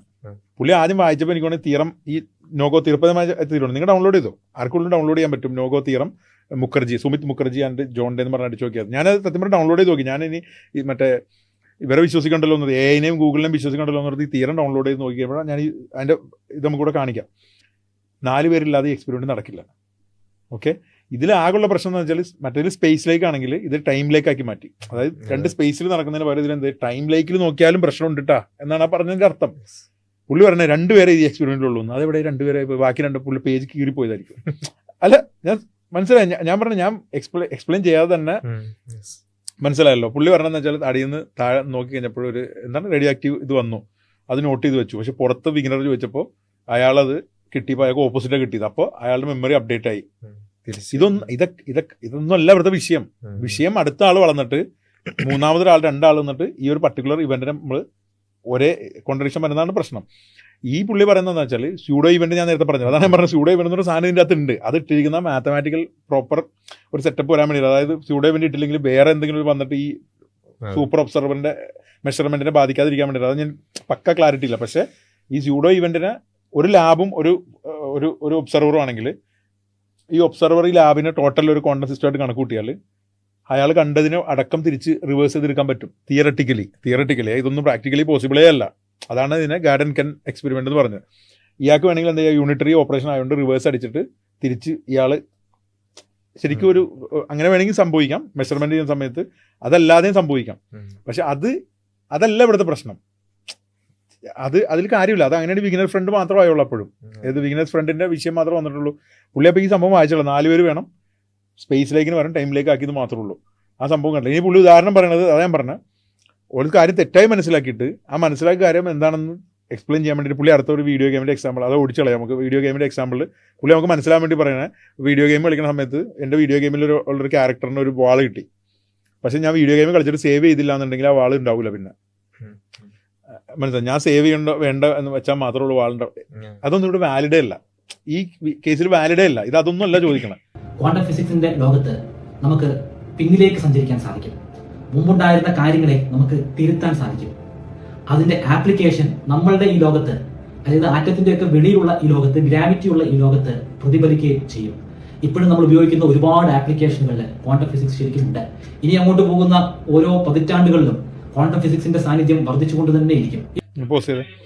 പുള്ളി പറഞ്ഞ മനസ്സിലല്ല, ഭാവിയിലുള്ള സാധനം പോയിട്ട് ഇപ്പോഴത്തെ പാസ്റ്റിനെ തിരുത്താൻ പറ്റുമെന്ന് പറയുന്നത്. അത് ആപ്ലിക്കേഷൻ ഇനി ഭാവിയിൽ വരും. ഇനി അതനുസരിച്ചുള്ള ടെക്നോളജി ഇഷ്ടംപോലെ വരും എന്ന് പറഞ്ഞാൽ ഇതാണ് ഈ തീരം. അത് റിസർച്ച് പേപ്പറേ, അത് ഒരാൾ കണ്ടെത്തി ബാക്കി പോയി തിരുത്തി എന്നുള്ള പോലെ. ഇതൊന്നുമല്ല, അങ്ങനെ ഒരു സംഭവമേ അല്ല ഈ സാധനം. ഒരു ബേസിക് അറിവ്. അതായത് പുള്ളിക്ക് കുറെ ഞാൻ മനസ്സിലാക്കിയെടുത്തോളം. അപ്പോൾ നിങ്ങൾ ചോദിക്കില്ല പുള്ളിക്ക് എന്താ ഇങ്ങനെ പറയേണ്ട കാര്യമുണ്ടോ. പുള്ളി കുറച്ച് കോഴ്സ് ഉണ്ട്, പുള്ളിക്ക് മെമ്മറി കോഴ്സ് വിൽക്കാനുണ്ട്. പുള്ളി എഴുതി കാണിക്കുക ആദ്യം തന്നെ അസിസ്റ്റന്റ് പ്രൊഫസർ ആസ്ട്രോഫിസിക്സിൽ ഞാൻ മറ്റേ റിസർച്ച് ചെയ്യുന്നുണ്ട്. എന്നിട്ട് ആസ്ട്രോഫിസിക്സിന്റെ ഒരു കോഴ്സ് ഉണ്ടാക്കിയിട്ടുണ്ട്. അപ്പൊ ഇങ്ങനെ കുറച്ച് മായാജാലം ഉണ്ടാക്കിയിട്ട് പുള്ളിയുടെ ആസ്ട്രോഫിസിക്സിന്റെ കോഴ്സും മെമ്മറി ടെക്നിക്കും കുറച്ച് വിൽക്കണം. ഇതാണ് അല്ലാതെ ഞാൻ ഒരു കാരണമേ കാണുന്നില്ല. ഒരു മനുഷ്യൻ വന്നിരുന്നിട്ട് ഒരു കാര്യം വായിച്ചു നോക്കിയിട്ട് എന്തും വായി തോന്നി വിളിച്ചു പറഞ്ഞിട്ട് ക്ലാസ് മണ്ടത്തരം. അതായത് പാസ്റ്റിൽ പോയി തിരുത്താൻ സാധിക്കും, ക്വാണ്ടം മെക്കാനിക്സ് ലോകത്ത് സാധിക്കും. അത് നമ്മുടെ ഇവിടെ ടെക്നോളജി. നിങ്ങൾ ഒരു എക്സ്പ്ലനേഷൻ തട്ടെ. ഞാൻ അയാൾക്ക് എല്ലാവിധ കൺസിഡറേഷൻ കൊടുത്തിട്ട് ഞാൻ പറയുന്നത് പുള്ളി വിൽക്കാൻ വേണ്ടിയിട്ട് എന്തോ തോന്നിയാസം വിളിച്ച് പറഞ്ഞു. അതിന്റെ അപ്പുറത്തേക്ക് എനിക്കൊരു ന്യായമായ മാന്യമായ സാധനം കൊടുക്കാനില്ല. ഓക്കെ, ഇനി പുള്ളി ഒരു ലാസ്റ്റ് ഈ സാധനം കൺഫേം ആയിട്ട് പറയുന്നുണ്ട്. അതിലേക്ക് നമുക്ക് വരാം. അതിന് മുമ്പ് പുള്ളി MRIയുടെ ഒരു കേസ് പറയുന്നുണ്ട്. ഇനിയിപ്പോൾ ലാസ്റ്റ് പോട്ടെ, MRI കഴിഞ്ഞിട്ട് പോട്ടെ, ലാസ്റ്റ് ഓടിച്ച. അല്ലെങ്കിൽ ഇലക്ട്രോൺ മുന്നോട്ട് പോകുമ്പോൾ, ആ വൈദ്യുതി മുന്നോട്ട് പോകുമ്പോൾ അതിന്റെ മുൻപിൽ ഒരു വലിയ ഭിത്തിയുണ്ട്. ആ ഭിത്തി തുളച്ചു പോകാനുള്ള ശക്തിയൊന്നും ഈ ഇലക്ട്രോൺ ഇല്ല. പക്ഷേ ഇലക്ട്രോൺ പെട്ടെന്ന് അവിടെ അപ്രത്യക്ഷമാകും. അതിനുശേഷം ആ ഭിത്തിയുടെ മറുഭാഗത്ത് അവിടെ പ്രത്യക്ഷപ്പെടും.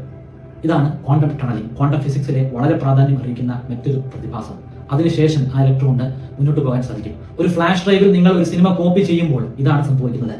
ഇനി ഇതിൻ്റെ അകത്ത് പുള്ളി പറയുന്ന ഒരു നമ്മുടെ ഈ ഫ്ലാഷ് ഡ്രൈവ് ഉപയോഗിക്കുന്നുണ്ടല്ലോ. ഫ്ലാഷ് ഡ്രൈവ് ഉപയോഗിക്കുന്നതിൽ ക്വാണ്ടം മെക്കാനിക്സ് അപ്ലൈ ചെയ്യുന്നുണ്ടെന്നുള്ളതാണ്. അത് ഇതുമായിട്ട് റിലവൻസ് ഒന്നുമില്ല. ക്വാണ്ടം മെക്കാനിക്സ് അപ്ലൈ ചെയ്യുന്നുണ്ടെന്നും അത് അപ്ലൈ ചെയ്യുന്ന ഡിവൈസുകൾ നമ്മൾ ഉപയോഗിക്കുന്നതൊക്കെ നമുക്ക് എല്ലാവർക്കും അറിയാവുന്ന കാര്യമാണ്. ഫ്ലാഷ് ഡ്രൈവിന്റെ സൈസ് കുറയാൻ കാരണം അതിൽ ക്വാണ്ടം ടണലിംഗ് യൂസ് ചെയ്യുന്നുണ്ട്.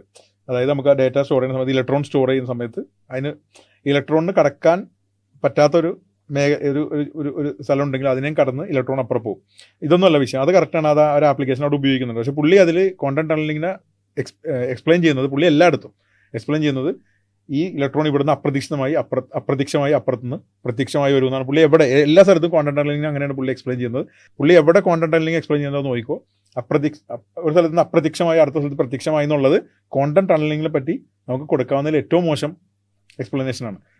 കാരണം ഈ വേവ് ഫംഗ്ഷൻ ഉണ്ടല്ലോ, ഇപ്പോൾ ഒരു തടസ്സം ഉണ്ടെന്ന് പറഞ്ഞില്ലേ, വേവ് ഫംഗ്ഷൻ തടസ്സത്തിൻ്റെ അകത്തും വേവ് ഫംഗ്ഷൻ ഉണ്ട്.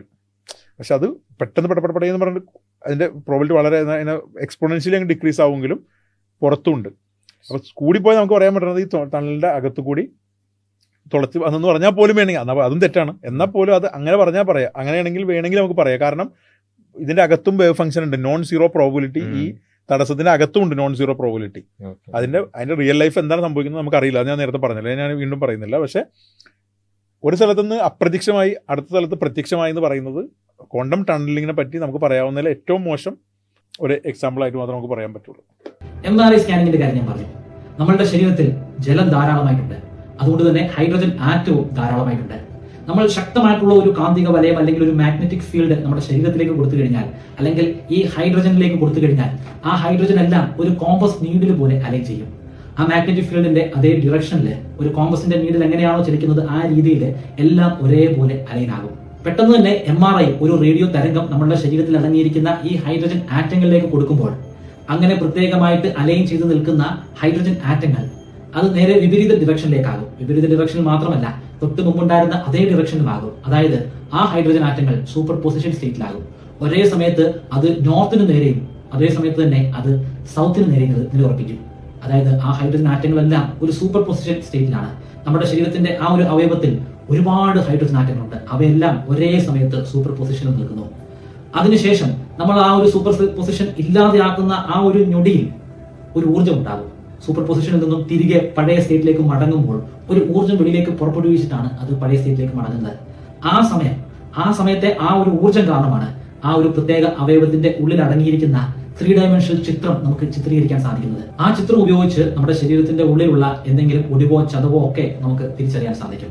ക്വാണ്ടം ഫിസിക്സ് എന്ന് പറയുന്നത് ഒരു ഊഹാപോഹങ്ങളല്ല.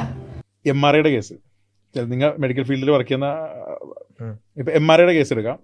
ഞാൻ MRI എങ്ങനെ വർക്ക് ചെയ്യണമെന്ന് ജസ്റ്റ് ഒന്ന് ഓടിച്ചിട്ടൊന്ന് എക്സ്പ്ലെയിൻ ചെയ്യാം. കാരണം എനിക്കൊന്ന് MRIനെയും ക്വാണ്ടം മെക്കാനിക്സിനെയും ചേർത്ത് പറയാൻ പറ്റുന്ന ഏറ്റവും മോശമായിട്ട് രീതിയിലുള്ള ഒരു വിശദീകരണമാണ് പുള്ളി കൊടുത്തത്. അപ്പം ഞാൻ ജസ്റ്റ് പറയാം. ഇപ്പോൾ MRIയിൽ വർക്ക് ചെയ്യുന്ന ആളുകളുണ്ടാവും, ചിലപ്പോൾ നിങ്ങൾ കണ്ടാവും, നിങ്ങൾക്ക് പരിചയമുള്ള ഡോക്ടർമാരുണ്ടാവും, അവരോട് ചോദിക്കാം. ഈ നമ്മുടെ ശരീരത്തിൽ ശരിയാണ് പുള്ളി പറഞ്ഞത്, വാട്ടർ ഉണ്ട്, അപ്പോൾ അതിൽ ഹൈഡ്രജൻ ആറ്റം ഉണ്ട്. ഹൈഡ്രജൻ ആറ്റം നമ്മൾ എന്ത് ചെയ്യുന്നത് വെച്ചാൽ നമ്മൾ വലിയൊരു MRI മെഷീൻ നമുക്ക് വലിയൊരു മാഗ്നറ്റിക് ഫീൽഡ് നമുക്ക് നമ്മുടെ മേലേക്ക് അപ്ലൈ ചെയ്യും. അപ്പോൾ ഈ മാഗ്നറ്റിക് ഫീൽഡ് അപ്ലൈ ചെയ്യാത്ത സമയത്ത് നമ്മുടെ ശരീരത്തിൽ ഹൈഡ്രജൻ ആക്സം ഉണ്ട്. ചില ഹൈഡ്രജൻ ആറ്റം മുകളിലേക്കായിരിക്കും. ഒരു ഉദാഹരണം പറയാൻ എനിക്ക് എൻ്റെ എക്സാക്റ്റ് ഞാൻ പറഞ്ഞു, പക്ഷേ അതിൻ്റെ സ്പിന്ന് മുകളിലേക്കായിരിക്കും എന്ന് വിചാരിക്കുക, ചിലത് താഴേക്കായിരിക്കും എന്ന് വിചാരിക്കുക. ഇത് രണ്ടും ഈ Z ആക്സിസിൽ രണ്ടും ഇങ്ങനെ നിൽക്കുന്നുണ്ട്. 50-50 ആയിരിക്കും. അതായത് താഴേക്കായിരിക്കും. പക്ഷേ ഈ ഒരു ഹൈഡ്രജൻ ആറ്റം മുകളിലേക്കാണോ എന്ന് വെച്ചാൽ നമുക്ക് പറയാൻ പറ്റില്ല. സൂപ്പർ പൊസിഷനിലാണ്. അതായത് ഹൈഡ്രജൻ ആറ്റം എപ്പോഴും സൂപ്പർ പൊസിഷനിലാണ്. കാരണം എന്താ, ഹൈഡ്രജൻ ആറ്റത്തെ നമ്മൾ പോയി നോക്കുന്നില്ല അല്ലേ. അപ്പോൾ എപ്പോഴും ഹൈഡ്രജൻ ആറ്റം സൂപ്പർ പൊസിഷനിലാണ്. അല്ലാണ്ട് പുള്ളി പറഞ്ഞ പോലെ എന്തോ ഒരു സാധനം കൊടുക്കുമ്പോൾ എല്ലാ സൂപ്പർ പൊസിഷനിൽ പോണത്. സൂപ്പർ പൊസിഷൻ അങ്ങനെ ഒരു മാജിക് സംഭവമേ അല്ല. നമ്മുടെ ഹൈഡ്രജൻ ആറ്റം സൂപ്പർ പൊസിഷനിലാണെങ്കിലും നമുക്ക് എന്ത് പറയാൻ പറ്റും, 50% താഴേക്കും 50% മുകളിലേക്കുമാണ്. ഓക്കെ, നമ്മൾ മാഗ്നറ്റിക് ഫീൽഡ് കൊടുക്കും. മാഗ്നറ്റിക് ഫീൽഡ് കൊടുക്കുന്ന സമയത്ത് എന്തുകൊണ്ടെന്ന് വെച്ചാൽ ഒരു ചെറിയൊരു എക്സ്ട്രാ കൂടുതൽ ഈ മുകളിലേക്ക് നിൽക്കുന്ന പൊസിഷന് കിട്ടും. ഞാൻ പറഞ്ഞത് ഞാൻ പക്ക സംഭവം പറയുന്നല്ല, പക്ഷെ ഞാൻ ആ പുള്ളി പറഞ്ഞതിലൊരു ഭീകരമായൊരു മിസ്റ്റേക്ക് എന്താണെന്ന് മനസ്സിലാക്കാൻ വേണ്ടി മാത്രം ഞാൻ പറയുന്നുള്ളൂ. മാഗ്നറ്റിക് ഫീൽഡ് കൊടുക്കുമ്പോൾ സെയിം തന്നെ ഹൈഡ്രജൻ ആറ്റം അപ്പോഴും സൂപ്പർ പൊസിഷനാണ്. കാരണം എന്താ, അവിടെ കൊളാപ്സ് ഒന്നും നടന്നിട്ടില്ലല്ലോ. പക്ഷേ 50% എന്നുള്ളത് മാറിയിട്ട് മുകളിലേക്ക് ഒരു ഇച്ചിരി കൂടുതലുണ്ടാവും. കുറച്ച് ഹൈഡ്രജൻ ആറ്റം മുകളിലേക്ക് നിൽക്കുന്ന കൂടുതലായിരിക്കും. അപ്പോൾ അവിടെ ചെറിയൊരു മാഗ്നറ്റിക് ഫീൽഡ് വാട്ടവർ ഒരു ചെറിയൊരു സംഭവം ഉണ്ടാവും. പക്ഷേ അത് വെച്ചിട്ടല്ല ഇതിൻ്റെ പരിപാടി നടക്കുന്നത്. ഇങ്ങനെ മാഗ്നറ്റിക് ഫീൽഡ് ഹൈ കൊടുക്കുന്ന സമയത്ത് എന്ത് ചെയ്യും, എക്സ് ആക്സിസിലൂടെ വേറൊരു RF മറ്റേ റേഡിയോ ഫ്രീക്വൻസി നമ്മൾ കടത്തിവിടും. ഇതാണ് MRIയിൽ നടക്കുന്നത്. ഈ റേഡിയോ ഫ്രീക്വൻസി കൊടുക്കുന്ന സമയത്ത് എന്ത് ചെയ്യും, അലൈൻ ചെയ്യും. Z ആക്സിസിന് എക്സ് ആക്സിസിലേക്ക് XY ആക്സിസിലേക്ക് അലൈൻ ചെയ്യും. അലൈൻ ചെയ്യുന്ന സമയത്ത് ഇതിൻ്റെ ഒരു എനർജി കിട്ടിയിട്ടുണ്ടല്ലോ. ഈ എനർജി കിട്ടിയിട്ടാണ് അത് ഇപ്പുറത്തേക്ക് അലൈൻ ചെയ്ത് നിൽക്കുന്നത്. അപ്പോൾ ആ ഗ്യാപ്പ് അവിടെ ഉള്ളതുകൊണ്ട് ഒരു ഊർജ്ജമുണ്ട്. എന്നിട്ട് നമ്മൾ ഈ RF അങ്ങോട്ട് സ്റ്റോപ്പ് ചെയ്യും. ഈ റേഡിയോ ഫ്രീക്വൻസി സ്റ്റോപ്പ് ചെയ്യുമ്പോൾ എന്ത് പറ്റും, ഈ സാധനം തിരിച്ച് പഴയ ലെവലിലേക്ക് പോകുമ്പോൾ ഈ എക്സ്ട്രാ എടുത്ത ഊർജ്ജം ഉണ്ടല്ലോ, ഈ ഊർജ്ജം പുറത്തേക്ക് വിടും. ഈ എനർജി പുറത്തേക്ക് വിടും. അപ്പോൾ ഈ എനർജീനെ നമുക്ക് എന്ത് ചെയ്യാം, പിക്ചറൈസ് ചെയ്യാൻ പറ്റുന്ന, ഇത് എക്സാക്ട് ഇങ്ങനെ അല്ലെങ്കിൽ പോലും ഞാൻ പറയുന്നത് ഇത് ഇങ്ങനെയാണ് MRI നടക്കുന്നതെന്നല്ല, പക്ഷെ ഇങ്ങനെ മനസ്സിലാക്കാം. ഇതിലെവിടെയാണ് സൂപ്പർ പൊസിഷനിലെ പ്രശ്നം വരുന്നത്? ഹൈഡ്രജൻ ആറ്റം മാഗ്നറ്റിക് ഫീൽഡ് വിടുന്നതിന് മുമ്പ് സൂപ്പർ പൊസിഷനിലാണ്. RF വിടുന്ന സമയത്ത് സൂപ്പർ പൊസിഷനിലാണ്. RF സ്റ്റോപ്പ് ചെയ്യുന്ന സമയത്തും സൂപ്പർ പൊസിഷനിലാണ്. റെലവെന്റ് അല്ല. ഈ പുള്ളി പറഞ്ഞെന്തറിയോ, സൂപ്പർ പൊസിഷനിൽ നമ്മുടെ ക്വാണ്ടം മെക്കാനിക്സ് MRIയിൽ ഉണ്ടെന്ന് പുള്ളിക്ക് തെളിയിക്കണം. സൂപ്പർ പൊസിഷനിലേക്ക് ഇതിന്റെ ആക്സിസ് മാറുന്നതാണ്. RFനനുസരിച്ച് എനർജി എടുത്തിട്ട് മാറുന്നതാണ്. സൂപ്പർ പൊസിഷനിൽ നിന്ന് തിരിച്ചു പോകുമ്പോൾ എനർജി റിലീസ് ചെയ്യണമെന്ന് പറയണമെന്നുണ്ടെങ്കിൽ അയാൾക്ക് സൂപ്പർ പൊസിഷൻ എന്താണെന്ന് പോലും മനസ്സിലായിട്ടില്ല. സൂപ്പർ പൊസിഷൻ ചിലപ്പോൾ ഒരു ഇൻഫർമേഷൻ മാത്രമായിരിക്കാം. നമ്മൾ കുറച്ച് കളയുമ്പോഴേക്കും അതിൻ്റെ ഇത് ഒരു ഇൻഫർമേഷനാണ്. അതായത് ഈ സംഭവം അങ്ങനെ ആയിരിക്കാം ഇങ്ങനെ ആയിരിക്കാം എന്നുള്ളൊരു ഇൻഫർമേഷനാണ്. ആ സൂപ്പർ പൊസിഷനിൽ നിന്നൊരു സാധനം പോകുന്ന സമയത്ത് എനർജി റിലീസ് ആവണം എങ്ങനെയാണ്? അങ്ങനെ ഒരു സംഭവമില്ല. പുള്ളി പറയുന്നത് സൂപ്പർ പൊസിഷനിൽ നിന്ന് വന്നപ്പോൾ എനർജി റിലീസ് ചെയ്ത് ആ എനർജിയിൽ നിന്നാണ് നമ്മുടെ പിക്ചർ കിട്ടുന്നത്. അല്ല, സൂപ്പർ പൊസിഷൻ കഥ തുടങ്ങുമ്പോൾ സൂപ്പർ പൊസിഷനിലാണ്, മാഗ്നറ്റിക് എപ്പോഴും സൂപ്പർ പൊസിഷനിലാണ്. ആ പുള്ളിക്ക് സൂപ്പർ പൊസിഷൻ എന്താണെന്ന് മനസ്സിലായിട്ടില്ല. മനസ്സിലാവുണ്ടോ? Yes. അപ്പോൾ അതെന്തിനാണ് പുള്ളി MRI പറഞ്ഞത് എനിക്ക് മനസ്സിലായിട്ടില്ല. അത് എവിടെ നിന്നാണ്, അത് തെറ്റായി വായിക്കാൻ പോലും സ്ഥലമില്ലാന്ന് ഞാൻ മനസ്സിലാക്കണം. അതായത് MRI എന്ന് പറഞ്ഞാൽ നിങ്ങൾ യൂട്യൂബിലടിച്ച് എന്ത് വീഡിയോ കണ്ടാലും, ഈ നീൽ ഡിഗ്രാസ് ടൈസന്റെ വീഡിയോ അടക്കം നിങ്ങൾ കണ്ടാലും അത് ഇലക്ട്രോ മാഗ്നറ്റിസമായിട്ട് ബന്ധപ്പെട്ടാണ്. അതിൽ ക്വാണ്ടം എഫക്റ്റ് ഉണ്ട്. ക്വാണ്ടം എഫക്റ്റ് എന്താണെന്ന് വെച്ചാൽ ക്വാണ്ടം എഫക്റ്റ് കൊണ്ടാണ് നമ്മൾ ഈ മാഗ്നറ്റിക് ഫീൽഡ് അപ്ലൈ ചെയ്യുമ്പോൾ ചെറിയൊരു ഗ്യാപ്പ് മുകളിൽ വരുന്നുണ്ടല്ലോ, ഈ അലൈൻമെന്റിൽ ചെറിയൊരു ഗ്യാപ്പ് വരുന്നത് ഈ ക്വാണ്ടം എഫക്റ്റ് ആണ്. സീമാൻ എഫക്റ്റ് എന്ന് പറയുന്നത് ഒരു എഫക്റ്റ് ആണ്. അതല്ലാതെ ക്വാണ്ടമായിട്ട് യാതൊരു ബന്ധമില്ല. എക്സ്പ്ലെയിൻ ചെയ്യുന്ന വീഡിയോകളിൽ പോലും അവർ പറയുന്നില്ല, ക്വാണ്ടത്തിനെ പറ്റി സംസാരിക്കാറേ ഇല്ല നോർമലി. പിന്നെ ഞാൻ കുത്തി ചോദിച്ചാണ്, ഞാൻ ചെക്ക് ചെയ്തതാണ്, അല്ലെ ക്വാണ്ടമായിട്ട് എന്തെങ്കിലും ബന്ധമുണ്ടോ എന്ന് വെച്ചപ്പോഴാണ് ഈ ഒരു ബന്ധം പറഞ്ഞത്. അല്ലാതെ സൂപ്പർ പൊസിഷനിൽ റിലീസ് ചെയ്യുമ്പോൾ എനർജി വരും എന്നൊക്കെ പറയുന്നത് A-ക്ലാസ് അബദ്ധമാണ്. പിന്നെ പുള്ളി ക്വാണ്ടം മെക്കാനിക്സിനെ പറ്റി സംസാരിക്കാൻ പുള്ളിക്ക് അതിനകത്ത് യോഗ്യതയില്ല. മറ്റേ മിസ്റ്റേക്കുകൾ ആരെങ്കിലൊക്കെ വരുത്താറുണ്ട്. ഇതെങ്ങനെ പുള്ളി വരുന്നത് എനിക്കറിഞ്ഞില്ല. പുള്ളി എന്ത് ചെയ്യണം, തെളിവ് തരണം. എന്തിന് ഈ മിസ്റ്റേക്ക് പുള്ളിക്ക് അവിടെ നിന്ന് കിട്ടിയെന്നുള്ളതിന് തെളിവ് തരണം. കാരണം ഞാൻ തപ്പിയിട്ട് അങ്ങനെ ഒരു മിസ്റ്റേക്ക് പോലും കിട്ടുന്നില്ല. മനസ്സിലാണ്ട്. ഇനി ആ ലാസ്റ്റ് പോർഷൻ കൂടി ഇട്ടിട്ട് ലാസ്റ്റ് ഇതിനെപ്പറ്റി പുള്ളി പറയുന്ന ഒരു തള്ള നമ്മൾ നേരത്തെ പറഞ്ഞാണ്, എന്നാലും അതും കൂടി കണ്ടിട്ട്. അതിന്റെ പിന്നിൽ ഗണിതശാസ്ത്രമുണ്ട്. മാത്രമല്ല അത് നമുക്ക് പ്രാക്ടിക്കലായിട്ട് ഉപയോഗിക്കാൻ സാധിക്കും. നമ്മളുടെ ജീവിതം കുറച്ചുകൂടെ മെച്ചപ്പെട്ടതാക്കാൻ സാധിക്കും. ഏറ്റവും മികച്ച ഔഷധങ്ങൾ ഉണ്ടാക്കിയെടുക്കാൻ സാധിക്കും, അല്ലെങ്കിൽ ഔഷധങ്ങളുടെ കൂട്ടുണ്ടാക്കിയെടുക്കാൻ സാധിക്കും. 2025 പബ്ലിഷ് ചെയ്തു വന്നിരിക്കുന്ന ഈ ശാസ്ത്ര പ്രബന്ധത്തിന് ഒരുപാട് പ്രാധാന്യമുണ്ട്. ഇതെങ്ങനെയാണ് നമ്മളുടെ നിത്യജീവിതത്തെ സ്വാധീനിക്കാൻ പോകുന്നതെന്ന് ചോദിച്ചു കഴിഞ്ഞാൽ ഇപ്പൊ നമുക്ക് പറയാൻ സാധിക്കില്ല. ഇപ്പോൾ ഒരു ശാസ്ത്രം ഉണ്ടായിരിക്കുന്നു. ആ ശാസ്ത്രത്തെ ഇനി ഒരു എഞ്ചിനീയറിംഗ് വിസ്മയമാക്കി മാറ്റണം. അതങ്ങനെ ആക്കി മാറ്റുന്ന സമയത്ത് നമ്മളുടെയൊക്കെ ലൈഫിലേക്ക് നമ്മൾ പോലും അറിയാതെ ഈ പെൻഡ്രൈവ് ഒക്കെ വന്നതുപോലെ ആ ഡിവൈസുകളും അല്ലെങ്കിൽ ആ ആപ്ലിക്കേഷനുകളും വന്നു ചേരും. പോയിട്ട് തിരിച്ച് എൻട്രൻസ് ഒക്കെ എഴുതാന് എങ്ങനെയുണ്ട് പോയിട്ട് തിരിഞ്ഞ് എൻട്രൻസ് എഴുതാം. അപ്പൊ പോയിട്ട് നമുക്ക് എന്തും ചെയ്യാം. തിരിച്ചു പോയിട്ട് നമുക്ക് പലത് കാര്യങ്ങളും ചെയ്യാനുണ്ട്. പല സ്ഥലത്ത് 1-2 സ്റ്റോക്ക് മേടിച്ചിടാനുണ്ട്. സ്റ്റോക്ക് മാർക്കറ്റിൽ കുറച്ച് stock മേടിച്ചിടാം.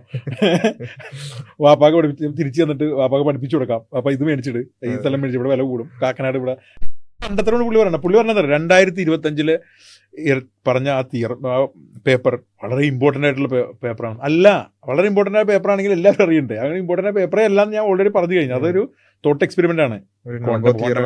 No-go theorem, quantum mechanics എന്തോ പ്രശ്നം, വേറെ ഒന്നുമില്ല. അതും ഓൾറെഡി 2018 വന്ന സാധനത്തിന്റെ ടൈം ലേക്കിലേക്ക് മാറ്റി പറഞ്ഞത് മാത്രമേ ഉള്ളൂ. വേറെ ഒന്നും ചെയ്തിട്ടില്ല. പുള്ളി പറയണേ ഒരു ശാസ്ത്ര കണ്ടുപിടുത്തം നടന്നിരിക്കുന്നു, പുതിയൊരു ശാസ്ത്രം ജനിച്ചിരിക്കുന്നു. ഇനി ഇതിൽ നിന്ന് ടെക്നോളജി എന്ത് വരും എന്ന് പറയണമെങ്കിൽ ഇപ്പൊ എനിക്ക് പറയാൻ പറ്റില്ല. ഇപ്പോഴല്ല ഇയാൾ നീ എത്ര അങ്ങനെ പറയാൻ പറ്റില്ല. കാരണം അങ്ങനെ ഒരു സംഭവമില്ല, എനിക്കിപ്പോൾ പറയാൻ പറ്റില്ല. പക്ഷേ അത് വന്നു കഴിഞ്ഞാൽ ഭയങ്കര സംഭവം വരും. നമ്മുടെ ജീവിതത്തിൽ എന്തൊക്കെ ചെയ്യുമെന്ന് ഇപ്പൊ പെൻഡ്രൈവ് പോലെ ഇങ്ങോട്ട് വരുമെന്ന് പറയണം. അപ്പൊ എന്തുമാത്രം വിവരക്കേടാണ് ആ മനുഷ്യനൊരു ചാനൽ വെച്ചിരുന്നിട്ട് പറയുന്നതെന്നാണ് ഞാൻ ചോദിക്കുന്നത്. ഞാൻ പറഞ്ഞ എന്താ നമ്മളൊരാൾക്ക് ഒരു റെസ്പെക്ട് കൊടുക്കില്ല. നമ്മൾ വിചാരിക്കുന്നതാണ് ഒരു മനുഷ്യൻ ഒരു ചാനൽ തുടങ്ങി സംസാരിക്കുമ്പോൾ നമ്മൾ വിചാരിക്കുന്നത് എന്തോ ഒരു സംഭവം, എന്തോ ഒരു സാധനം. ഓക്കെ, നിങ്ങൾ തെറ്റുവരുത്തിക്കോ, നിങ്ങൾ തെറ്റുവരുത്ത മനുഷ്യനാണ്. ഇപ്പൊ ഈ കണ്ട വീഡിയോയിൽ നിങ്ങൾക്ക് എന്താണ് തെറ്റായിട്ടാണ് നിങ്ങൾക്ക് തോന്നുന്നത്? നിങ്ങളുടെ ഒരു എനിക്ക് തോന്നുന്നത് പിന്നെ കുറച്ചൊരു പോസിറ്റീവ് നോട്ടിൽ ചിന്തിക്കുകയാണെന്നുണ്ടെങ്കിൽ ഈ പറഞ്ഞ കുറച്ചൊരു പിന്നെ ഇതുണ്ട് അത്ഭുതാനാവരണങ്ങളും അങ്ങനത്തെ സാധനങ്ങളൊക്കെ ആ ഒരു രൂപത്തിൽ പറഞ്ഞാൽ കുറച്ച് ആൾക്കാരെ ഞാൻ പറഞ്ഞ എനിക്ക് എന്നാ പിന്നെ നമുക്ക് പോസിറ്റീവായിട്ട് പറയണമെങ്കിൽ പൗരോഹിത്യം കൊടുക്കേണ്ടി വരും. അല്ലാതെ മലയാളത്തിൽ പ്രബന്ധം വെച്ച് സംസാരിക്കുന്ന ശാസ്ത്ര പ്രമുഖൻ തന്നെ പുള്ളിയുടെ കമന്റിലൊക്കെ വന്നിട്ട് സാർ എനിക്ക് ക്വാണ്ടം മെക്കാനിക്സ് പഠിക്കാൻ കൊതിയാവുന്നു, ഞാൻ എന്ത് ചെയ്യണം +2 കഴിഞ്ഞിട്ട് എന്ന് ചോദിക്കുന്ന ആളുകളുണ്ട്. ഇയാളെ ഞാൻ ആദ്യം പരിചയപ്പെടപ്പെടുന്നത് ഞാൻ അതും കൂടി പറഞ്ഞിട്ട് ഇപ്പൊ ഈ കേസ് നമുക്ക് കൂടെ അവസാനിപ്പിക്കാം. അതായത് നിങ്ങൾ പറഞ്ഞ അതേ സംഭവം പോസിറ്റീവ് നോട്ടായിട്ട് അവസാനിപ്പിക്കണമെന്നുണ്ടെങ്കിൽ പുള്ളിക്ക് കുറച്ച് കോഴ്സ് വിൽക്കാനുണ്ട്. ആസ്ട്രോഫിസിക്സ്, പിന്നെ മെമ്മറി, ഇതിന്റെ കുറച്ച് മെമ്മറി ഞാൻ തുറന്നിട്ടില്ല, അത് തുറന്നു നോക്കിയിട്ടില്ല. എന്തിനും തുറന്നു, ഞാൻ കാശ് കൊടുത്ത് തുറക്കൂല. പുള്ളി എനിക്ക് വെറുതെ അയച്ചെന്നാൽ വേണ്ടി വായിച്ചു വെക്കാം.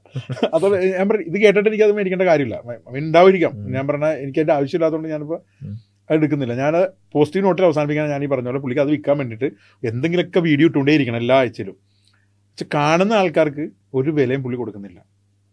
ഞാനിപ്പോൾ ഈ വീഡിയോ ഞാൻ കണ്ടിട്ട് ഇപ്പോൾ എനിക്ക് 15 ദിവസമായി. ഫസ്റ്റ് കേട്ടപ്പോഴും എനിക്കറിയാമായിരുന്നു ഇതിനകത്ത് മിസ്റ്റേക്ക് ഉണ്ടെന്നുള്ള കാര്യം. ഫസ്റ്റ് കേട്ടപ്പോഴും എനിക്കറിയാമായിരുന്നു. പക്ഷേ ഞാൻ ആ മിസ്റ്റേക്ക് മനസ്സിലാക്കി അത് പ്രോപ്പർ എന്താണെന്ന് പഠിക്കാൻ അറിയില്ലായിരുന്നു. അതുവരെ ബിഗിനേഴ്സ് ഫ്രണ്ട് എന്താണെന്ന് പഠിക്കണം, എക്സ്റ്റെൻഡഡ് ബിഗിനേഴ്സ് ഫ്രണ്ട് എന്താണെന്ന് പഠിക്കണം, പിന്നെ ഈ ടൈമിലേക്ക് സിനാരിയോ എന്താണെന്ന് പഠിക്കണം. ഇതെല്ലാം പഠിച്ചിട്ട് വേണം എനിക്ക് പറയാൻ പറ്റുള്ളൂ. ഞാൻ അബ്സല്യൂട്ടായിട്ട് എനിക്ക് പറയാൻ പറ്റുള്ളൂ പുള്ളി ചെയ്യുന്ന മണ്ടത്തരമാണെന്ന് പറയാൻ പറ്റുള്ളൂ. അതിന് വേണ്ടിയിട്ട് ഞാൻ അത്രയും പണിയെടുക്കേണ്ടി വരും. എന്തുകൊണ്ട് പുള്ളിക്ക് ഈ പണിയെടുക്കാൻ പറ്റുന്നില്ല? പുള്ളി ഇതിൽ നിന്ന് വരുമാനം ഉണ്ടാക്കുന്ന ആളാണ്, അല്ലേ? അതിൽ നിന്ന് വരുമാനം ഉണ്ടാക്കുന്ന ആളാണ്. അപ്പോൾ എന്തുകൊണ്ട് പുള്ളിക്ക് അത് ചെയ്യാൻ പറ്റുന്നില്ല എന്ന് ഞാൻ ആലോചിക്കണം. അത് പുള്ളിയുടെ പാഷനായിട്ട് ചെയ്യുന്നതാണ്, അല്ലേ? പാഷനായിട്ട് ചെയ്യുന്ന ഒരാൾക്ക് എന്തുകൊണ്ട് ചെയ്യാൻ പറ്റുന്നില്ല എന്നാണ് ചോദിക്കുന്നത്. അതൊക്കെ ഞാൻ അത് കഴിഞ്ഞ വീഡിയോയിൽ പറഞ്ഞ അതേ സംഭവം നമുക്ക് വേണമെങ്കിൽ പോസിറ്റീവായിട്ട് അവസാനിപ്പിക്കാം. നിങ്ങൾ വിമർശനം നമ്മൾ എന്ത് ചെയ്യണം? ഇത്തരത്തിലുള്ള ആളുകൾ നമ്മൾ വിമർശിക്കുമ്പോൾ ഇവർ നന്നാവണം. ഇവർ നന്നാവാൻ നമുക്ക് ഇവിടെ നിന്നിട്ട് ഞാനിപ്പോൾ പ്രധാനമന്ത്രി വിമർശിക്കാൻ നേരത്തെ എന്നാൽ നീ പോയി പ്രധാനമന്ത്രി അവിടെ എന്ന് പറഞ്ഞിട്ട് കാര്യമില്ല. എനിക്ക് വേറെ പണിയുണ്ട്, എനിക്ക് തിരക്കായിരിക്കും പ്രധാനമന്ത്രി നിർബന്ധിച്ചാൽ എന്ന് പറഞ്ഞാൽ ഞാൻ പറഞ്ഞത് അവര് വിമർശിക്കും. നമ്മൾ 10ാം ക്ലാസ് പഠിക്കുന്ന സമയത്ത് മോഹൻലാൽ വിമർശിച്ചിട്ടുള്ള ആളാണ്. മോഹൻലാലിന് അന്നിൽ പത്മശ്രീ കിട്ടിയിട്ടുണ്ട്. അത് നമുക്ക് അറിയേണ്ട കാര്യമില്ല. കമലഹാസൻ എന്താ കാണിച്ച് അഭിനയിച്ചേക്കണം ഇതൊക്കെ പറയും ഞങ്ങൾ. പക്ഷെ ആ ലെവലിൽ പറയുന്നത് കൂട്ടിയാൽ മതി. നിങ്ങൾ ഇച്ചിരി മര്യാദ കാണിക്കണം. നിങ്ങളെ ആൾക്കാർ കാണുന്നുണ്ട്. ഞാൻ പറഞ്ഞില്ല, ഒരു കുറച്ചാൾ കഴിഞ്ഞിട്ട് പുറത്തുനിന്ന് വല്ല ആൾക്കാർ ഒറിജിനൽ സൈൻ ഒന്ന് ക്യാപ്ഷൻ ഇട്ട് കാണട്ടെന്ന് വെച്ചാൽ അയാൾ എന്ത് വിചാരിക്കും നമ്മളെ പറ്റിയിട്ട്? അത്രയും മോശമായിട്ടാണ് ഇയാൾ സംസാരിക്കണത്. അപ്പം ഞാൻ ഈ പുള്ളിനെ ആദ്യം പരിചയപ്പെടുന്നത്, നമുക്ക് ആ കഥ പറഞ്ഞാണ്ട് അവസാനിപ്പിക്കും. നമ്മൾ കഥ പറഞ്ഞ് അവസാനിപ്പിക്കാനുള്ള രസമുള്ള ഈ പുള്ളിനെ പരിചയപ്പെടുന്ന മറ്റേ പ്രോബ്ലം ഓഫ് ഈവിളുടെ സമയത്താണ്. പുള്ളി അത്ര അട്രാക്ഷൻ അല്ല. വൈശാന്തമ്മയുടെ വീഡിയോ കേൾക്കുന്ന പോലെ ഭയങ്കര അട്രാക്ഷനായിട്ട് അല്ല എനിക്ക് കേൾക്കാറ്. പക്ഷെ ആ സമയത്ത് പ്രോബ്ലം ഓഫ് ഈവിൾ പുള്ളി പറഞ്ഞു, ഞാനിങ്ങനെ ദൈവത്തിനെതിരെ എൻ്റെ ഒരു പ്രധാന ചോദ്യം. പുള്ളി ആദ്യത്തെ 5 മിനിറ്റ് ഇൻട്രോ കൊടുത്തിട്ടാണ് പിന്നെ ഇതിലേക്ക് കിടക്കണത്.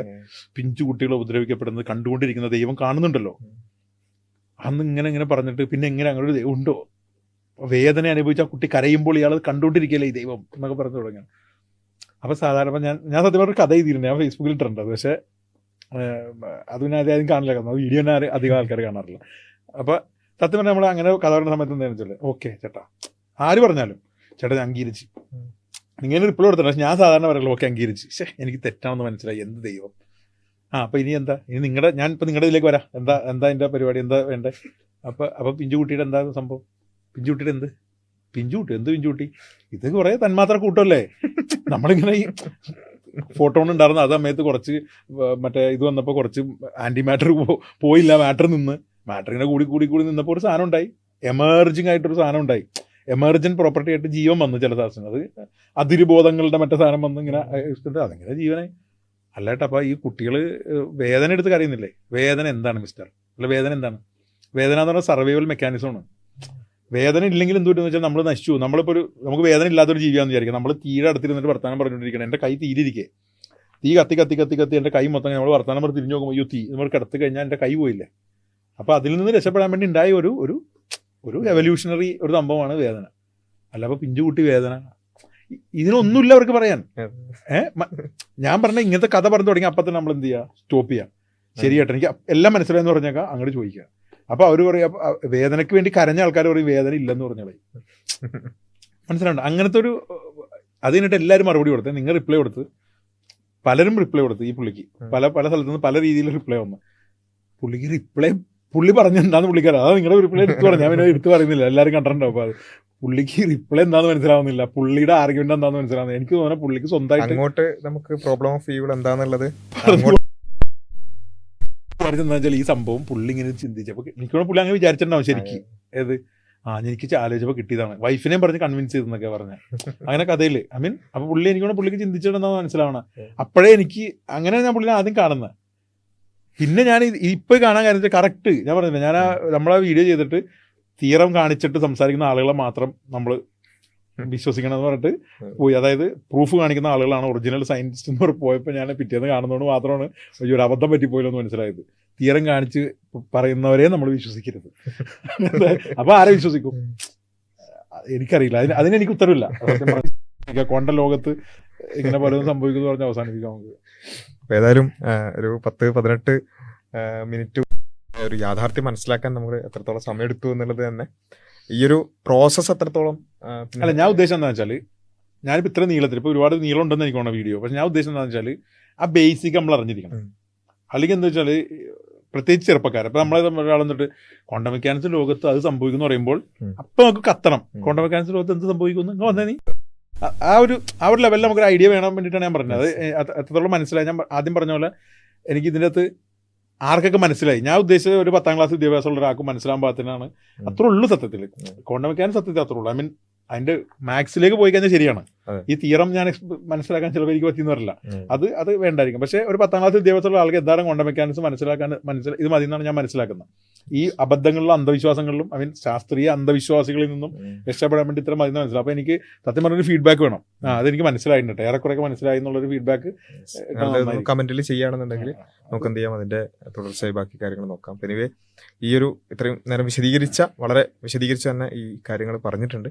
അപ്പോൾ കൂടുതൽ അറിയാൻ ശ്രമിക്കുക. നേരത്തെ പറഞ്ഞ പോലെ സയൻസിലെ പൗരോഹിത്യം അവരോട് കേവലം ഏതെങ്കിലും പേപ്പർ കാണിക്കണം എന്ന് പറഞ്ഞാൽ പോരാ, അല്ലെങ്കിൽ തെളിവ് വെക്കണം എന്ന് പറഞ്ഞാൽ പോരാ, ആ തെളിവിലുള്ളത് എന്താണെന്ന് മനസ്സിലാക്കണം. എന്നിട്ട് മാത്രമേ സംസാരിക്കാവുള്ളൂ. അറ്റ്ലീസ്റ്റ് ഈ നേരത്തെ പറഞ്ഞതുപോലെ കേൾക്കുന്ന ആളുകൾക്കൊരു വാല്യൂ കൊടുക്കുക എന്നുള്ളത്. അബദ്ധങ്ങൾ എന്തായാലും എല്ലാവർക്കും സംഭവിക്കും, പക്ഷേ ഇങ്ങനെയുള്ളത് ഒരിക്കലും കേവലമായ അബദ്ധങ്ങളല്ല എന്നുള്ളത് മനസ്സിലായത് കൊണ്ടാണ്, അല്ലെങ്കിൽ അത് ബോധ്യമുള്ളത് അല്ലെങ്കിൽ എന്ത് ചെയ്യണമെന്ന് വെച്ചാൽ നമ്മൾ ഇത് കാണുന്ന സമയത്ത് നമുക്ക് ഇത് ശരിയല്ലല്ലോ എന്നൊരു ചിന്ത വന്നാൽ ആ സ്ഥലം എങ്കിലും നമ്മളൊന്ന് ചെക്ക് ചെയ്യേണ്ടി വരും. ചെക്ക് ചെയ്യാം, ക്രോസ് ചെക്ക് മനസ്സിലായി. ചെയ്യാം. അത് മാത്രം ഒന്ന് ചെക്ക് ചെയ്താൽ പോലും ചിലപ്പോൾ എസ്കേപ്പ് ആയി പോകാൻ പറ്റുമെന്ന് ഞാൻ വിചാരിക്കുന്നത്. പിന്നെ ഒരു കാര്യം അല്ലെങ്കിൽ ചെയ്യാൻ പറ്റുന്ന വെച്ചാൽ നമുക്കൊരു സംഭവം കേൾക്കുമ്പോൾ ഇത് ശരിയല്ലല്ലോ, അതായത് ഭാവിയിൽ നിന്ന് ഭൂതത്തിൽ പോയി തിരുത്താൻ പറ്റും, അങ്ങനെ ഒരു സംഭവം നടന്നിരുന്നെങ്കിൽ പത്രത്തിൽ വരണ്ടല്ലേ, മനോരമ പത്രത്തിന്റെ ഫ്രണ്ട് പേജിൽ വരേണ്ട ന്യൂസ് അല്ലേ അത്. അപ്പോൾ എന്തോ ഒരു പ്രശ്നം ഉണ്ടല്ലോ എന്ന് അങ്ങനെ ഒരു കാണുന്ന ന്യൂസ് എങ്കിലും ഒന്ന് ചെക്ക് ചെയ്യാൻ പറ്റേണ്ടതാണ്. പിന്നെ ഞാൻ നേരത്തെ പറഞ്ഞ പുള്ളിയുടെ ക്വാണ്ടം മെക്കാനിക്സുമായിട്ട് ബന്ധപ്പെട്ട വീഡിയോയും എല്ലാത്തിലും ഈ പ്രശ്നമുണ്ട്. അത് വേണമെങ്കിൽ ഇതിൽ മാത്രമല്ല, അതിൽ നേരത്തെ പറഞ്ഞ വൈശാന്ത് തമ്പിയുടെ ആ വീഡിയോയുടെ എൻഡിലൊരു സംഭവം ഉണ്ട്. അതും എന്ത് ചെയ്യാം, അത് ഞാൻ ഇതിൻ്റെ കൂടെ ഇടാതിരുന്നത്, അത് വേണമെങ്കിൽ ഞാൻ സെപ്പറേറ്റ് ആയിട്ട് 1-2 മിനിറ്റുള്ള വീഡിയോ ആയിട്ട് ഞാൻ പെട്ടെന്ന് ഇടാം. ഞാൻ പറഞ്ഞ ചാനലിന്റെ ലിങ്ക് വേണ്ടി നമുക്ക് കൊടുക്കാം. ചിലപ്പോൾ സമയം പോലെ ചെയ്യാം. ഞാനിപ്പോൾ സ്ഥിരമായിട്ട് ചെയ്യുന്ന ആളല്ല, എല്ലായിടത്തും എന്തെങ്കിലും വീഡിയോ എടുത്തിരുന്ന ആളാണ്. അല്ലെങ്കിൽ നമുക്ക് എപ്പോഴെങ്കിലും നമുക്ക് ഒരുമിച്ച് ചെയ്യാം. വാട്ടവർ എന്തായാലും ചാനൽ ലിങ്കും കൂടി താഴെ ഇട്ടേക്കാം, കമന്റിൽ പിൻ ചെയ്യാം ആ ഒരു ചാനലിന്റെ ലിങ്ക്. അത് എന്ത് ചെയ്യുക, എല്ലാവരും ഒന്ന് ചെക്ക് ചെയ്യുക. മറ്റു പല വിഷയങ്ങളും ഇതുപോലെ കൈകാര്യം ചെയ്തിട്ടുണ്ട്. എനിവേ ഇത്രയും പറഞ്ഞുകൊണ്ട് വളരെ ദീർഘമായ ഈ ഒരു വീഡിയോ ഇവിടെ അവസാനിപ്പിക്കുകയാണ്. കൂടുതൽ അറിയാനും പഠിക്കാനും എല്ലാവരും ശ്രമിക്കുക എന്നുള്ളത് മാത്രമാണ് സൂചിപ്പിക്കാനുള്ളത്. അസ്സലാമു അലൈക്കും വറഹ്മത്തുള്ളാഹി.